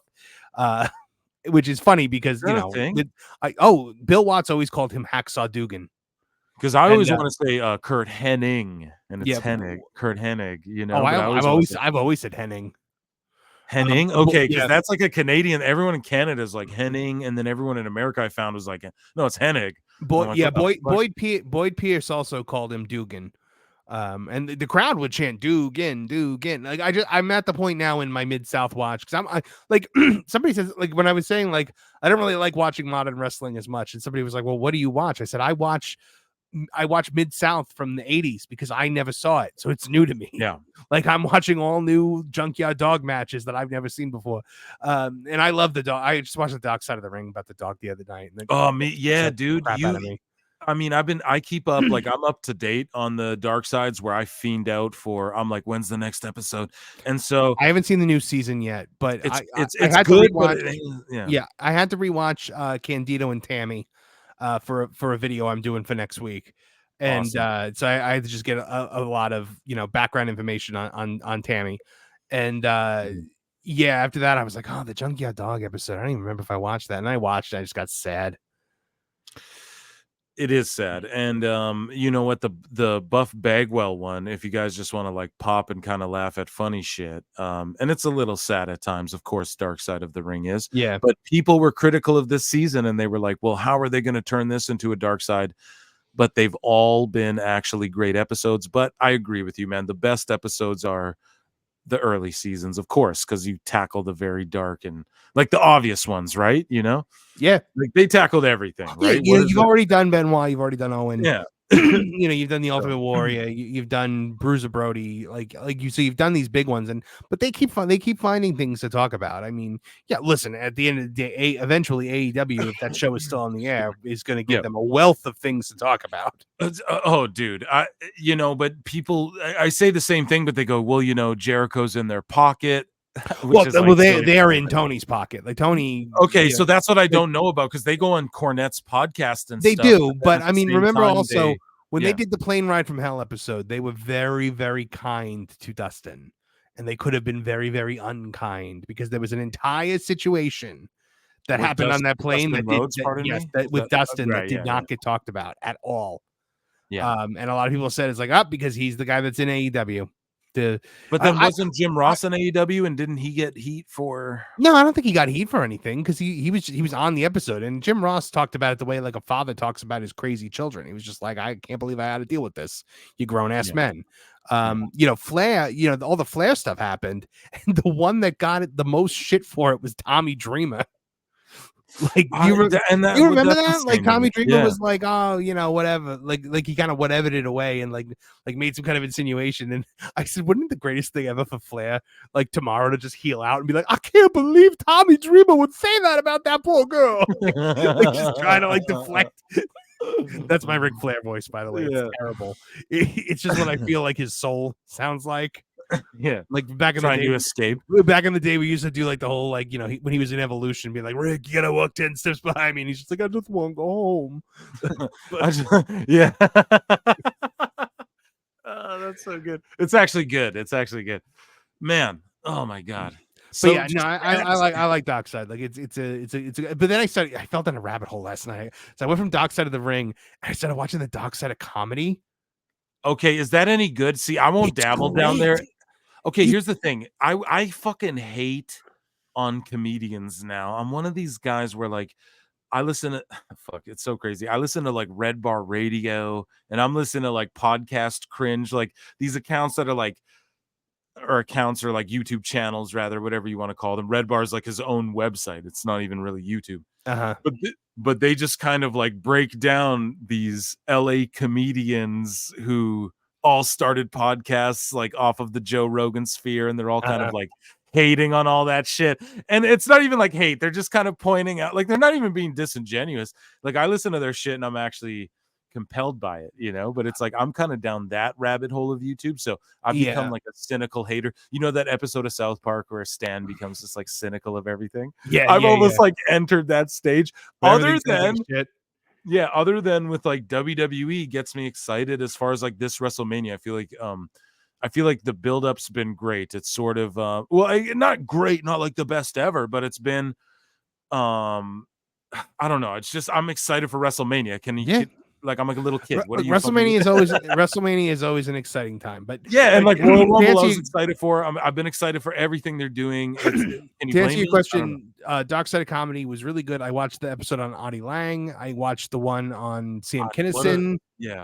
I did Audie Lang, Sam Kinison, Maria Bamford, Robin Williams, and they had one on the show Family Matters. Remember the Steve Urkel show? Yes. That was interesting. So they're covering like Artie Lang and shit. See, like that's the stuff I'm into. I like the old you'll like LA comedy guard, like the old. You should watch the Sam Kinison. The Sam Kinison one was very good too. But we should get back to wrestling before you lose. Absolutely, yeah. We're gonna fucking no. You're actually right. Anyways, guys, we just go off on a tangent. I've been saying to Marv, man, we got to do something where we're almost like talking about other shit. Almost, you know, it's crazy. Vamp for a second. I gotta get a drink.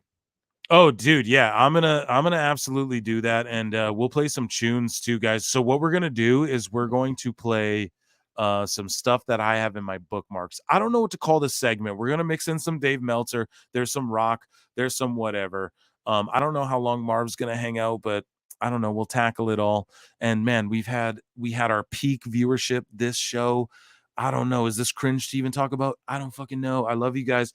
Billy Quarantillo's about to fight Youssef Zalal if you're into UFC. And we just got a lot going on, man. So, and Marv tapped in all of a sudden, and it's just brilliant. And so at Pro Wrestle Clips, at Pro Wrestle Times, at Toon Wrestling. And you guys, we're a part of something big here. This is a great thing. We have 25 comments going on that I haven't even seen yet. We have tons of members chatting. I can't get all. I'm going to try and get to all the members chats. Super chats for sure get read. Super stickers like earlier in the show. Whatever. Fuck that guy. Marvin, what is your favorite old school? Okay, we already answered that. I'm watching Mid-South 1982, listening to you guys. Excellent, man. That's what you got to fucking do. That's what I'm talking about. You know, I do the same thing. I listen to podcasts while I do things, everything.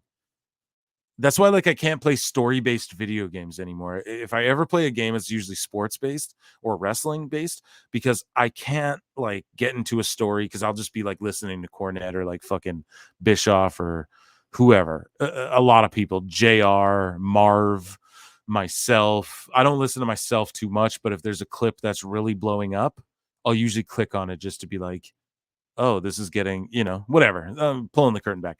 My father was a high school soccer coach, youth sports. Yeah, we talked about that. We talked about Bob Roop. So I got, oh man, so me and another very popular YouTube channel we were talking on Discord, and we were talking, and the dude, he was owning me on some Bob Roop fucking knowledge, I guess, but he was talking about he was like, dude, he's a shooter and stuff, and it was funny. Mr. Wrestling Grapple Vision, that's my guy. We EFAP'd him before. We're gonna do more some other time. Mr. Wrestling 2 getting stalked is the best. I don't know what that means. Hacksaw has talked about the Duggan things recently. Okay, someone link me. Jake, please link me. Body Pierce shined in those suits. And sorry guys, we not missed, but like catching up with the chat. Sorry, it's been a while, but me and Marv like catching up, man. It's just great chat. Okay, I'm back. Chat me up. What's up, Marv? That Dark Side of the Chris and Tammy may be their best one yet. The season has been good too. I'm a massive wrestling Doc Mark. Me too, bro. I throw them on. And I said earlier too, watch Roadhouse. Like, it's just a silly fighting stupid movie, and it's just to me it was way better than I thought it would be. It was so shitty, it was good. It's one of those movies.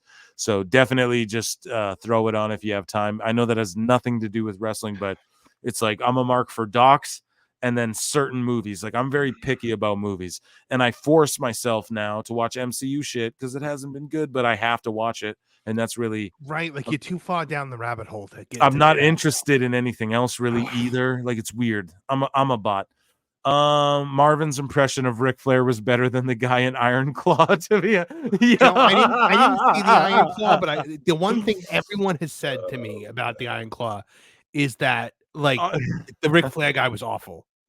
When I went like a day early. I was able to go like a day before it was like released to the public, right? Mm-hmm. So pull the curtain back a bit, and I was with my girl, and there was like fucking like 4 other people in the fucking theater, but we put it over. I did a clip on it.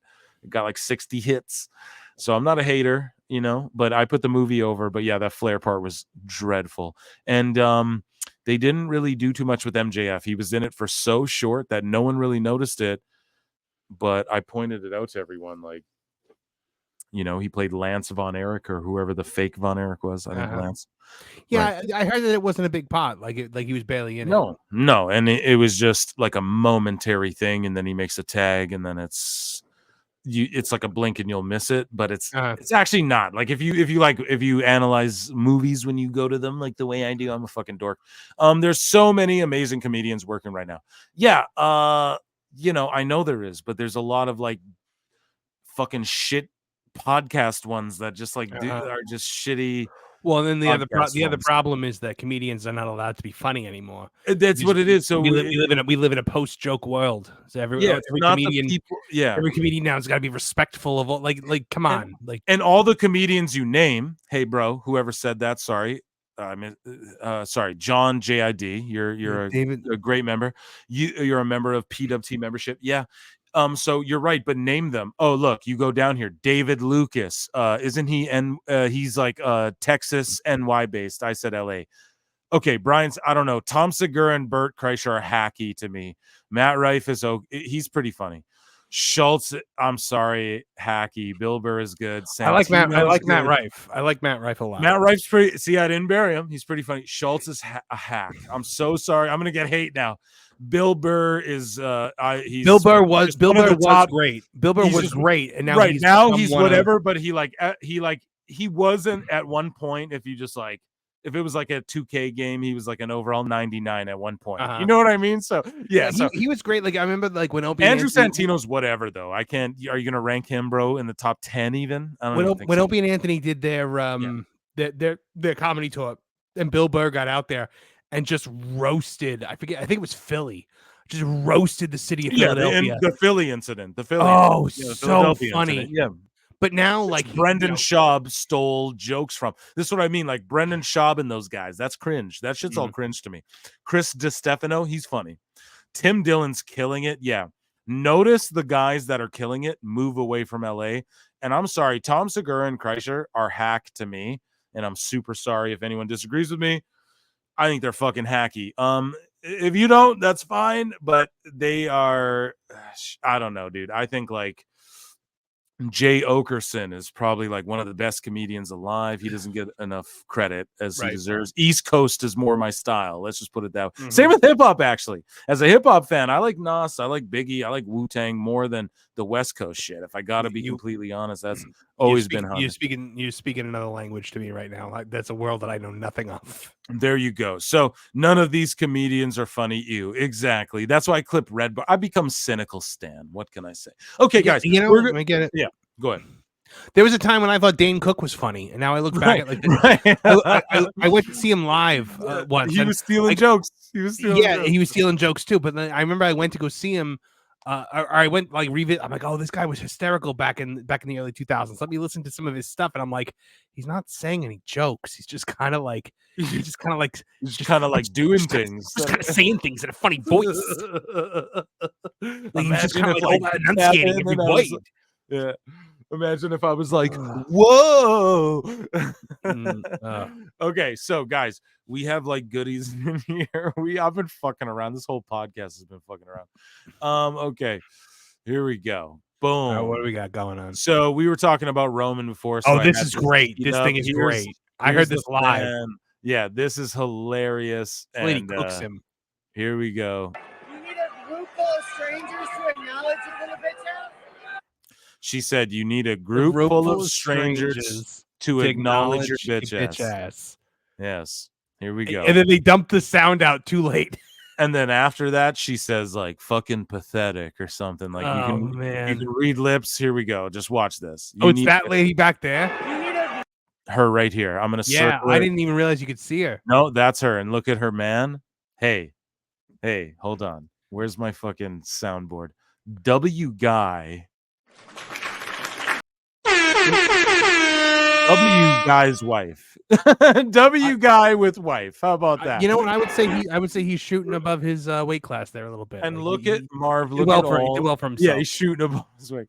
Look at all the signs all the way to the back. Oh man, it's bro. We haven't seen signs like that since the Attitude Era. Like remember the Attitude Era? Every week, it would be like a canvas of paper. Like when you looked out at the crowd. We're back, dude. We're back. I guess so. A group full of strangers to acknowledge a little bitch out? Oh, you need a group full of strangers to acknowledge your little bitch. How was she so mic'd? Like, what was she wearing? A body mic? Like, look at it, and she's just like, she's got that just like complete like heckler, like leaning against the rail thing, like. And they censor some shit that she says, but let's try and read her lips. I swear. Here we go. Okay. That's so. That's so full of you. That's so fucking you or something. Like just something. Whatever the fuck she says, dude. That's legendary. That's the fuck, baby. She'll go down in history, man. She hates Roman. That's called heat, ladies and gentlemen. That's like remember Angry Miz Girl? What's that, sorry? Remember Angry Miz Girl, like the one that was like glaring at the Miz?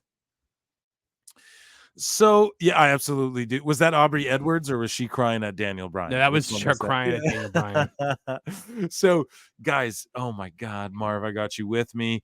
There's things you've made the bookmarks. There's a lot going on. And then we had you on the last podcast too, and there's shit we didn't cover, guys. This isn't going to be a bit, but here's Dustin Rhodes talking about The Rock. I was going to do a segment on this, but fuck it. We're going to just do it on the live show. We'll do it live. Here's him responding with some team he manages, winning some indie belts.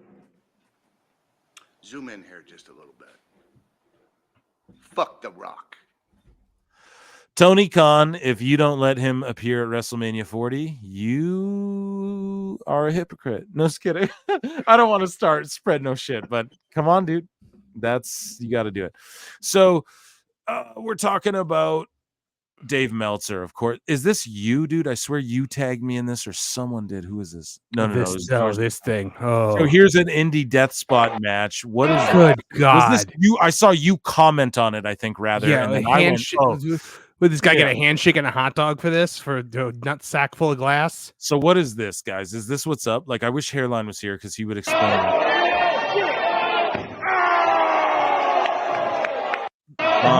Whatever he's being paid, it cannot be more than $50, and I'm being very generous. Right? Did you $50? Did you watch the Quiet on the Set? God, we always fuck this up. No. We always fuck this up and go into crazy areas, Marv. Quiet on the Set. So it's on Amazon Prime. Oh, is it the thing like about the Nickelodeon stuff? Yes, sir. Yes. I heard about that. So okay, I just watched all 4 episodes. No one's getting close to that close to my booty is what I'm getting at personally. I don't care if you have light tubes or $1 million. I don't know if I'm letting you get that close. What do you think he got? You said it, a handshake and a hot dog. Do you want to get into Meltzer or do you want to get into Mercedes Moné? I think the people want Meltzer. The people want Meltzer. Okay, so and Brian Alvarez. We have to tie them together. So, folks, you know that this is a segment, and people in the comments go, well, it should be the daily Dave Meltzer. No, it's the weekly. I mean, you could get a daily Dave Meltzer. We could, and that's why it's funny that it's more than once a week, because here is Dave Meltzer, moment of the week.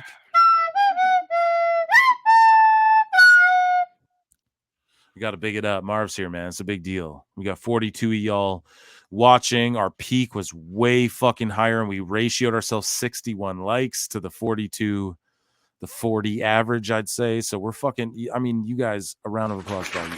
Round of applause for Marv too. He's the man. He's the monster, rather. The monster. The Mon. Can I call you Marv? I'll forgive that. Yeah. Can I call you Marvin Mon? I'm a Digimon, Mark. Is that you could totally do that, and I'll Digivolve. Okay. All right. Marvin Mon, Digimon 2, Tripman. Desire Death just said he's done one death match and never again. It's a spot pain match for $25 if you win, $10 if you lose. What kind of mock fucking promoter is paying you based on whether you win or lose? No, I know. I got slammed into some shit Champions price in a death match. Yeah, it was stupid. I'd never do that shit again. It was the dumbest shit I ever did. It wasn't like it was like 4 people. I backyard wrestled a bit, but I've never like was jumping off a roof or anything stupid. 100% not. But I was like also very young, like 14, 15, you know. But anyways, so we're gonna let's continue going. Dave Meltzer with Dave Meltzer / Brian Alvarez. But yeah, I mean, I don't get like pizza cutters. I can't get down with that shit. Hairline will fucking explain it to you and like, I'm not gonna say try and justify that, but he is like, no, there's psychology behind this and that. And like, I've watched the dirtiest of mud shows with that guy on our Patreon, patreon.com/prowrestletimes. Legitimately, there's like the Carnage Cup. We've like reviewed Carnage Cup and shit where it's like 4 people in a backyard. And I don't know how he even finds this shit. IWTV, I guess they're shilling money out. Hook me up. Anyways, Jack Perry is in the fucking news. Jack Perry disputes apologizing for CM Punk fight, was denied AEW release request. So there's all this news about. Right, but we're moving on to Meltzer, you said, right? Right, but that's what it is. So it comes from Meltzer. Oh, Meltzer was the source on this? Oh, Alvarez. Well, yeah, Alvarez. Okay. Well, it's F4W online. What's the difference between this and very little? Very little, man. This is what I'm talking about. It's the same shit. And so there's just all this news about, maybe it's Brian Alvarez, dumb moment of the week. Jack Perry requested and was denied his AEW release. He is still under contract, but there are still no plans to bring him back to AEW. He has not spoken to Tony Khan in months, nor cleared anything he has done in storyline for New Japan Pro Wrestling. Yeah, sure. Like him tearing up the AEW contract or his use of the term scapegoat. So obviously that's not true. And so at this point, they are actively participating in Tony's storylines, I think. Right. Well, absolutely. And so Jack Perry disputes this shit that Brian says. And so where was the other one here? Next week, Brian Alvarez is going to be like, I've got it on good authority that Samoa Joe and Swerve Strickland are having some big time personal issues. Here, this is the one here. Meltzer said what? Everyone, go follow at Meltzer said what, because he's got it down. This is the guy right here. So the ghost of CM Punk still haunting Jungle Boy's dreams. So this is where Meltzer comes into it, I believe. Yes, Wrestling Observer, Figure 4. So regarding Jack Perry, who has now been gone for 7 months since the incident with CM Punk at Wembley Stadium and people thinking he's been fired. He's still under contract and obviously is working only for NJPW. While my belief is that he should have been punished for doing that line at the Wembley show, Real Glass, Cry Me a River. It's so cringy, which led to the confrontation of CM Punk and resulted in Punk being fired. But 2 months should have been long enough. If he had actually physically started the fight, that would be a different story. Tony Khan has never answered any questions regarding Perry. That way we've heard it. He was sent home after Wembley and never heard back from Khan. So wait, okay. The way we heard it, he was sent home and never heard back from Khan. Okay. Apologize. It's just they're saying he has not spoken to Tony Khan since Wembley. It's hard to read. Like, it's literally hard to read. He did hear from the company through lawyers. Then they talked and he apologized to Khan, but he still hasn't been brought back. What they are doing now in Japan is storyline. What they are doing now in Japan is storyline to lead to an eventual. He can't write. A storyline. How is this guy a writer? I'm so sorry, guys. I'm trying to read it. It's like, oh, Phil's fucking drunk. Yeah, dude. Okay, I can read and write. This is so stupid.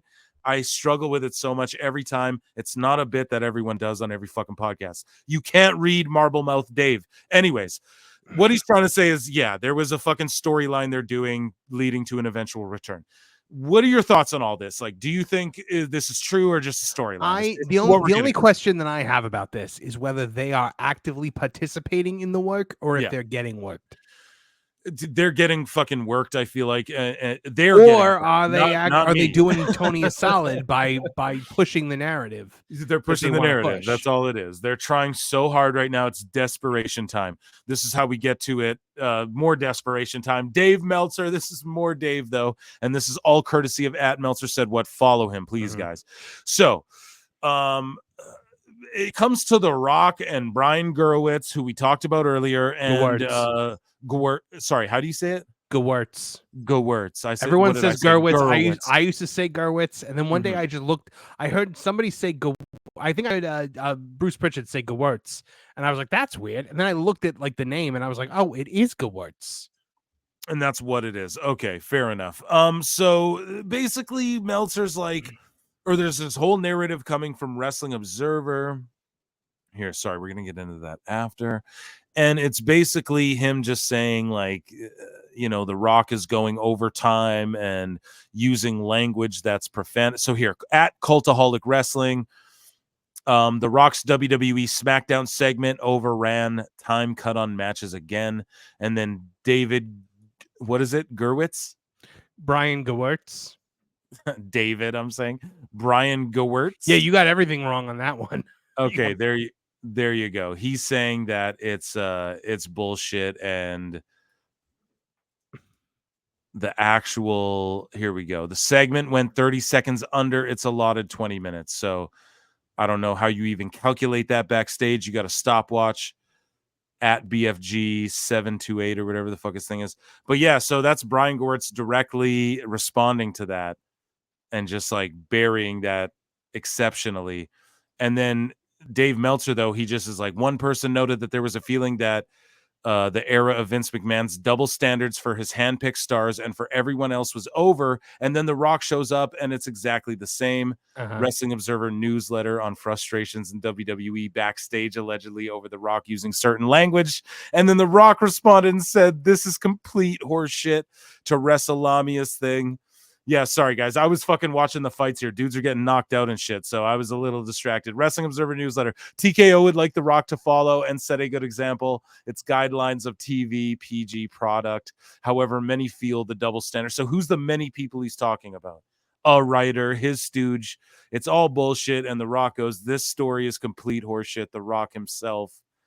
And there's a bunch more that Meltzer said posted on this. There has been talk among talent and outside with some frustration about the double standard involving Dwayne Johnson. But of course, there is a double standard involving Dwayne Johnson. Call him The Rock. And always will be when it comes to someone with that level of star power. This exists in wrestling just as it would in Hollywood, which, okay, I'll give you that. At the end of the day, yeah. Who wants PG Rock? Nobody wants PG Rock. I don't even know what that means. You know what I mean? Nobody wants The Rock like going out there and not being The Rock. Like, you want the guy that you watched on TV in the late 90s and early 2000s. You know, right. It's I think it's ridiculous to want The Rock and then be mad because he's being The Rock. Right. And it says wrestling, it goes on to say wrestling has always had double and triple standards, which, like, a fucking redundant statement, depending on one's position. And then I don't know. So The Rock just cooked them. There's more here. There was a memo sent. So this is what The Rock responded to. Like, they're going, Wrestling Observer's going, there was a memo. Like, they're going deep into it. You know what I mean? And so there was a memo sent just a few weeks ago to all talent from Nick Khan, Paul Levesque, and Don Ventrell, EVP of talent, which states that this is a PG company, no swearing, and said blah blah blah blah blah. So they're sending memos. We're sending a memo. TV 14. It's not yet. The talent was told that because the company was publicly traded and the wishes of TKO management was to be TV PG, the feeling was that if he was on the board, he should be the one to lead by example. They're making shit up. The Rock goes, "This is complete horseshit." That's all that matters. Yeah, Marv, your thoughts on that shit? Dave Meltzer just fucking epically failing. I mean, I think this is the biggest moment of Meltzer's life. The Rock has acknowledged his existence. Yeah, exactly. Like, you're even lucky that happened, pal. Yeah, I think he is getting cooked left and right lately. Right. He has never been on a worse like string that he's been on lately, because he's just taken bullet after bullet lately. From people just discrediting him completely. And he said, and he goes, one person noted. That's what I wanted to, like, one person noted there was a feeling that the era of Vince McMahon's. What the fuck are you talking about? You're trying to correlate this motherfucker to Vince McMahon? Of course, yeah, that's very strategic to bring up Vince. So fucking very strategic. Crazy.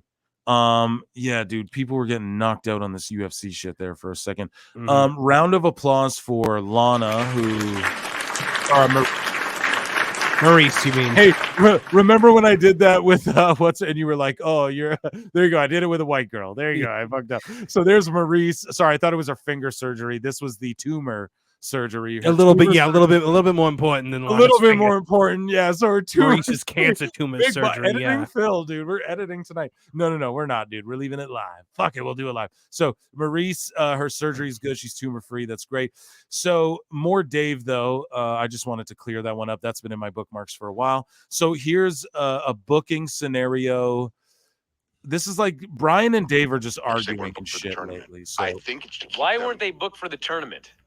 Obviously they weren't booked. This is about the BCC not being booked for the tag team tournament, even though they've been winning tag team matches every fucking beat FTR. If you watch it, like my crazy ADD ass who watches every show, including Rampage, to where I can't even remember the shit half the time. Here we go. Because they weren't booked for the tournament. I think it's to keep why them. weren't they booked for the tournament? Obviously they weren't booked. Why? Why did they win that match in the pay-per-view and not get booked for the tag team title tournament? Perhaps because whoever wins the tag team tournament, that's going to be the next program. That actually makes total fucking sense. That actually makes total fucking sense. No, it doesn't. It doesn't. What did he say? That makes total booking sense? Hold on. He didn't think he said total fucking sense. Oh, fucking. I heard booking for a second, and or maybe he said it doesn't. Booking. I don't know. Yes, it does, bro. They beat FTR. Hold on. No, it doesn't. Yes, it does. Oh. Brian is going off the reservation. That actually makes total fucking sense. Total fucking. Hold on. I'm trying to just hear the link because I'm like, he came off hostile. He's like hot at Brian. I agree with Brian. Brian never blocked me either. So you tell he's got thick skin, man. You do that. I roll jujitsu, bro. You get tapped out. You get thick skin, bro. You don't care about people say shit. Okay, who gives a fuck? That actually makes total booking sense. Booking sense. Booking. Oh, Dave, that makes total booking sense. What the fuck does that even mean? No, it doesn't. Yes, it does, bro. They beat FTR. I know. They beat them clean in the middle of the ring, and FTR is in the tournament, and they're not. Okay, that's so that totally doesn't different. make sense. No. It doesn't make logical sense, but it makes. Well, yes, of course. It doesn't make logical sense, but it makes booking sense. What? Whoa! Fucking planet. Holy shit! I need that on the time. I'm not eliminating this bookmark. I gotta keep that for. I gotta fucking put that on my soundboard. That's incredible. Hold on. Doesn't make logical sense, but it makes booking sense. That's the most incredible. About? Oh my god! Quote that. I want that on a shirt. No, the ring, and FTR is in the tournament, and they're not. Okay, that's so that totally doesn't different. make sense. No. It doesn't make logical sense, but it makes. Well, yes, of course. But it makes wrestling booking sense in the. Oh my god. Sense that you have this team. It's not real. Can we stop for a second and point out that like a week or two ago he was on his high horse about Gunther's hand. About Gunther, dude. Oh my god, dude. This is the funniest. It's done. He's done. And not for nothing, but this is a company that tried to market itself as everything's going to make logical sense. It's going to be sports based. It's statistics and wins and losses matter and ranking systems and. I know, dude. They had such an opportunity to do shit like just cool things, man. Like when Adam Copeland hits the spear, 90% of his opponents can't kick out, but in one, so he's gonna, if it gets reversed, he loses 83% of his matches. Right. And so he needs to make sure if he hits the move, he locks it in. Like they had in matches that go longer than 10 minutes, Moxley loses or whatever the fuck. Like, they had the opportunity to do some really cool shit. And they never did really cool shit. Anyways, though, I love when they fight. It's so cute. tournament. So therefore, you keep them out of the tournament, and then they can go in there. If you wanted to make booking, oh yeah, so keep them out of the tournament so that when the tournament's done, they can just go in and fight whoever wins the tournament or has the belt. Stop it. So then, what's the point of the fucking tournament? Since they shouldn't have beaten FTR, who then got into the tournament. No, because it sets them up for the championship match later. Dave, that's all fine and good. I think this is ridiculous. Okay, I would agree with you to the winning team on pay-per-view isn't in the tournament for the tag team title. Of course, but the losing team is. Of course, this makes no sense. Okay, of course, okay. It makes. Of course, it makes no sense, but I'm going to defend it anyway. Pro wrestling booking, which often makes no sense. Wrestling booking, which often makes no sense, so therefore, clearly he's been watching AEW for too long. What? Hey, what? What the fuck are you talking about? Jesus Christ! Haven't you made enough money yet? Dude, I don't know, man. I get fucking I get sauced and I make more sense than this fucking idiot, dude. It's crazy. It's hilarious. Many examples of that wrestling. No. What you would do, Dave, is they would not have beaten FTR. Yes, they would. Somebody else could beat FTR. No, they would have beaten FTR because you're setting up a championship match later, and you don't want to beat them in the. How about why is there a fucking another tournament for these tag belts when someone should have at least pinned Sting one time in the whole time using AEW? And not for nothing, Darby Allin didn't lose that match. He should have still had the titles. Jesus, Darby should have fucking beat Sting in like a weird hardcore match. That was what the story was. If you actually watched AEW, it was like, you know what I would have. You know what I would have done with with Darby being like this out there guy. I would have had Darby be like, I'm doing the Darby Allin Invitational.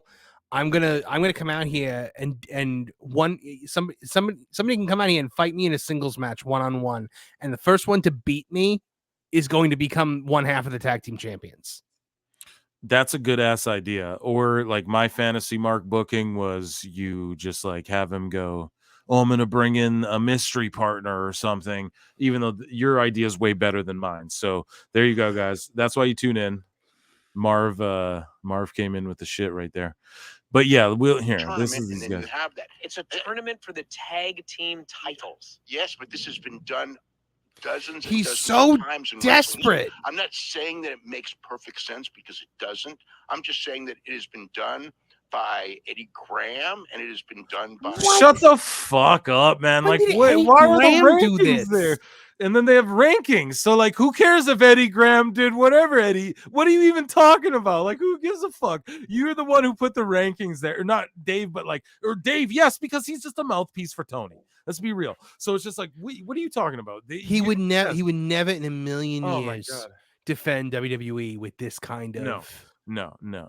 And I'm not even that triggered by the tournament, but it's just the fact that it's just say it doesn't make. This is what Brian's so perturbed with, Dave.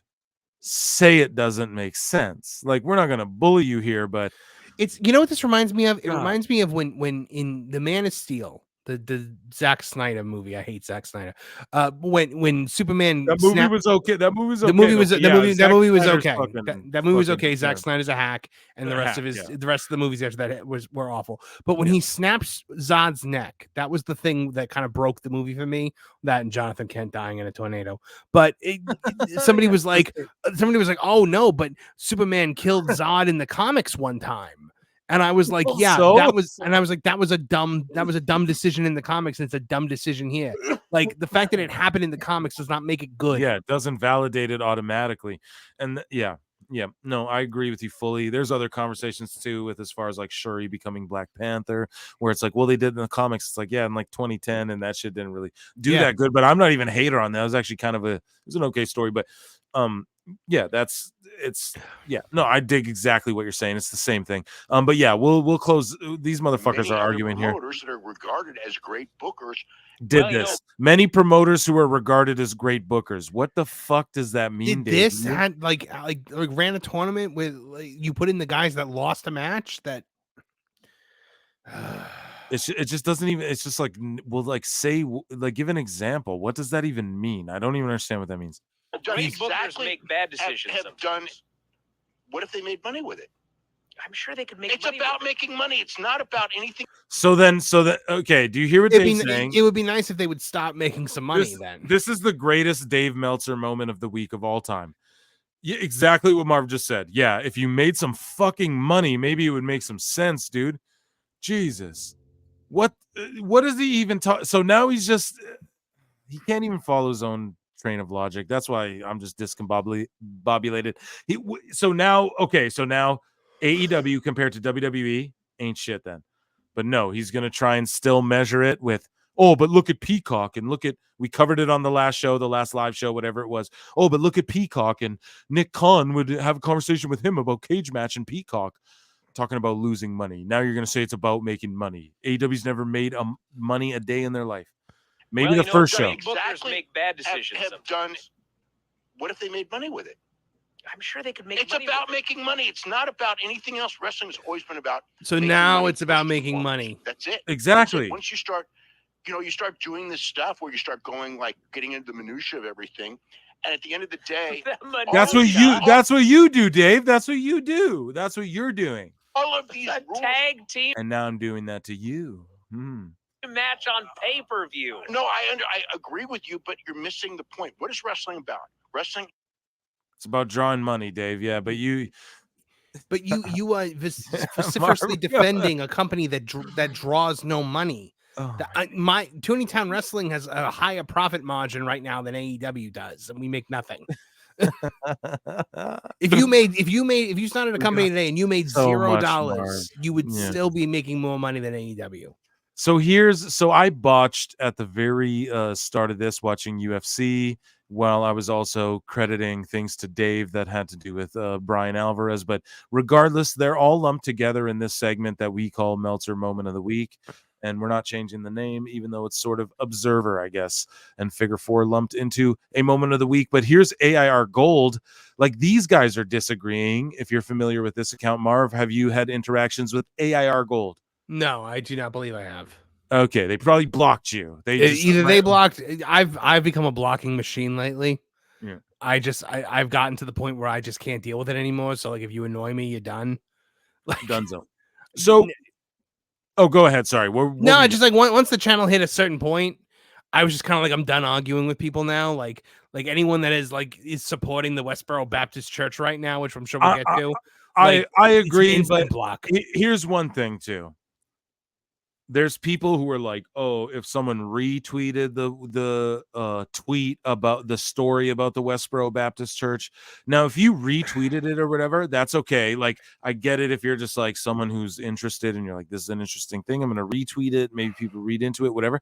But here's the thing. There's clearly people with agendas who are out there just trying to use this to shift this weird kind of fucking narrative. Phil, there are people that have told me today that the Westboro Baptist Church is not as bad as the WWE.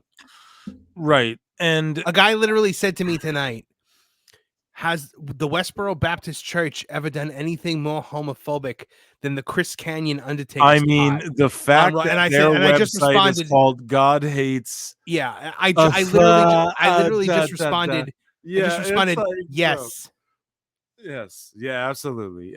They sing songs about killing gay people. Exactly. They protest the funerals of American soldiers. I mean, we'll get to that. Rumble, what's up? Rumble, what's up?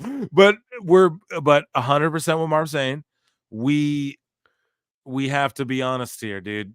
Those people, if you see anyone going, this is the Westboro Baptist Church is in better.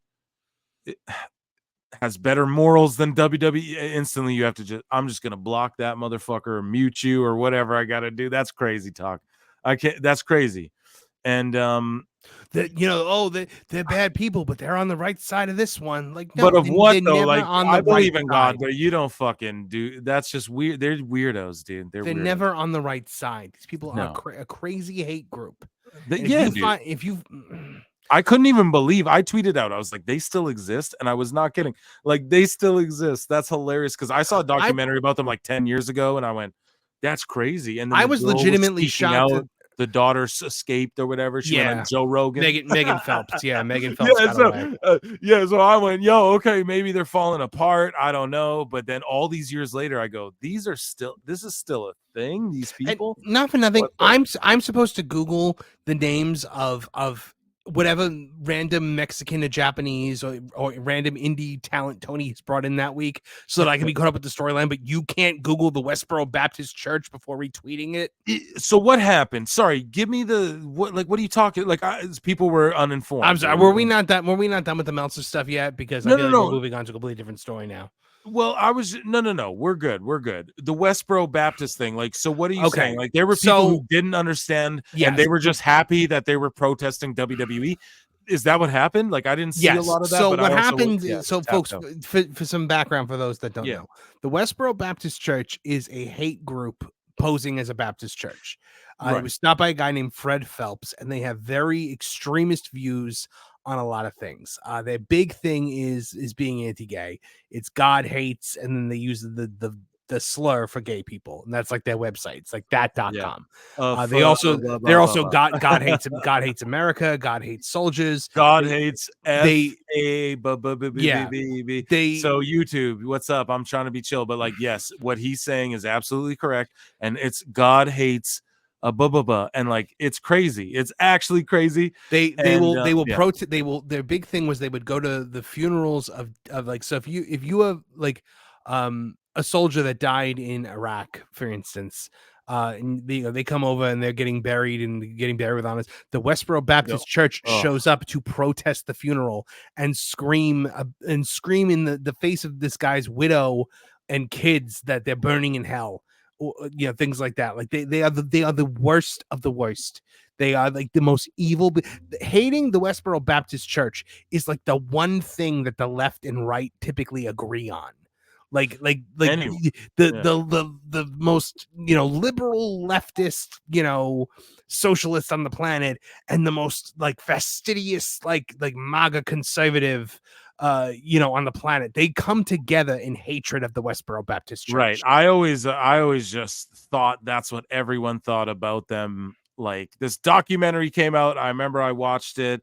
Everyone was fucking like, did you see this shit? And that was like 10 years ago or something. So I just figured, I don't know, in my bubble of life, I thought everyone agreed those people were fucking idiots and it went viral. But no, they're still out there protesting. Well, yeah. So people are rooting for them. Fred Phelps, the guy that started the church, the stupid old man, he died a couple years back, and I thought that was kind of it. Now I have a rule that I never celebrate the death of a human being. I broke my rule when Fred Phelps died. I was like, oh, thank God, like he's gone. What a horrible man. I hope there's a hell so that he's burning in it.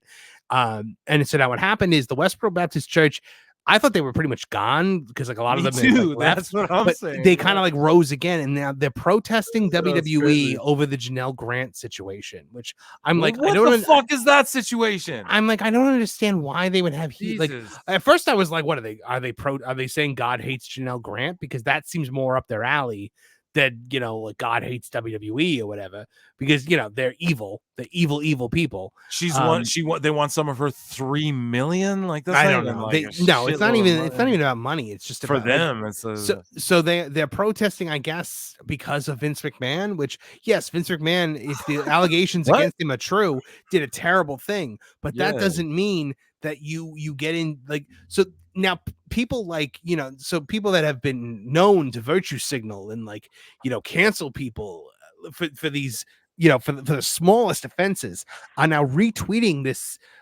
story in solidarity and that's what people tagged of the me Westboro Baptist Church. Right. And so on X, I didn't comment. I had a lot of people DM me and also tag me and shit that had to do with like people commenting or whatever, and I just fully was like, listen, I'm not even gonna say shit about this really till the podcast, because I thought the Westboro Baptist Church was so irrelevant, to the point where earlier in the show I'm here with Hairline and someone's like, the WBC thing, and I'm sitting here watching UFC and I'm like, what, like the world boxing?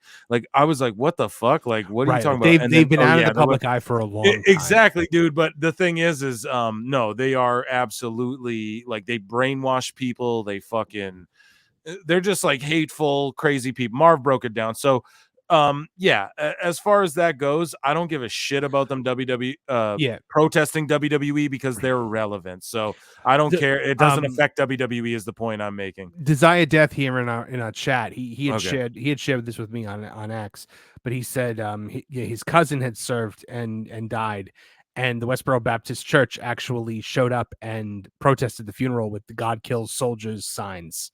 Okay, and this was a hero. This was a hero soldier who saved the rest of his squad and sacrificed his life in doing so. A man who should be honored to the highest extent that a man can be honored in this life. The most noble, like that. That is, yeah. I cannot even fathom what a hero this man was. And absolutely these people showed up to say God kills soldiers, and these that's are the people the scummiest of the scum fucking thing. I could care less if they protest WWE. People on X today, and they're defending it. So I got tagged in like Auntie Wrestling. I don't even fucking follow Auntie. I don't give a fuck what she says. I don't know. They're saying to me, the Westboro Baptist Church is better than the WWE, and I'm like, no, they're not.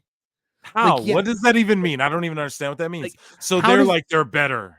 Well, they're more moral or something like that. Like it is absolutely insulting. No, that's bot activity. That's NPC bot activity. That's what I'm getting to. Marv, we got it here. Dead Weeb 92, a $5 super chat. Oh, that was thank you so much. 4 minutes ago. Thank you so much. And applause, and we'll play you some tunes. A tune break. A 1 minute big up Marv and PWT huge pop. Yeah, thank you so much. A lot of you guys are crossover. You guys frequent both channels and whatnot, and we just appreciate that so much. And Tuesday at Toon Wrestling, tune into Marv's shit. I'm gonna be there. You guys should be there. He will be there. Everyone will be there. There's fantastic fights and finishes going on in the UFC tonight. I'm so sorry. I know it's pro wrestling, but I'm a shoot match guy. And Dead Weeb 92, thank you so much for the $5 super chat. I appreciate you so much. And we're playing you some beats for that. And if any other, I'm sure there's been members commenting as well that I didn't get to. This AEW Google It crowd didn't Google what Westboro Baptist Church was. What the fuck? Yeah, pretty much. AEW loses money so quick it's insane. Absolutely. That's from John JID. You've been here all night. Tony Khan is not a great booker. No, he's not. Mark A. Hicks too. These are members here. Dave is so insufferable. Yeah, we know, dude. That's why we play the clip. No, he is sufferable if we're talking about him. You know what I mean? And Brian Alvarez. They're lumped together. They're like a hive mind. Phil Marks puts them together. So I thought this new ranking system was going to be their attempt to do this right now. It lasted how could you think that, though? It lasted for about a week before it's just back to random matches with guys matched up because it'd be cool. It's great. So, here's Brian Alvarez. Yesterday, Meltzer said AEW is feeling a lot more WWE-ish because Mercedes' promo sounded scripted and seems to be produced like WWE segments. AIR Gold, too. Dude, you don't have good... I can't read your shit. Today, Alvarez said that Copeland Christian match was WWE main event. It was worked like a WWE main event. The finish was a WWE finish. I have to agree. If you're one of those people that I hate WWE, I think it sucks, I can't watch the product, but you liked this main event, brother, I don't know what to tell you. This was a total WWE main event. It was worked like a WWE main event. The finish was a WWE finish. That's what it was. And there's going to be a lot more of this going forward. And it's going to be... Bro, I said that fucking 3 months ago when they had their first match. These guys... they're always so late to the party, dude. Mm-hmm.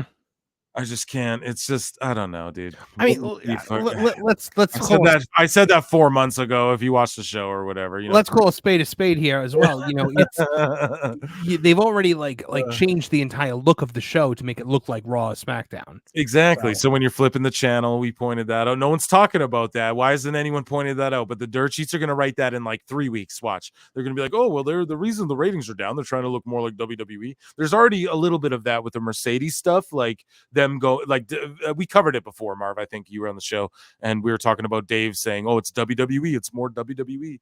And we kind of extrapolated like why, like what they could do good like WWE and what they shouldn't do like WWE. But yeah. Dave just here's Meltzer said, what? Hi Dave, since you do zero research before blurting out your daily anti-WWE propaganda, here's the video of Bailey, Trinity, and Tamina going to see Mercedes Varnado at AEW Big Business. Right, I heard about this. Was wouldn't dare post on social media. Matt Hardy posted Rebby Hardy posted the thing of them at Raw. Right. In the skybox, and he was like, well, the others would never dare post that on social media. And there's a video of I have it right here. So they go on to Wrestling Observer goes on to say Matt Hardy's contract is coming due shortly. Hardy, I was told by a dirt sheet, I won't say which one, a prominent one, told me flat out that like him and Jeff are going to WWE.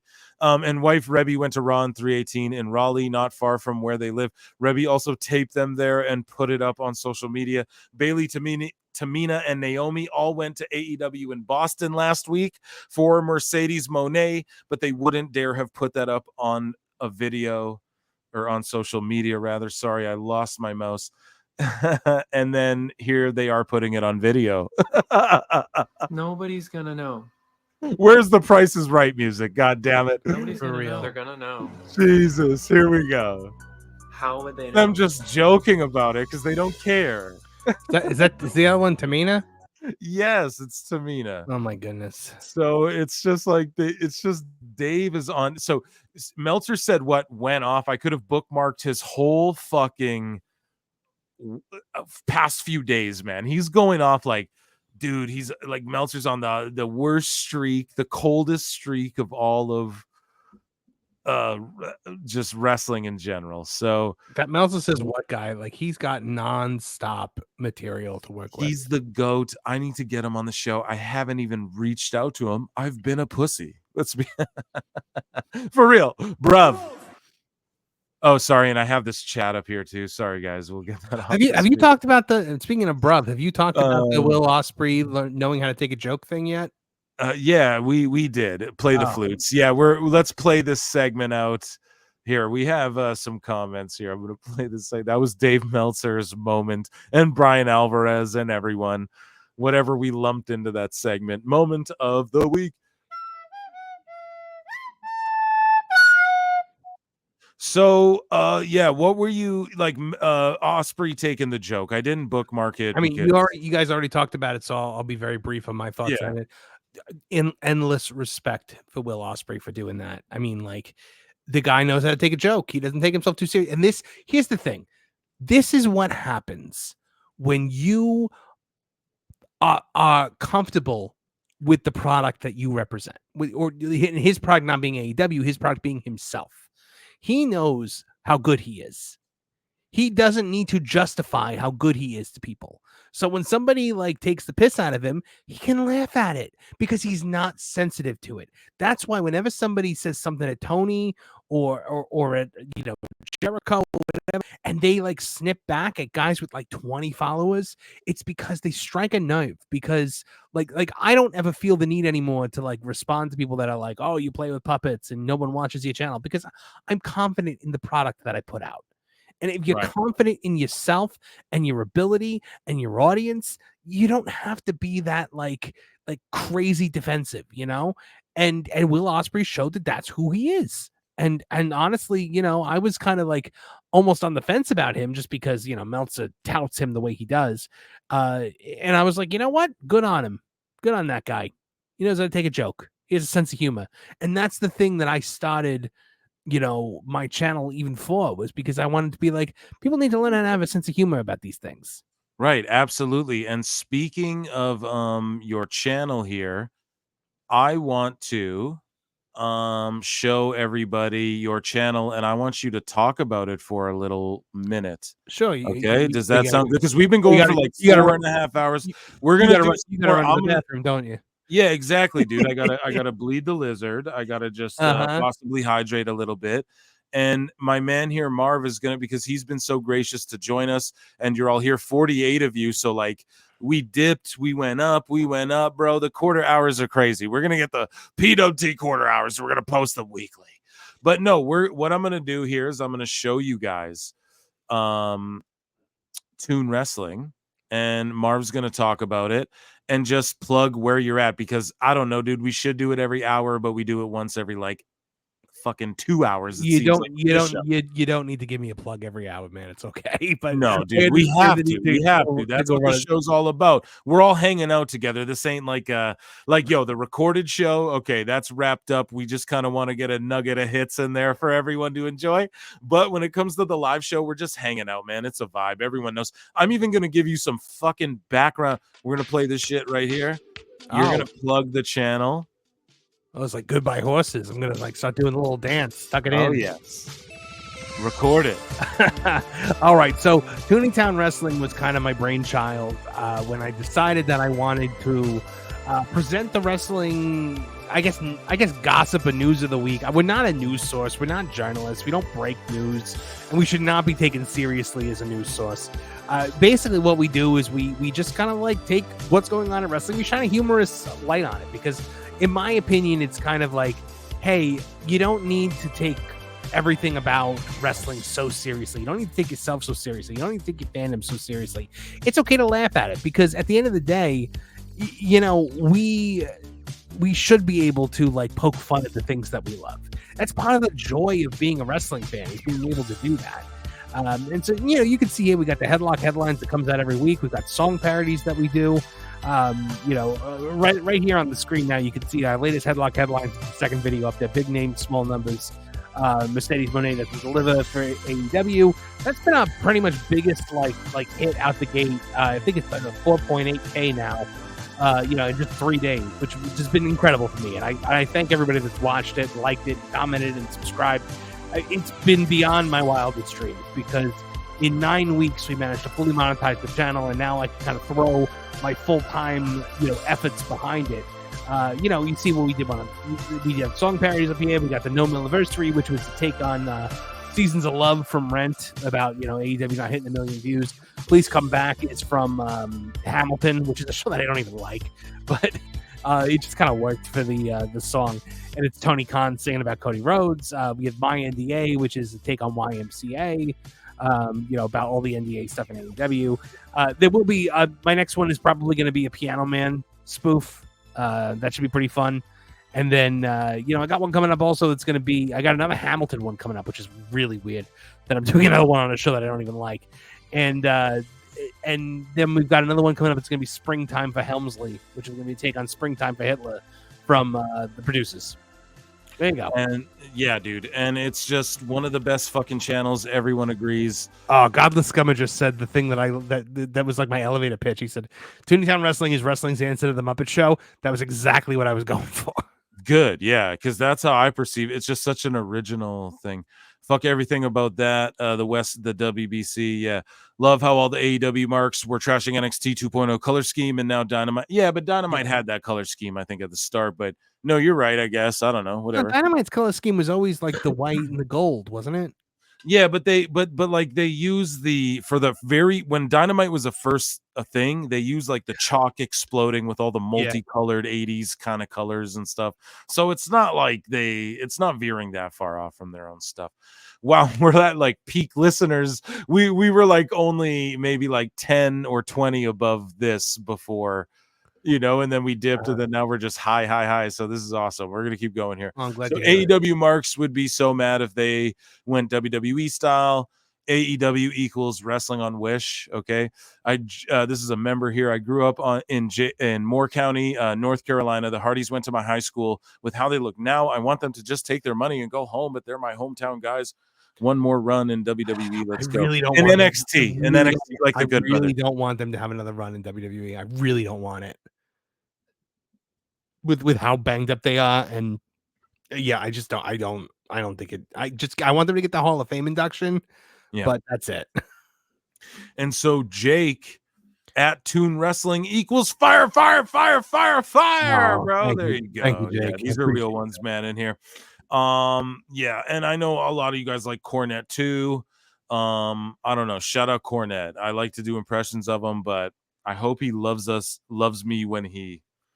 I don't know. He's talked about Hairline on his show before, actually, which you guys don't know. Has he really? He did, yeah. So Hairline's other AKA is our friend from Wisconsin. So Cornette had a whole bit actually for like a few months there about Hairline, which was kind of funny. If you guys go back, their friend from Wisconsin, that's Hairline. Okay. So anyways, that Tony Khan theme song you made is such a banger. Oh yeah, the TK Tony Khan thing. I actually came up with that sitting in the I was sitting there in the movie theater watching the Super Mario Brothers movie. And they did the DK Donkey Kong. I was like, oh, TK Tony Khan, that would be really funny. And it just kind of like came. One day I got to write like a full version of that song, like with different. The thing is, yeah, dude, people sing your shit. You got. Oh yeah, I gotta remind myself some things sometimes. I'm gonna fucking I gotta DM you something that I wanted to tell you earlier. It's gonna be awesome. It's gonna be it's some shit behind the curtain. Yeah. Now I'm all like, you know, we're doing it live on the air, baby. It's okay though. It's okay. We're live. It's okay. It's 5 hours deep. Do it live.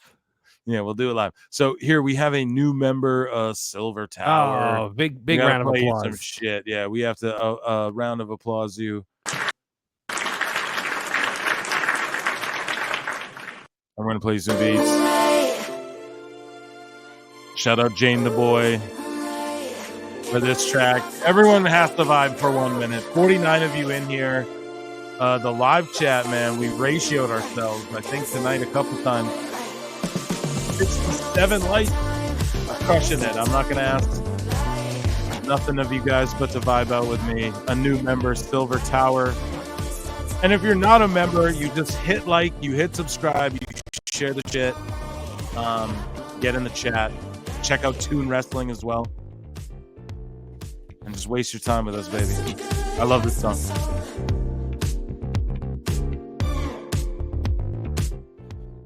Okay, that's our people right there. Jane the Boy, new YouTube member. I need like a new. You just need like a fanfare or something. Like I need like a membership bucket here. Thank you. And then Kyle Mulkey, you super chatted a bunch tonight, and you also are a member. If you're Tony's father, not Triple H, but his actual dad, when do you cut off funding for his hobby, AEW? Never, because it's a wonderful way to launder money. Just buy all the empty seats, and then you have taxable income.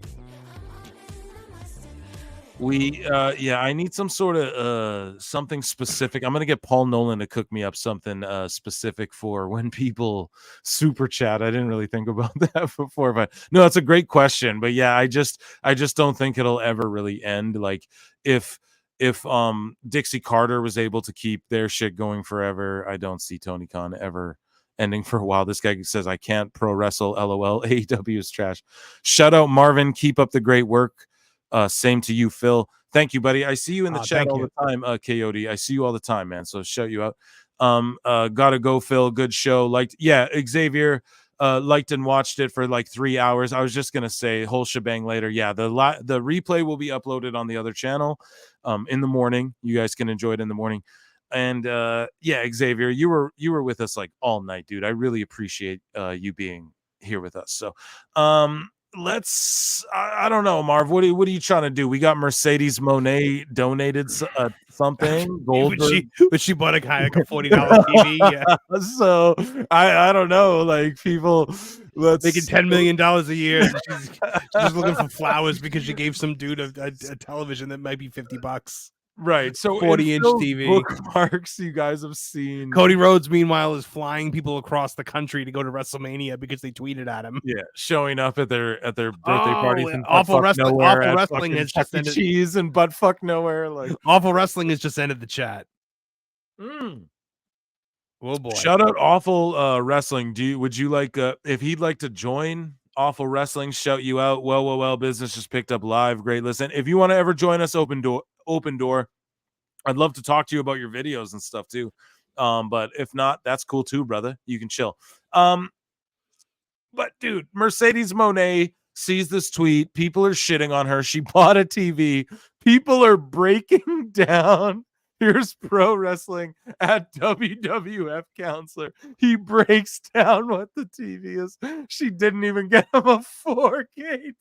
Oh no, this shouldn't even be funny. Oh, she's not getting any younger. Maybe she doesn't want him to see her in 4K. Hold up, man, because it's still dope that she bought him a TV. But like, this is the funniest shit ever. Okay, so it's a $200 TV. I'm sorry. Yeah, he pulled up.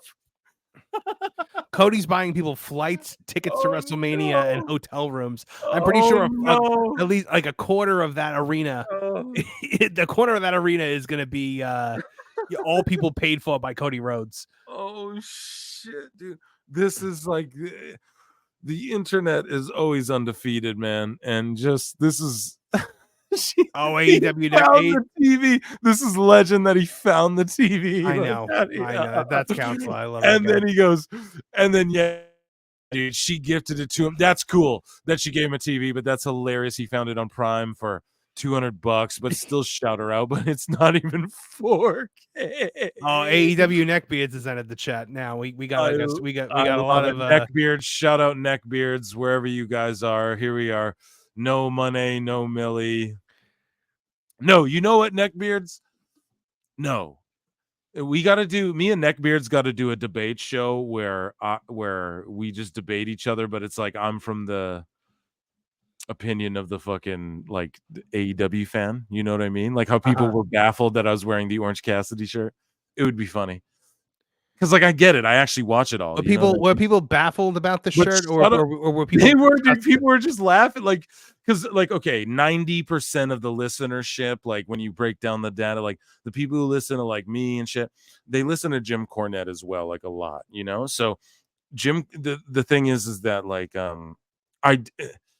it doesn't even matter. Like Jim's put shit over in AEW that I didn't like either. You know, people can whatever, but I put over Orange Cassidy in the very beginning. You can probably go back to the beginning of the show of me going, dude, you know, I like it, but they're just dropping the ball. Like the show started at last WrestleMania. Our anniversary is this WrestleMania. So like, that's how I look at it, you know, because our first show is like reviewing last WrestleMania. So the anniversary will be reviewing this WrestleMania. So, yeah, it's just back. Even then, though, I was already falled off Orange Cassidy, but the bit was, oh, I have an Orange Cassidy shirt. I also have an NWO Wolfpack. I have a Hulk shirt.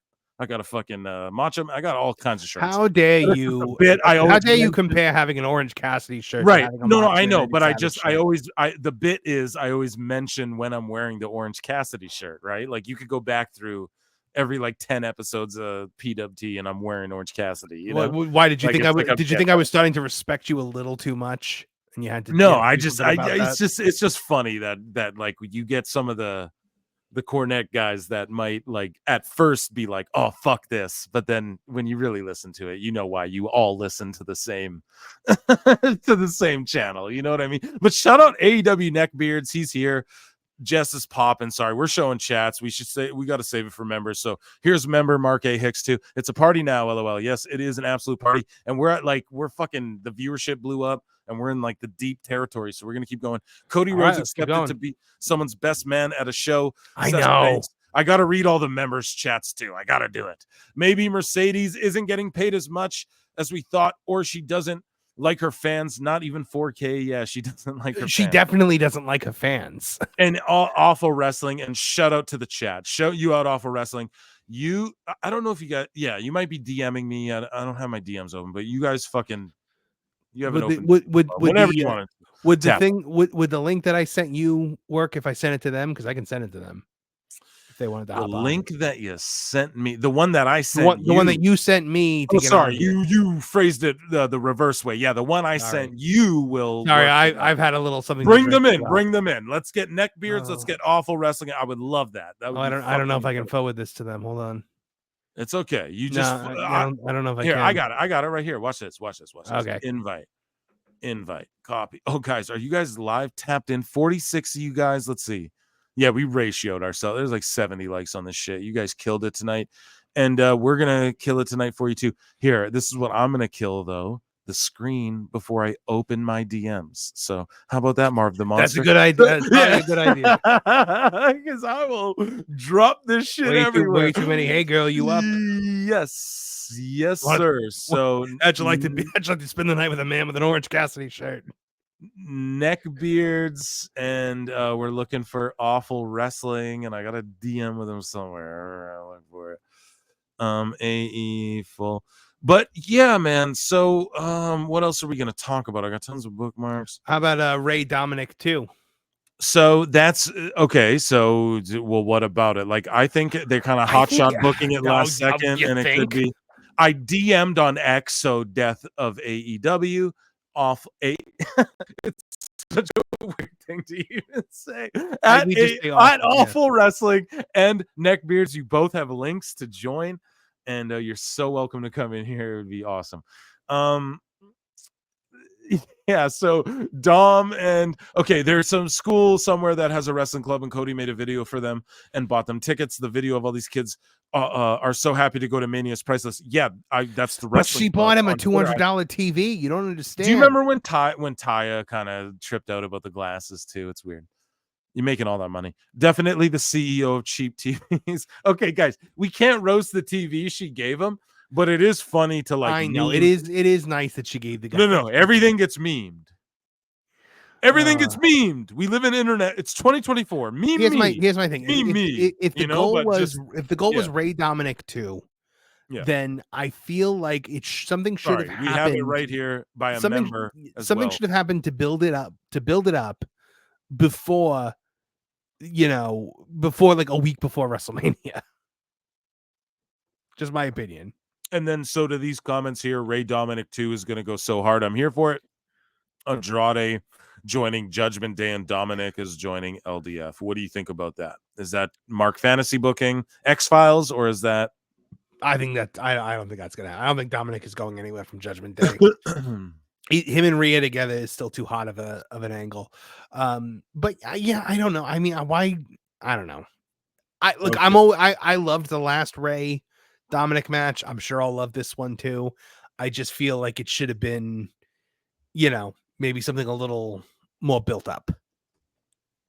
So I luckily closed my DMs in time. Oh, good. Yeah. Trust me, I didn't want to see what was in there. Yeah. No, they're all good. So yeah, the gift. She gifted a fan a TV. I don't know if this is the segment I was trying to get out of that actual particular thing, because I wanted to give her big ups, but at the same time, this is the funny. I didn't mean it, like I just died laughing at this. This is the funniest thing ever. But you can't. It's the internet's undefeated, and it's the funniest thing ever. Okay, so at Wrestling News Co, the Slammy Awards are back. We talked about it earlier, way earlier in the show, like 2-3 hours earlier. And Edmund Shabazian just won for the UFC. Did you vote on all the Slammies? No, I didn't vote on the Slammies. I voted on all of them tonight. Okay, I'm gonna go do that right after this podcast is done, whenever it is, or tomorrow, whatever. I'm gonna vote on them. But the Slammies are back, and Big E Langston, if you're an NXT mark like myself, is hosting them alongside Kathy Kelly, which is cool. But Big E, bro, why are you just hosting stuff? And he executive produced some kids show. I don't think he needs WWE that much. Oh, I mean, I think he's very injured. I mean, I think that his neck is. Oh yeah. That's part of it too. Yeah. I don't think it's a choice. I think he'd rather be wrestling right now. Yeah, and I love Big E. Like, I love that whole New Day collective. Like, I've always been a fan of it. But yeah, the Slammies are back. That's sweet. Let's go. So, like, guys, do you want to talk about Goldberg? We got Goldberg, and then we got like stats and AEW contracts and TKO filings. But this is kind of old news right there. But let's just talk about Goldberg. Stats and filings. That's riveting stuff. So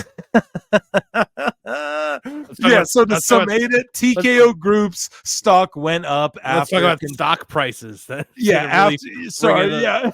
You all can afford to do super chats now, because that's why I need friends like Marv. I need Marv. I need the chat. I need you guys to you keep people humble. because it's like, yeah, dude, I'm fucking talking about class action lawsuits. This is Phil's bookmarks. I expose it to you guys. You guys see what I look. I'm all into like the fucking the stock and shit because it's what I'm into, you know. So the stock went up $8 once WWE/TKO Endeavor decided to settle the $20 million lawsuit with MLW. We never talked about it yet on the show at all. And they settled Flavor Flav's at UFC, guys. Flavor Flav. Anyways, so they settled a lawsuit about $20 million. Yeah, about monopolizing the business. MLW. Eric Bischoff speculated that allowing Shayna Baszler to work at GCW was a response to that. I don't agree with that. I think that that there's no other excuse. I don't think so. I think that there's too much talent on the roster, and now that Triple H is in charge, there's too much talent to not, with all of those events spread across Philadelphia. If they can go to those events and promote WWE as well, I think that's just a good look for like Shayna Baszler. Do you think there's going to be a wrestling fan in Philadelphia who's like, "Oh, WrestleMania is this weekend"? No, I would never have known without Shayna Baszler showing up. No. Well, it's not even that. It's just that like she will go there with the WWE tag and she'll go put on like an indie style match, and there's no spot for her on WrestleMania night 1 or 2. So why not let Shayna Baszler go do a blood sport? She's a shoot UFC. I've been following her since her UFC career when she was on The Ultimate Fighter and everything. So before her UFC career, actually, I was familiar with her. So I just think that she doing this and other people doing other indie shows like that is a great look. And I don't know. I just see it like that's the way they're approaching it. But when Eric Bischoff posed that, it could be right, though. And to what Marv was saying, too, you're right. It could be an effort to be like, look, dude, we're not monopolizing the game. We'll even spread our talent around. It could be a response to that, but I just think it's too minuscule of a response to that. I think a bigger response would be dude, they sent Shinsuke to Noah or whatever the fuck that thing is for Muda or whatever. But anyways, though, so yeah, this is the antitrust lawsuit stuff. Yeah, Marv's roasting me. Okay, we'll just so the UFC also at the same time, which is also TKO Endeavor, like a week later, settled a class action lawsuit in the sum of $335 million. And you guys know your boy Phil. Here. Right, and I approach it from the MMA side. I have UFC on right now currently, and I'm a big fucking MMA mark, and you guys know that. And so that's why I knew Punk was coming back, because the rumors on the MMA side were that he was fucking returning. So you guys know that. Oh, here, let me look at the studio. We have Awful Wrestling right here. Sorry, Awful Wrestling, if you were waiting. We were just bibbling and babbling. Awful Wrestling is here. Ladies and gentlemen, a round of applause for Awful Wrestling. Oh, there's no need for that. How are you, good sir? I'm doing all right. How about you guys? We're getting those dulcet tones on the live stream now. We're those super chats are going to go way up now. Yeah, well, let's hope. Either that or his dulcet tones are going to lull everyone to sleep. And then one of the two. Well, it's a pleasure to be on the show, you guys. Thanks for inviting me in. Yeah, dude. So what's up with why did you start memeing and video editing and just working the shit out of AEW fans and making AEW edits? Let us know. Well, I'll try to be brief, but it all started with a bet that me and my good cousin had. How long could this promotion last? How long could we watch this nonsense on television? And we just had, a ball laughing about it. And then one day I was just like, I wonder if Brian Alvarez is ever going, because he was like really into AEW. I don't know if so much now, but we wondered if he would be writing a book on the death of AEW. And we kind of laughed and joked about it, thinking about all the stuff that he would write. And then it was just like, wait a second. Maybe we should write this book. Maybe we should get in on this game. You know what I mean? Like, be the first ones out there. So it started off as like a bet between, my cousin believes that AEW is going to last forever, like most people do. I'm giving it another 5 years. But ultimately, that's why we came up with the concept, the Death of AEW book. We kind of did it as a gag, and then it just kind of blew up from there. Wait, so there's a book. You guys made a goddamn whole ass book. No, he's writing the book in real time. Like that's one of the things that he posts. Yes. Right, yes. I get it. Like metaphor, like in the annals of history, you look up internet lore, you have it documented. Right. Yes, definitely. Okay. Will the book will be written? I'm starting to wonder if it's going to be literal for a second. I was like, dude, that's we're gonna have to fucking put that shit on Amazon, you know? Oh yeah, definitely. We've got those sites set. We're just trying to make sure that first off, I want to win the bet personally. Yeah, that's the most important thing.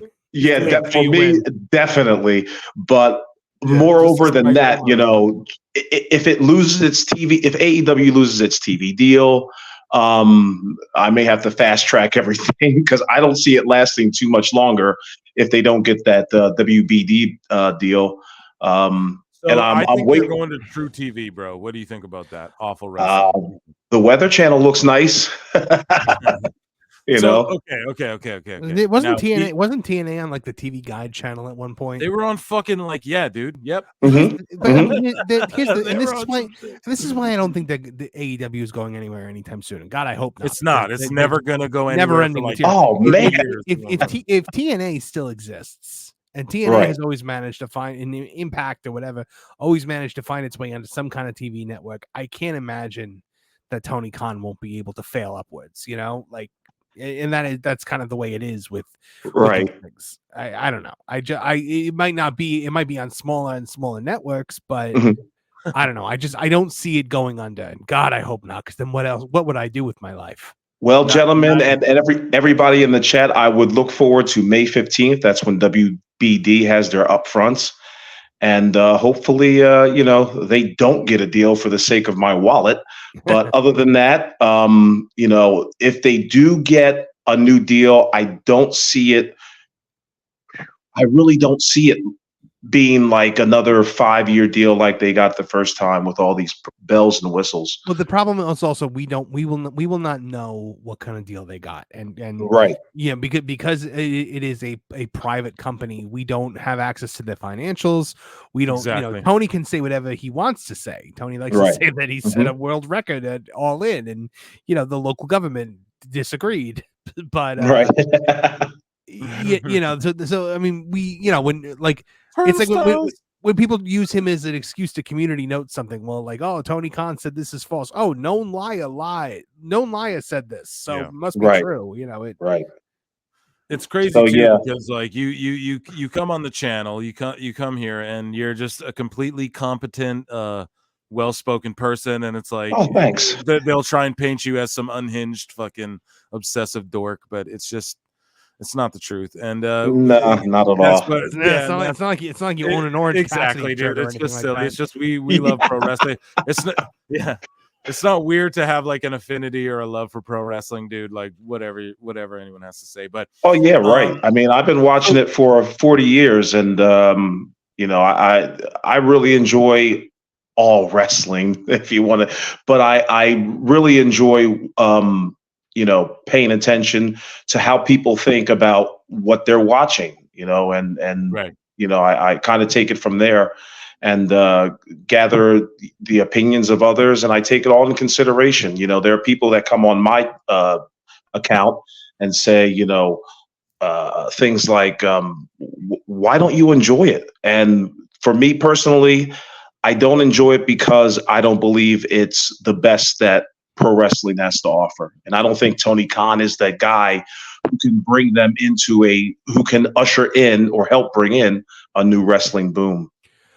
And now here's the thing. Everybody's like, oh, the thing that can save AEW is if Tony Khan, puts down the book, steps aside, and let somebody else write it. And I said, that's never going to happen, because the only reason AEW exists is because he wanted to book this. If he's not booking it anymore, there's no reason for him to run this company anymore. He's not trying to make money. He wants to have fun, and he has fun doing it. He started a wrestling company with the same reason that I play video games, it's the thing that he wanted to do. Yeah. Just like passion projects are good, but ultimately this is a business. The end goal is to make money. when you're around for such a long time and you have not made, well, I shouldn't say a long time, 5 years, but I mean, when you're not making a profit, and I believe that stat, by the way, I don't think they've made a dime. I mean, and it shows you can't have a third of the buildings that you run, and make money off of that. No, they still make you rent the whole arena. It's not like it's not like they're hosting another event on the other side. It's exactly. You run a show in a 19,000 seat arena. You're paying for all those 19,000 seats. Right. What I think. I completely lost my train of thought. Sorry, I've had one too many Crown Royals. No, it's okay, man. We're in the same boat over here. But awful wrestling. So I ask everybody the question. I've never posed it to you in DMs or anything, and we're throwing it out on the live. So AEW, it goes out of business. It starts beating WWE in the ratings. One of those two extremes. What does your account do? What is your mission? What would you do then? What would be, are you like, you know what I mean? That's my question basically, is like, I pose 3 scenarios. If they last past 2027, I'm in big trouble because I'm sure all the trolls are going to come my way. Well, yo, my man says it. Hold on, before anything else gets said, you just said it right there. So no, you just said it. I'm in trouble if it lasts. I'm in trouble. Okay, but anyway, sorry. Go ahead. But if it does last, for the sake of the my following friends, I will definitely stay, in the Twitterverse, and I may have to find something more than just crapping on AEW. I'm trying not to curse, but if they do, you can go ahead. Yeah. Oh, thanks. If they do last up until 2027, and somehow afterwards they fall out of business, it'll be the greatest thing. For me, I'm almost sure that everybody's going to, pour into the account and try to find out, and that will be the day that I, compile the notes and write the book. And before you know it, it'll be, out there for people to read and enjoy. So when do you think just like the deadline is like when it fails? Yes, that will actually be like, we're compiling notes now. We've got a ton of notes, and once. What is your? Oh, sorry. Sure. Go ahead. No. Go ahead. I just wanted to ask you, so what is the interest in it failing? What's the end? What is it for you? Like, what do you gain from that? Are you just like a lifelong WWE fan? Are you just not a fan of like toxicity? I'm a gigantic wrestling fan. There were some people in AEW who I was really, rooting for to succeed. MJF being one of them. Jade Cargill, before she hightailed it out of there, was another one that I was real interested in. But I got to tell you, I mean, I saw WCW days. This is WCW days, without a doubt. This is exactly what happened with WCW. Mismanagement, egos, 2000 fucking easily. It's almost like they speed ran through 1998 and 1999 and went straight to damn near February of 2001. So I just think that if they continue going this way, it will not be long. I'll have some big money in my pocket, and hopefully, I'll have a nice book to sign and copy for all of you guys. Yeah, you're honest. I love that, and I hopefully you can make that book, and hopefully I get one to read. So you don't want it to succeed either. No, that's the thing. I'm not a hate. Like I do want it to, because I grew up in the Attitude Era. Like I was a bit right. Okay, my main shit was WWF, but like when WCW was on, and my dad was one of those guys who's like, the cruiserweights would come on, and he'd be like, "Oh, these fucking flippy fucking guys," and then he'd flip the channel, So I just want it to be in a day. Like if another company came in and just started going global like WWE, I wouldn't be mad at all. I would love that shit, and I would talk about wrestling more. It would only help my fucking bottom line, because all I do is bitch about wrestling. But dude, I'm super glad to hear like your A lot of people would just chalk you up as like a fucking whatever account, but you're not. You're like clearly a rational thinking fucking human being. You know what I mean? So it's just like you're not with a life to live as well. You know what I mean? Like doing your thing. Like who cares? Right. Like, people are like, why would you do that? I don't know. People paint fucking toy trucks. You know, people do weird. People do shit all the time. Right. Like as long as like you're just a chill dude. So it's funny, but I gotta read some of these member chats are like, there's some school somewhere that has a wrestling club. Cody made a video for them and bought them tickets. Yeah. The video of all these kids are so happy to go to Mania is priceless. Sorry, I think we read that before. Sorry, I think I scrolled a little too far back. So Goldberg is so butthurt he couldn't get Asuka's name right. So I want to react to this. Awful Wrestling, are you here to chill and react to some Goldberg stuff? I've got about 10, 15 minutes before I get back at it. Okay, well, let's do one more here. Let's do one of these ones right here while we have you here, because I like to do just like people reacting to shit. You know what I mean? Cool. So we have Goldberg. Here's him talking about Asuka beating his streak, and he says some Japanese girl, they touted her as having the longest winning streak. Did she beat his streak? Did she? And then at Julian Week says, nah, man, Goldberg disrespecting Asuka like this will not be tolerated. And in the replies, yes, there are Asuka and Goldberg in fact going back and forth on X, like humping each other, you know what I mean, over her streak and what it means. So here we go. Julian Weeks, shout out Julian Weeks too. I like him. I don't know if I like that. I'm not a big. I'm bad. I'm real bad at social media. So we're gonna play Julian Weeks. Follow back, goddamn you. Here we go. I think he follows me. I'm not sure. I think at least I'm not. Oh, Phil's bragging. He's throwing his clout around now. Yeah, right. I am. Well, I'm just saying, like, spread the love, Julian Weeks. Like, we got love for you guys over here. So, here. So, can you guys hear this or? What's that? A girl what? Beat my undefeated. Everyone can hear that, right? Yeah, yes, I certainly can. Excellent. Yes. Okay. Here we go. We're live. Fuck it. We'll do it live. Defeated streak. Oh, I didn't know that. What's the story there? Yeah, I can't even remember. Asuka is her name. Some Japanese girl. Asuka. I don't. Oh, Goldberg. Is that bad? Is that bad to not know it's like Asuka or Shinsuke? Because I know it is. No, I mean I personally do it. I personally understand that that's how you do it, but like I have friends who like live in, let's say, I don't know, I have a friend like let's say Hairline who fucking might botch the same name the same type of way. What do you think about that? Who's from the same area as Goldberg, actually? So what do you think about that? Is that like a big bad thing? But then he goes on to kind of diminish her more. I'm not.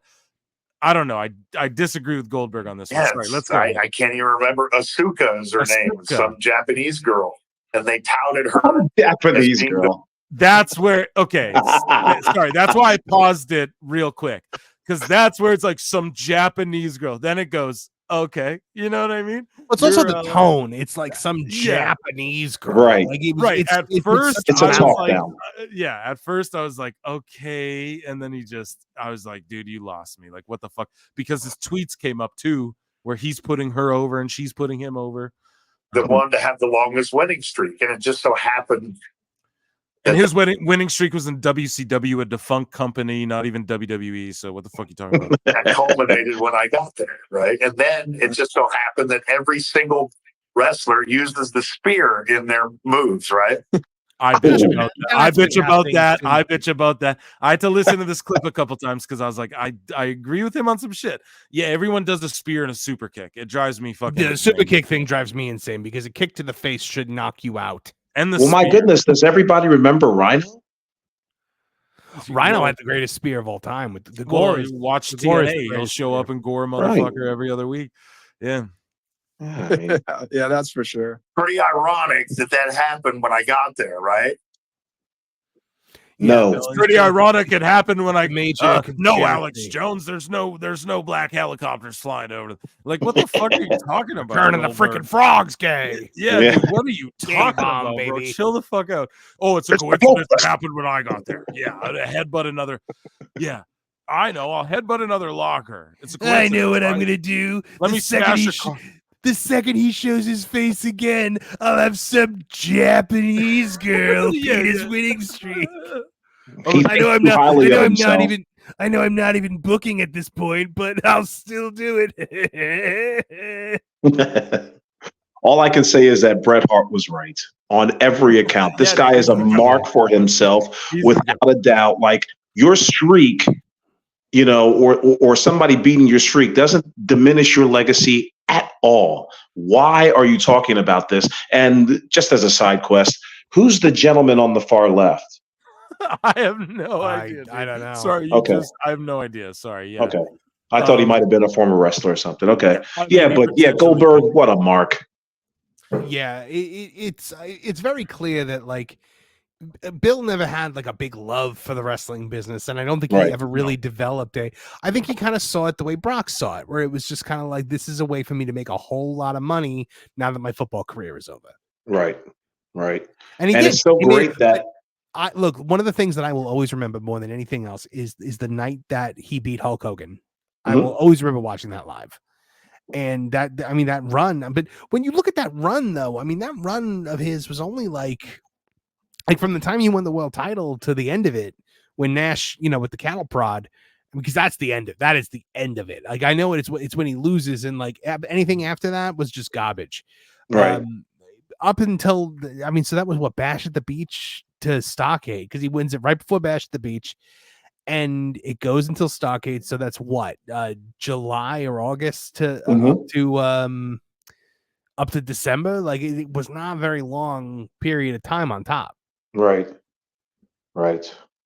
And is he got, like, he made a lot of money doing that gimmick, so nobody's going to take anything. Nobody's going to take that away from him, but to diminish the work accomplishments of Asuka it takes away something from your legacy. It looks like sour grapes.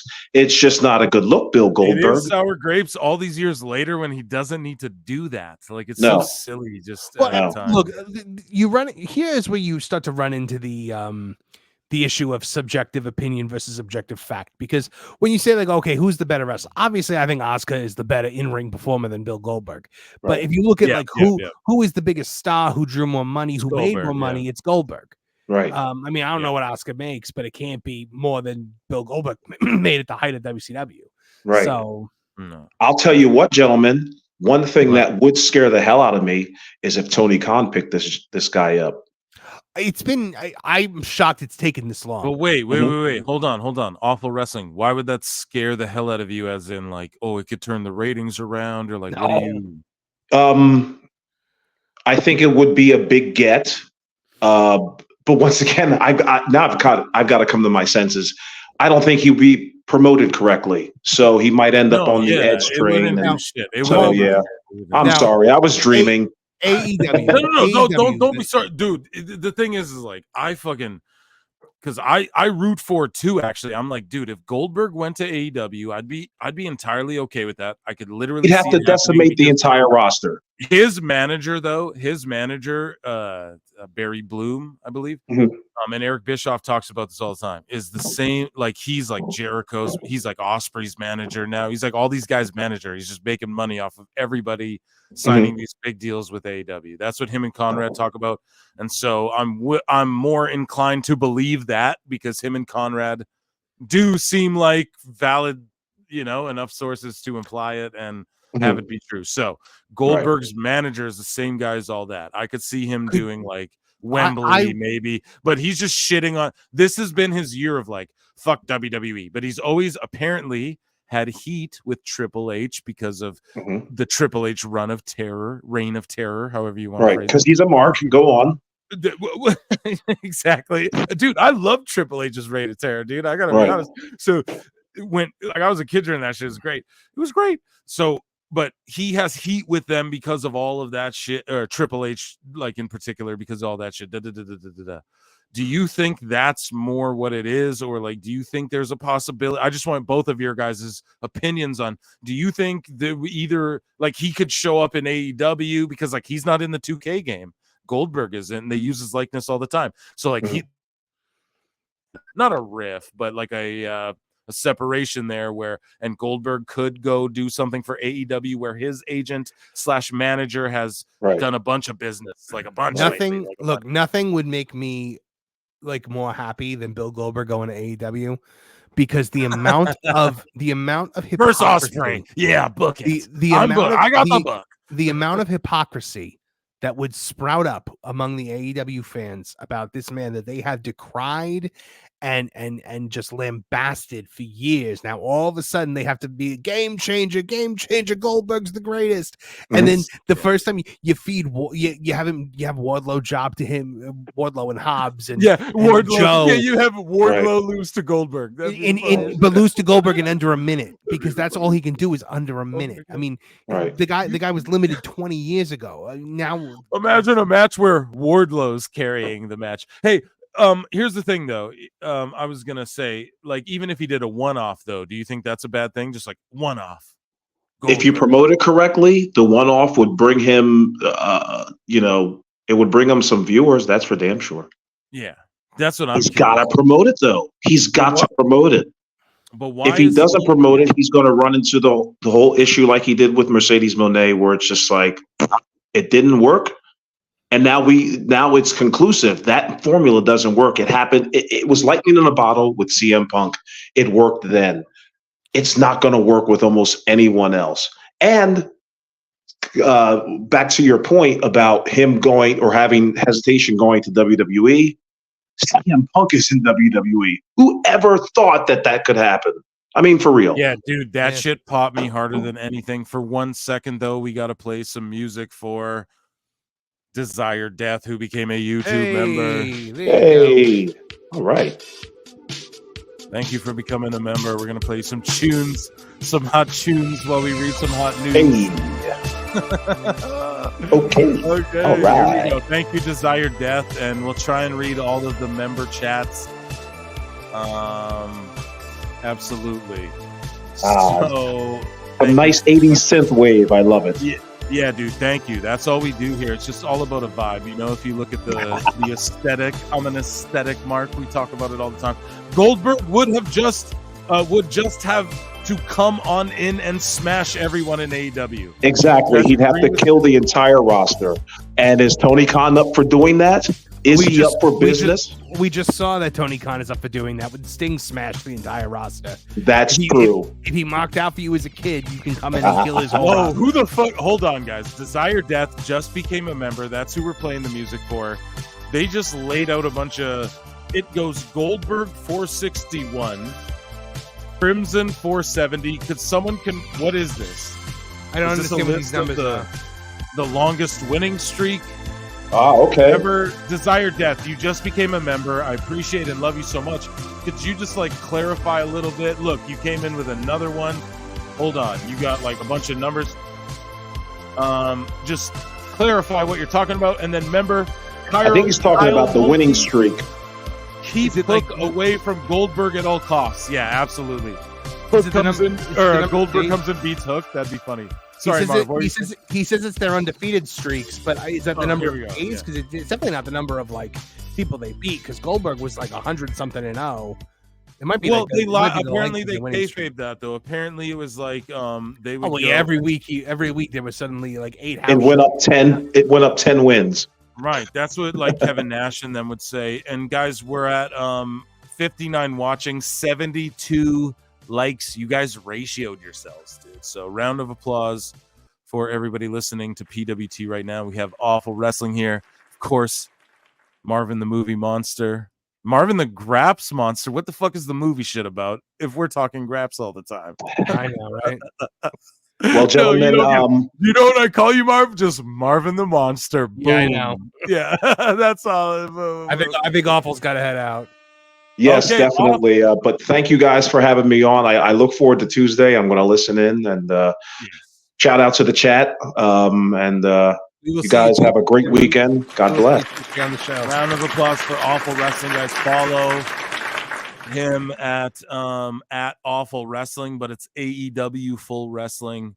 And thank you so much for being here, dude. I really appreciate you so much. I gotta wrap this up soon too, Phil. Absolutely, dude. We will wrap this up. I'm running out of steam. Marv's got he's running out of steam. Okay, here's Goldberg hating on Asuka for, I guess, 20 more seconds. So that's how they do. Did something happen when you got there that you think caused the rub, where they wanted to change the story? Was there one thing, or do you think it was just kind of the fact that I didn't get along with Paul Levesque, which is Vince's son-in-law? There you go. I think had everything to do with it when I got there. That's why I posed the question, because I knew what it was going to, because I watched the clip before, folks. It's called The Sizzle to the Steak. And so, yeah, I was bringing it up before Awful Wrestling dipped out. You know, like, do you think it has to do with more of the Triple H thing? And he brings up Paul Levesque. So don't flatter yourself, douchebag. Yeah. So you, Marv, I don't know, just your underlying thoughts on that. Look, I think that's ridiculous. I think that Asuka's rise was an attempt to create a new star, and it wasn't being like, it would be great if we sink all this time and money into a new star just to stick it to Bill Goldberg. I don't think that's what happened. Like, I hate the term, like, mark for yourself, but it's like people are marking for the goddamn selves. Look, and at the end of the day, it's like, okay, somebody beat my winning streak. It couldn't possibly be because they're good and they were getting a big push. It becomes, they were, it was a conspiracy against me. That's the only reason why. It's an ego thing. Yeah, it makes you inclined to believe, like, Kevin Nash. Desire Death says it is their undefeated streaks, like the days. So Goldberg was undefeated for 461 days, Crimson for 470, Mr. Perfect for 596, Jade Cargill for 816, Asuka for 914, Moolah for 1002, Roman for 1,294, Hulk Hogan for 1,474. And shout out to Desire Death. He became a member just to drop fucking knowledge on us. Andre with 9 or 11 years. That's insane. That is insane. I just rewatched like Hogan Andre. I watched like Hogan's whole catalog like the other week. I just got WWE 2K24. Yeah, I need to play it. I didn't get it yet, and everyone's like, "You gotta fucking play it, man." Yeah, I just started the WrestleMania thing. I did they skip over the first 2 WrestleManias because they're hot garbage. But the WrestleMania doesn't become WrestleMania until WrestleMania 3. Yeah, so I just did the Savage Steamboat, and now I'm about to do the Hogan Andre, and so got to relive that Vibecast. Yeah, Mark A. Hicks too. You remember last week, man? It's a vibe. It's all a vibe. We're just vibing. Doesn't matter how long it is. Doesn't matter how long it isn't. Like the stream if you haven't yet. Yeah, thank you, John JID. You're a loyal, faithful PWT bruv. It was the undefeated days. Check out the four pillars of AEW. Sami G suspended again. MJF injured out indefinitely. Jungle Boy LMAO. Darby injured, but is anyone surprised? I'm more surprised that he doesn't get injured more. Exactly. That's the whole thing. It's like, how the fuck don't you? He injured his foot. People are like, that's a godsend because he won't die on Everest. Yeah, he would have died on Everest. He would have been frozen to the trail out of Everest. I just kept making the joke. It's like, people don't die on Everest, No, but I'm just people die. I know, but I'm just being funny. Like, I'm just trying to be like, nah, man, let him go. But I'm not like, I'm just being funny. We're just being funny. So here's Don Stevens, AEW guys. This guy's told me a lot of information off screen, and he wants to come on the show. He absolutely does, but he's scared that his voice will give him away. And I'm sorry, Don Stevens, if that's divulging too much information, but I told you that that's what's up. So basically, he's like, I will when I'm good and done with biz. So but which he says will be within a year, like under a year. So if we don't get him on the show under a year, he's capping, right? But at the same time, he's showing off contracts.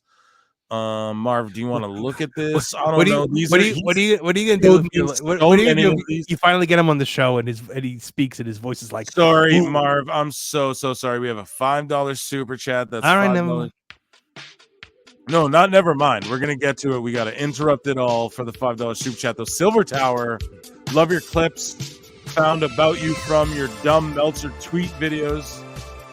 You think Meltzer is on the payroll, or is he just a fanboy of AEW? Well, I don't think he's on the payroll. I think that he's paid in perks. He's paid in access. Right. And Marv is exactly right about that, in my opinion, as well. Silver Tower, thank you for the $5. I think he's fucking really just tight with them, and he, like, when he texts Tony during Dynamite, the little thing underneath says red, or Tony responds and says, okay, bro, or whatever. And so Dave thinks he's really a part of things, and I think he has an influence. He thinks he has an influence over wrestling. And I don't think he's on the payroll. He just feels validated, like Marv points out eloquently, much more eloquently than I. But yeah, you had a nice tweet about that before, but we've covered it on the show. It's basically, it's just he needs to be right about all of this shit. He needs to be right about Will Ospreay, Kenny Omega, or everything he spent the last like fucking decade peddling is gonna be all for naught, as they say. And thank you, man, for loving the clips and everything. Marv, what say you to Silver Tower? Is he just a fan? Yeah, that's fantastic. I think that, like I said, these guys are paid in access. They're not paid in, the more access they have, the more they can report, and that makes them more, right, more profitable. Oh wow! And we have Will Chisholm with a $10 super chat. A $10 super chat.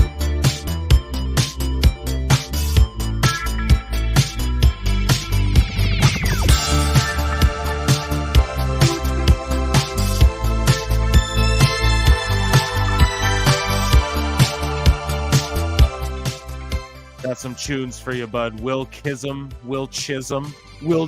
How do you want us to say that, bro?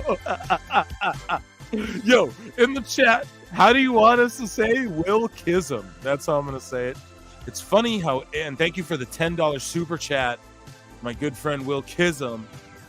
It's funny how AEW is now working with Stardom after Rossi is gone. How much you bet WWE is going to work with Rossi's new company? I assume you mean Rossi's new company, and Julia will be the middle woman. Well, here's the thing, right? So we've talked about it on the show before, Will. Chisholm, thank you for the $10 super chat. I appreciate you so much. So basically, WWE has been kind of working with Stardom as far as, like, Kairi Sane is a connection there.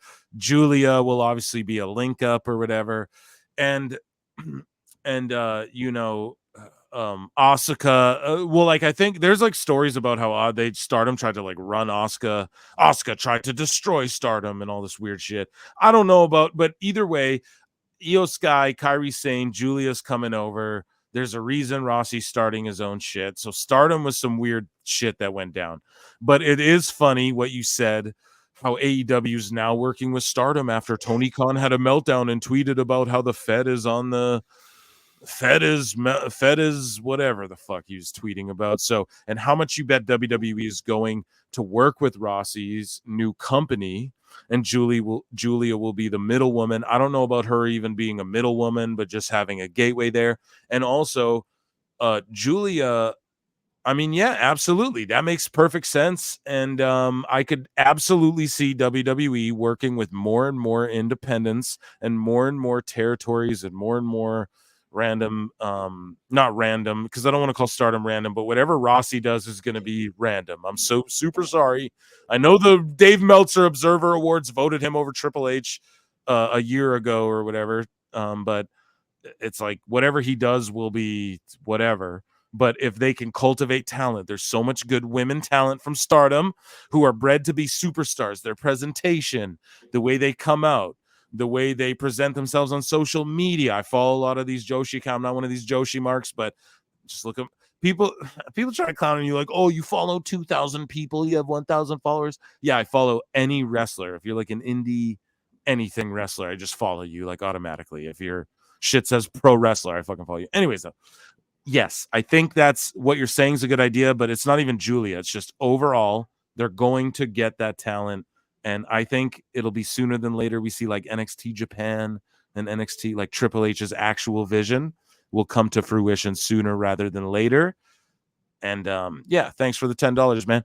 Marv, what say you to any of this? To what Will Chisholm?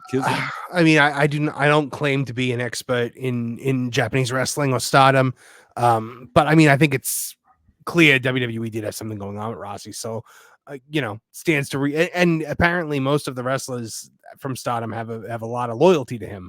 So I think that you're going to start to see people leaving Stardom once their contracts are up, joining this new company, and then probably getting a gateway to the WWE, while Tony's going to have to, scrape the bottom of the barrel with the women's wrestlers the way he has been.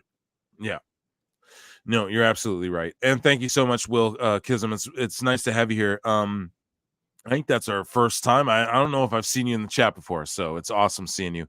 Member chats, if we have any here. I think Kyle Mulkey. Pick the next three AEW wrestlers to leave. Yeah. That's not already rumored. I'm going to say Wardlow, 1,000 times Wardlow, Starks, and Dustin. I think Dustin is one. I think Jeff Hardy is. I think I just said it earlier because I just really don't give a fuck. I got told that Jeff and Matt are both trying to. Jeff's working his way out. That's what I've been heard from like an actual sheet that you would go. Yeah, but when does half the people believe this guy? I don't fully believe it, but half the people, the audience is split with this dirt sheet that I'm telling you. Told me this just flat out. So yeah, I'm just gonna say that and fuck it. We're the news now. I'm the news. What's up? Sorry for obsessing. No, everyone's obsessed with you now. Yeah, everyone's obsessed with me now. So what are you gonna do? I'm over here now. Okay. Shout out Andrew Dice Clay. We have so many people like watching and in the chat and everything. I didn't know. I didn't know it'd be so fun. So here's like Don Stevens, this guy posting a AEW contract, an agreement to appear.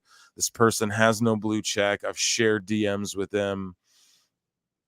I don't feel like they're trolling in any way, but I could be getting worked and whatever. It takes no breath or time off of my life because we just had a little bit of conversation. So this is an AEW contract, and they said there's no way that they could be caught or like picked out of who they are with sharing all this. But what do you just make of all this, Marv? Like, this account's been leaking all this shit. Do you think it's real? He's sitting there calling all their fans marks and saying he makes thousands off of both companies, and I mean, I think it's on the contract. What do you think? I think he seems pretty legit so far. I've had a conversation with him as well. He seems pretty legit to me. Mm-hmm. I see no reason to not believe him. He hasn't like said anything that I could poke a hole in yet. Yeah. So it would be funny. He said his voice is like, recognized. He'll give it away. He's like, I'll do the show. He likes the show. He's probably fucking listening. What if like you like have him on the show and he comes on and it's just like, hey, and then I do like the hey, so I was in the cartel and what I saw was, we give him the dark. Not the joke I was gonna make, but never mind. The moment's passed. Okay, yeah. So cool to see you guys are still streaming. Yeah. What do y'all think about Tony Khan bringing over the CMLL guys to decrease viewership on AEW TV and not use the luchadors they already have? Yeah, I mean, it's okay. He's doing what WCW's doing. He's such a clown. Yeah. I don't know, man. They do this shit. This is, I mean, I've bitched about it on the show already, dude. They need to use like Ray Phoenix and Pentagon and all those guys. Yeah, so I don't know, man. That's pretty much what we got now. TNA Wrestling's trending. I don't know why. I was looking at this before, and they have like night one in a historic building is in the books. What building is TNA in? In a historic building? Yeah, they're like, we're in a historic building, and Matt Cardona has confirmed with Fightful Select. He is working on a per date deal. So he appeared in TNA. Like, I didn't even know what event this was. I like Matt Cardona. Cardona and Steph DeLander made their surprise return to TNA Wrestling during the 322 tapings in Philly. So leading up to WrestleMania. Yeah. So they're taping last night. So Matt Cardona and Steph DeLander, who we love on this show, are I guess TNA confirmed on a per date basis. So they're making plays. I'm excited about that. I might have to check them out. I missed their last like pay-per-view or whatever. It was like Sacrifice or some shit. I watched the one before. Yeah, I watched the one before. Okay. And so Sheamus is trending. We have Collision trending, but I don't think a Collision aired. So we just have a bunch of GCW announcements. Hold on. Okay, if you're doing GCW announcements, I'm gonna bow out. Oh yeah, dude. It's all I got nothing to say about that. Yeah, I'm just saying, okay, so Drainmaker, no episode of Collision tonight. So here's the best single match in Saturday show's history so far. And then he uploaded Kenny Omega versus MJF for the AEW title. Oh, that's ridiculous hilarious match. Oh. Yeah, and Adam Cole's trending. I just wanted to flip through trending. Okay, I can't believe Adam Cole let her do this. Some girl. So this is what I wanted. Okay, here we go. This is the last one here. I knew I had it. All right. Sorry, guys. I was fucking the dog for a second trying to get the next the next thing up here. Here we go. Okay. So this is what I saw like a few hours ago. So yeah, Adam Cole's on the show and like a little girl picks him up. Oh, are you kidding me? Yeah, dude, a girl picks him up. This is the one. I was looking for it way earlier in the show too. And I just fucked up trying to find it. Now it's not going to work or what? Oh, here we go. The hell? Come. No, it's going to work. Hold on a second, guys. Technical issues. Yeah, it's okay. Editing Phil in the building. It'll work in 1 second. Hold on. Boom. It's just because I was replaying it. A little girl picked him up. Like somewhere Bill Watts just fell down and clutched his chest. I know. It's fucking silly. Where is that now? Oh, Jesus Christ. And now I lost it. Live show. Bum, bum, bum, bum. This is what you get in the live show. Here, sorry. I lost it. It's our good friend. There's a gentleman named Greg something or other. Greg something Cowboys fan. He's a good cat. He shares a lot of funny. He's very anti AEW, which, I mean, how can you blame him? Here we go. Here it is. Sorry, guys. I lost it twice now. So now I got it, and we're not gonna. And we're not gonna lose it. And for the record, too, Rose Namajunas for my MMA fight marks who are in the chat and listen all over the globe. Rose Namajunas is about to fight Amanda Ribas in a flyweight belt, #1 contender, more likely type belt, if you guys are into that sort of shit, which I have been watching off screen. So, you sent me the album earlier. I'll check it out, bro. I'll check those albums out. Okay. I'm gonna check them out. All right. Okay, so here is our friend Greg, the not a Cowboys fan, with this clip that I lost like 3 times tonight. Here we go. Yeah, sure. Come here. Okay. Like, sure, we'll fight each other. Whoa! What about this one? Oh, God. Bianca. This is exactly why. So that's when he was in WWE, but I just thought that was funny. NXT Women's Championship. You know what? That's even worse. I can't believe they let him do that in WWE. He was actually built then. He was actually like had muscle mass and yeah, like he's like infinitely smaller now. I hate that. I really don't like that at all. Yeah, shame on WWE for letting him do that. Shame on me for thinking. I thought that clip was. I remembered. Was that Bianca lifting him up? Yeah, it was. So that's actually like that's somewhat.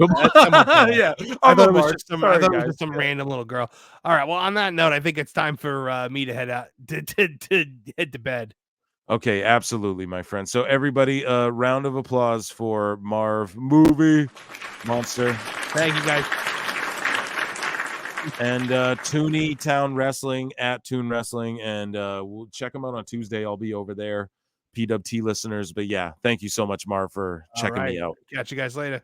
See you, brother. All right, guys. So we are chilling. 48 of us in. the chat still. And yeah, we started earlier tonight, but we've also gone later. And yeah, 74 likes. We ratioed ourselves. The main event of this UFC is about to take place.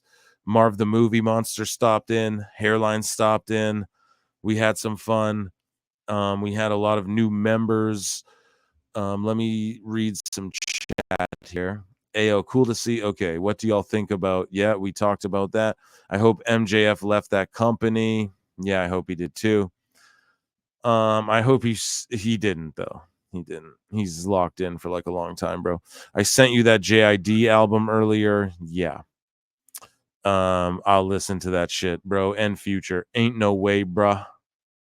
Thanks for stopping in, Marv. Yeah, dude, Marv, thank you so much.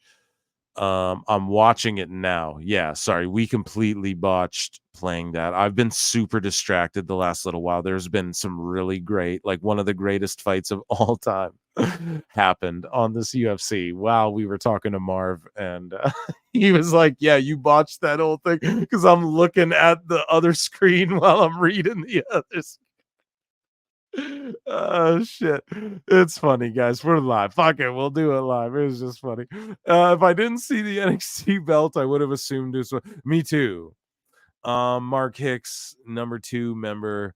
Hey, how far are we away from 300 again? So we have a UFC fan in here. Sorry, not a member. Sorry, but not sorry, but sorry, but sorry.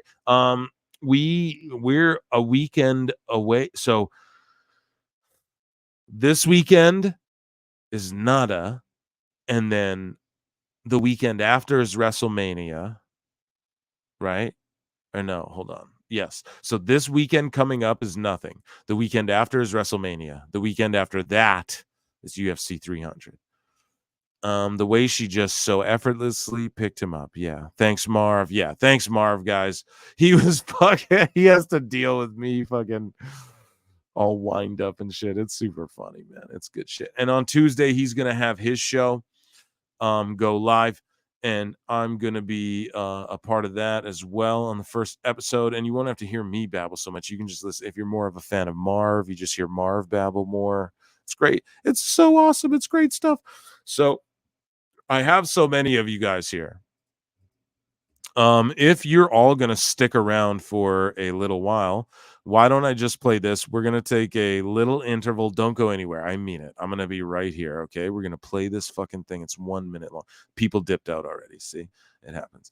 And then we'll EFAP a video that I made recently about Logan Paul being exposed by a gentleman named Red Bar. See, you all dipped out too early because Logan Paul gets exposed, and maybe not everybody saw this video. If you did, okay. But either way, we're going to probably EFAP that.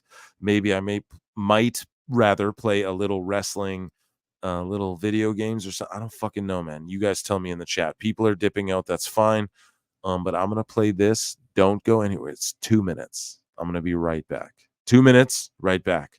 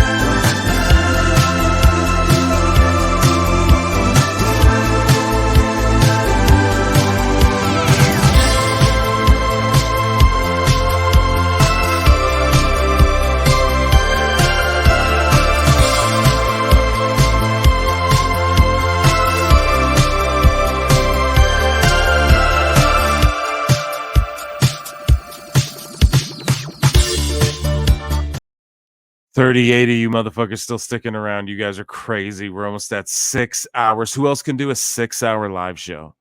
Who else even does that? That's what's so ridiculous. So we're going to keep going.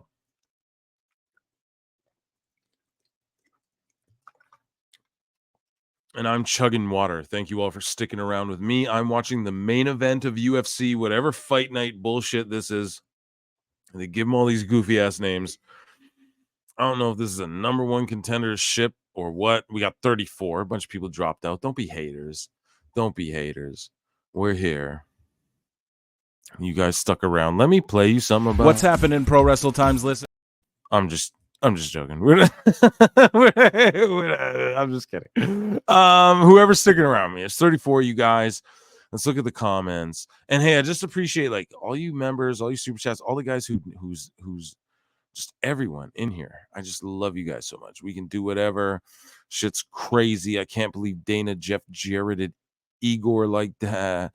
I love Logan Paul's athleticism and the way he gets heat. It's almost like I'm watching old school wrestling, but I always look at him and think you stole millions from your fans through crypto. Yeah, like CoffeeZilla's videos and all that shit. Yeah, I agree, dude. Man, it's crazy you guys are all hanging out with me while I drunkenly babble for 6 fucking hours. I totally hope that I don't even know who the fucking live stream for 6 hours, bro. Only PWT. Yeah. Dummy. Yeah. Yeah. Conan. Hairline. He's like, upload all these. He sent me like 100 fucking sound bites. He's like, upload all of them. I'm like, shit. The soundboard's like, it takes like a minute and a half to scroll through. I don't know what to do. I honestly don't know what to do. We've been streaming for like 6 fucking hours. A bunch of people are trying to dip out, which is fine. But we can basically, I wanted to EFAP this one video of ours, of mine. If you guys aren't into it, sorry, peace out. We're going to do this.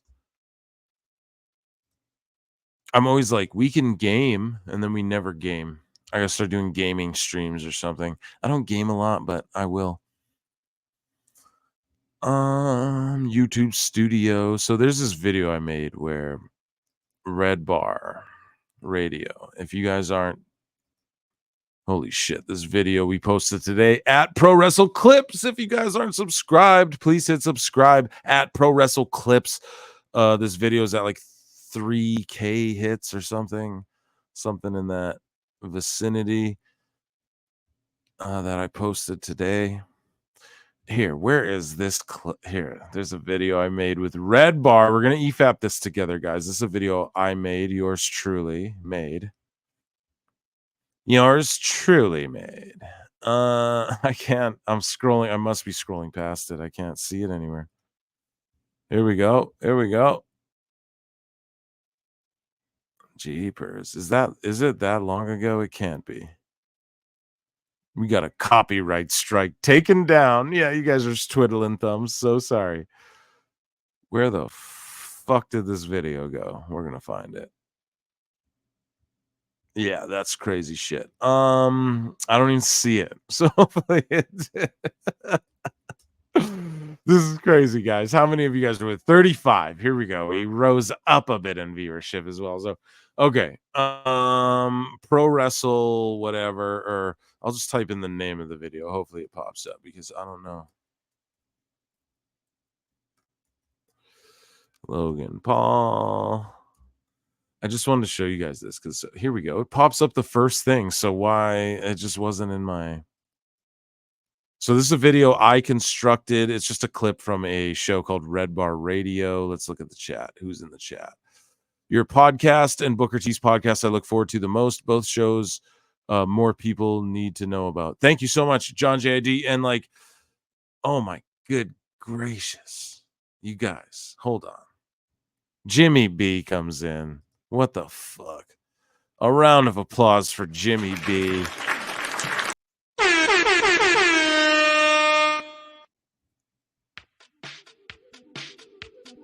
You get the music, bro. No, you guys already listened to that. We'll bump it. Jimmy B with $5 super chat. Thank you so much. You should get Raven saying "what a mark" on the soundboard. Will do. We will do that. Let's go. Thank you, Jimmy B. We will do that. We'll do that. I'll do that. It's no problem.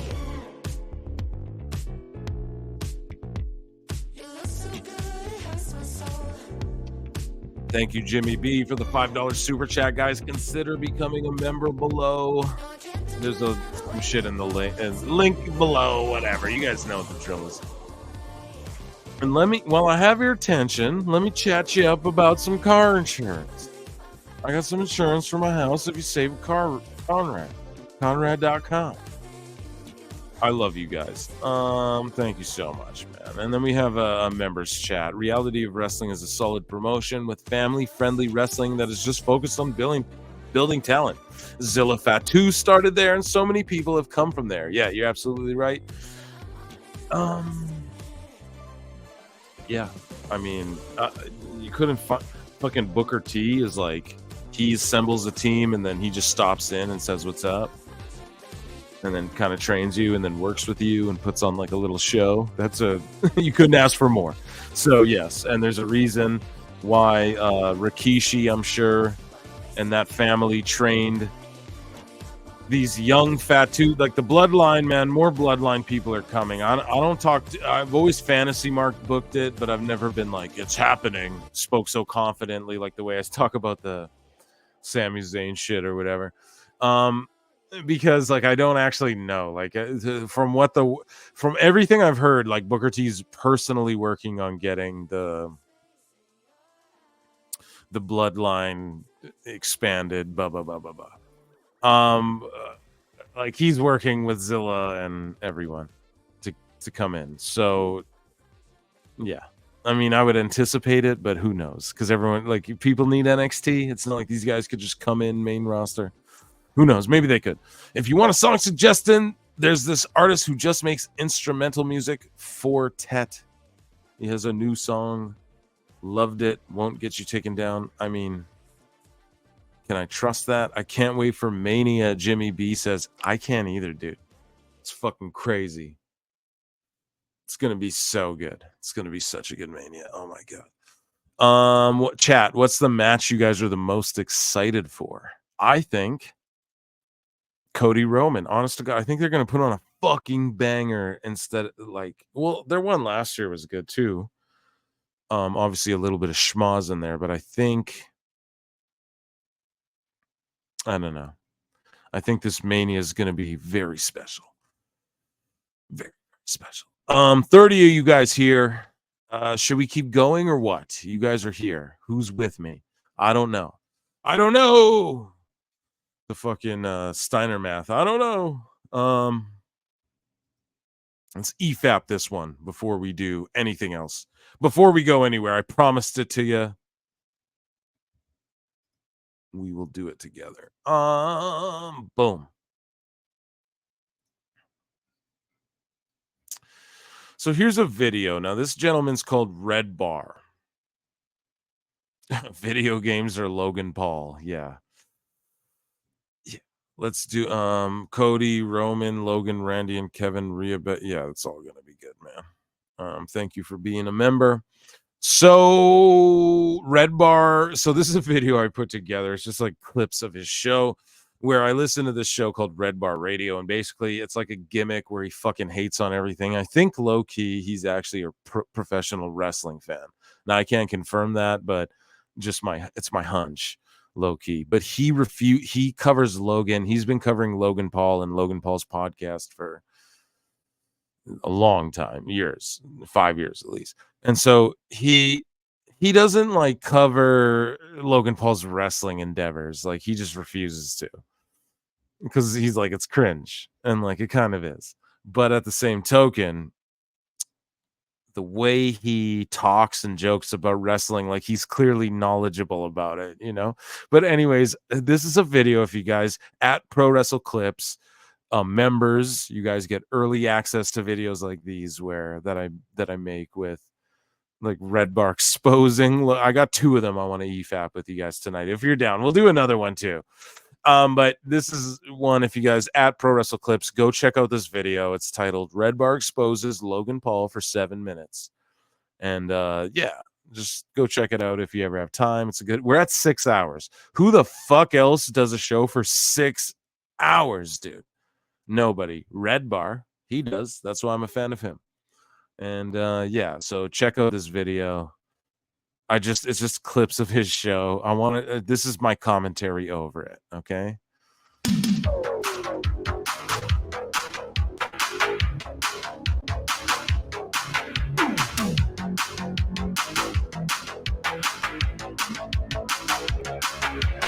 Dwarf Mamba, that's his name, Evan Dwarf Mamba, was really mad at people using the word midget. And he's got a whole clip. Let's go to 2205, right? You could actually go to 26, 27. I don't think you need that beginning part. Okay, here. I'm not crazy about Red Bar, but I do respect how much he shits on everything. Yeah. That's from member Jimmy B. Yeah. That's where I'm at. Here's Evan, listen to this. From Impulsive. Only lived to be 18. He might only live to be 18. Some who their legs are too long for their torso, their arms are too long for their legs. Like he's talking about different sets of freaks. Surgery, like 30, 40 surgeries just before the 18. Like some of them need these type of things. And it's crazy. Yeah. Crazy. Something I learned. Okay, and look at this.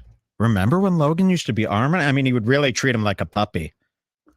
Something he's learned. Okay, let's hear it. As you're Jess just said something nice in the chat. I love Red Bar, but his shows are too long for me to keep up with. I don't know how I've been listening to this stream for hours because it's good shit, pal. Yeah, it's good shit, pal. It's just good shit.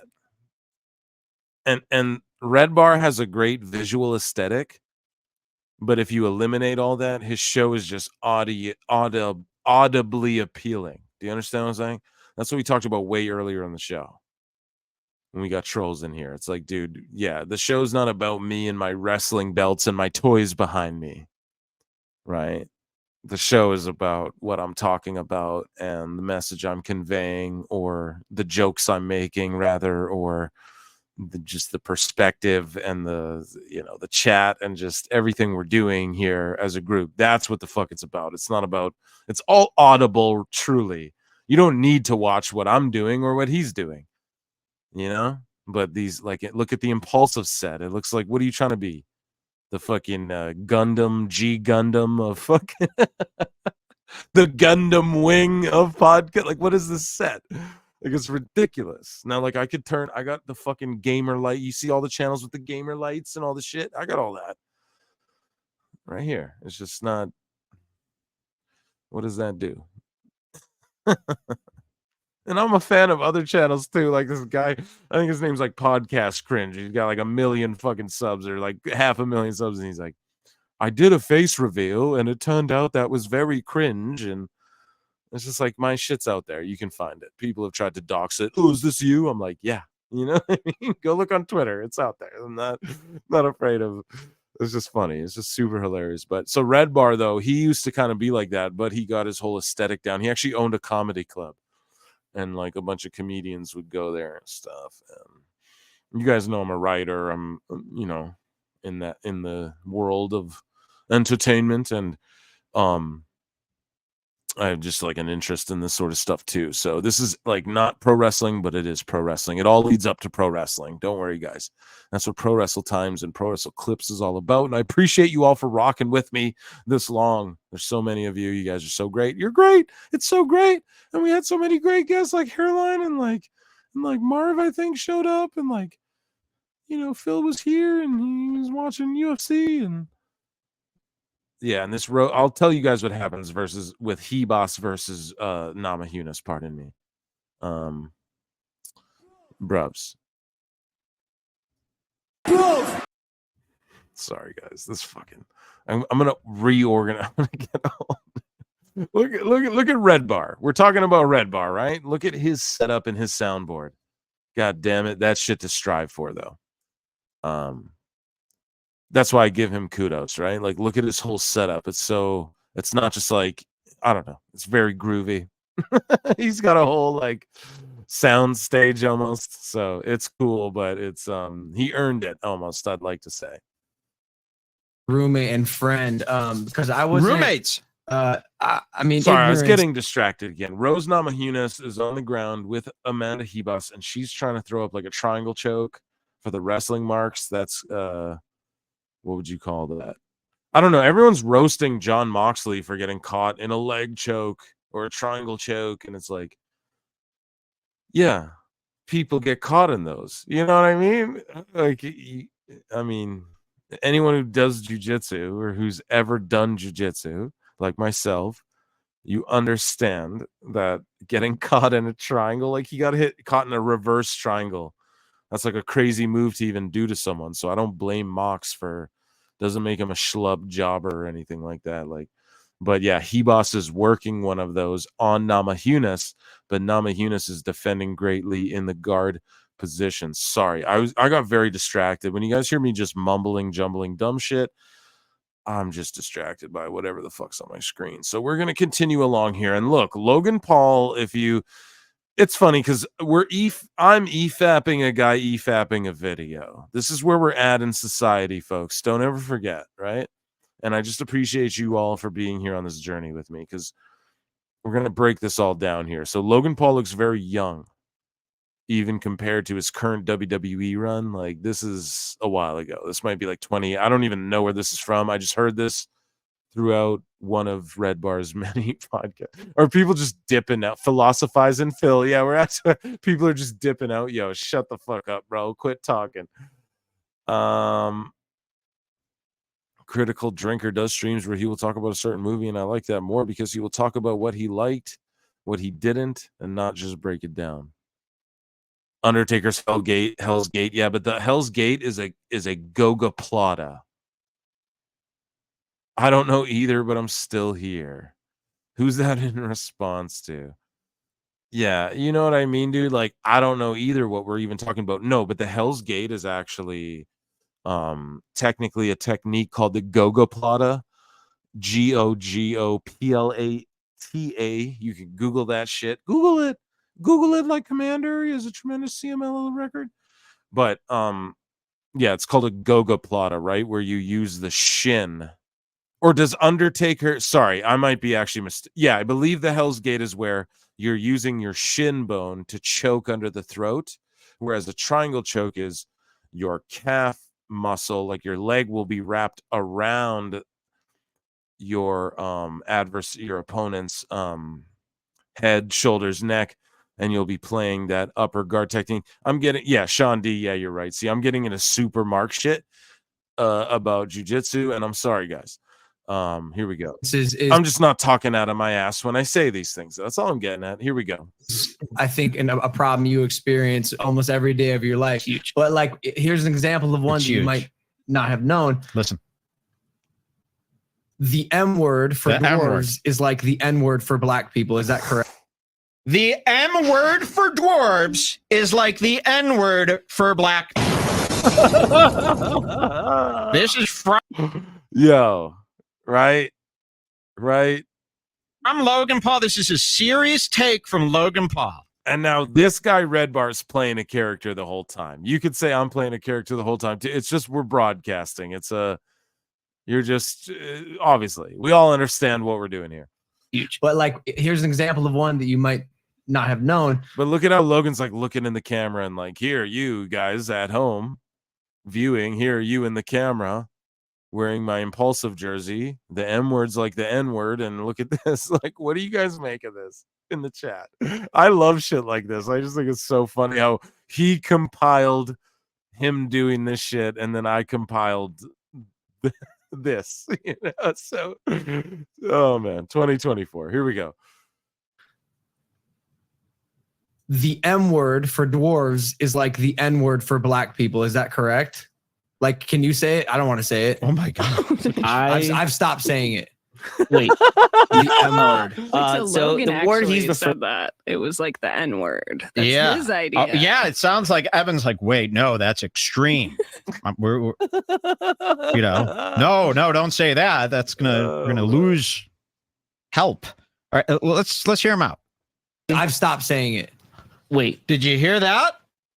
I've stopped saying it. He refers to it as the M word. He stopped saying it. Can you say it? I don't want to say it. I've stopped saying it. Wait. The M word. So the word he's referring to is midget, which is weird that actually back in the 1960s, us dwarfs would prefer that to be called midgets. And then it switched, I want to say the 80s. To where now it's little people with dwarfs. So yes, they prefer to be called midget. Like, you guys know what I mean. I had to clip this when I heard this, and you guys will see how this relates to wrestling in a moment. It's not like we're doing like, oh, gotcha, Logan Paul. That's not what this is. It's just like it's hilarious that this guy did. When I heard this on the show, I couldn't believe it because he doesn't really talk about wrestling, and he makes fun of people who watch wrestling and shit. But his knowledge on pro wrestling's too great from just like an objective, like me looking in standpoint. It's like, no, you understand too much about it to not be. He's like a fan or keeps up on it to some degree. So Red Bar plays this whole character. It's hilarious, but this will all connect to wrestling. If you haven't seen this in a minute, at Pro Wrestle Clips, the channel you're on, go check this out. This is in somewhere down the line, but yeah, this is here we go. Ja. He makes a end joke, whatever. The term midget is a derogatory word against dwarves, which the N word is also a derogatory word against black people. So to an extent, yes, it's the same. I feel you. There's a negative connotation to both words, is what I'm saying. But most people don't know that you shouldn't say the N word. Wait, why shouldn't? Most people don't know that you shouldn't say the N word. In quotes, he puts his fingers up. Okay, so there's an out. So there is an out for him here. Negative connotation to both words is what I'm saying. But most people don't know that you shouldn't say the N word. I mean, people come up to me like, what should I call you? First off, call me by my fucking name.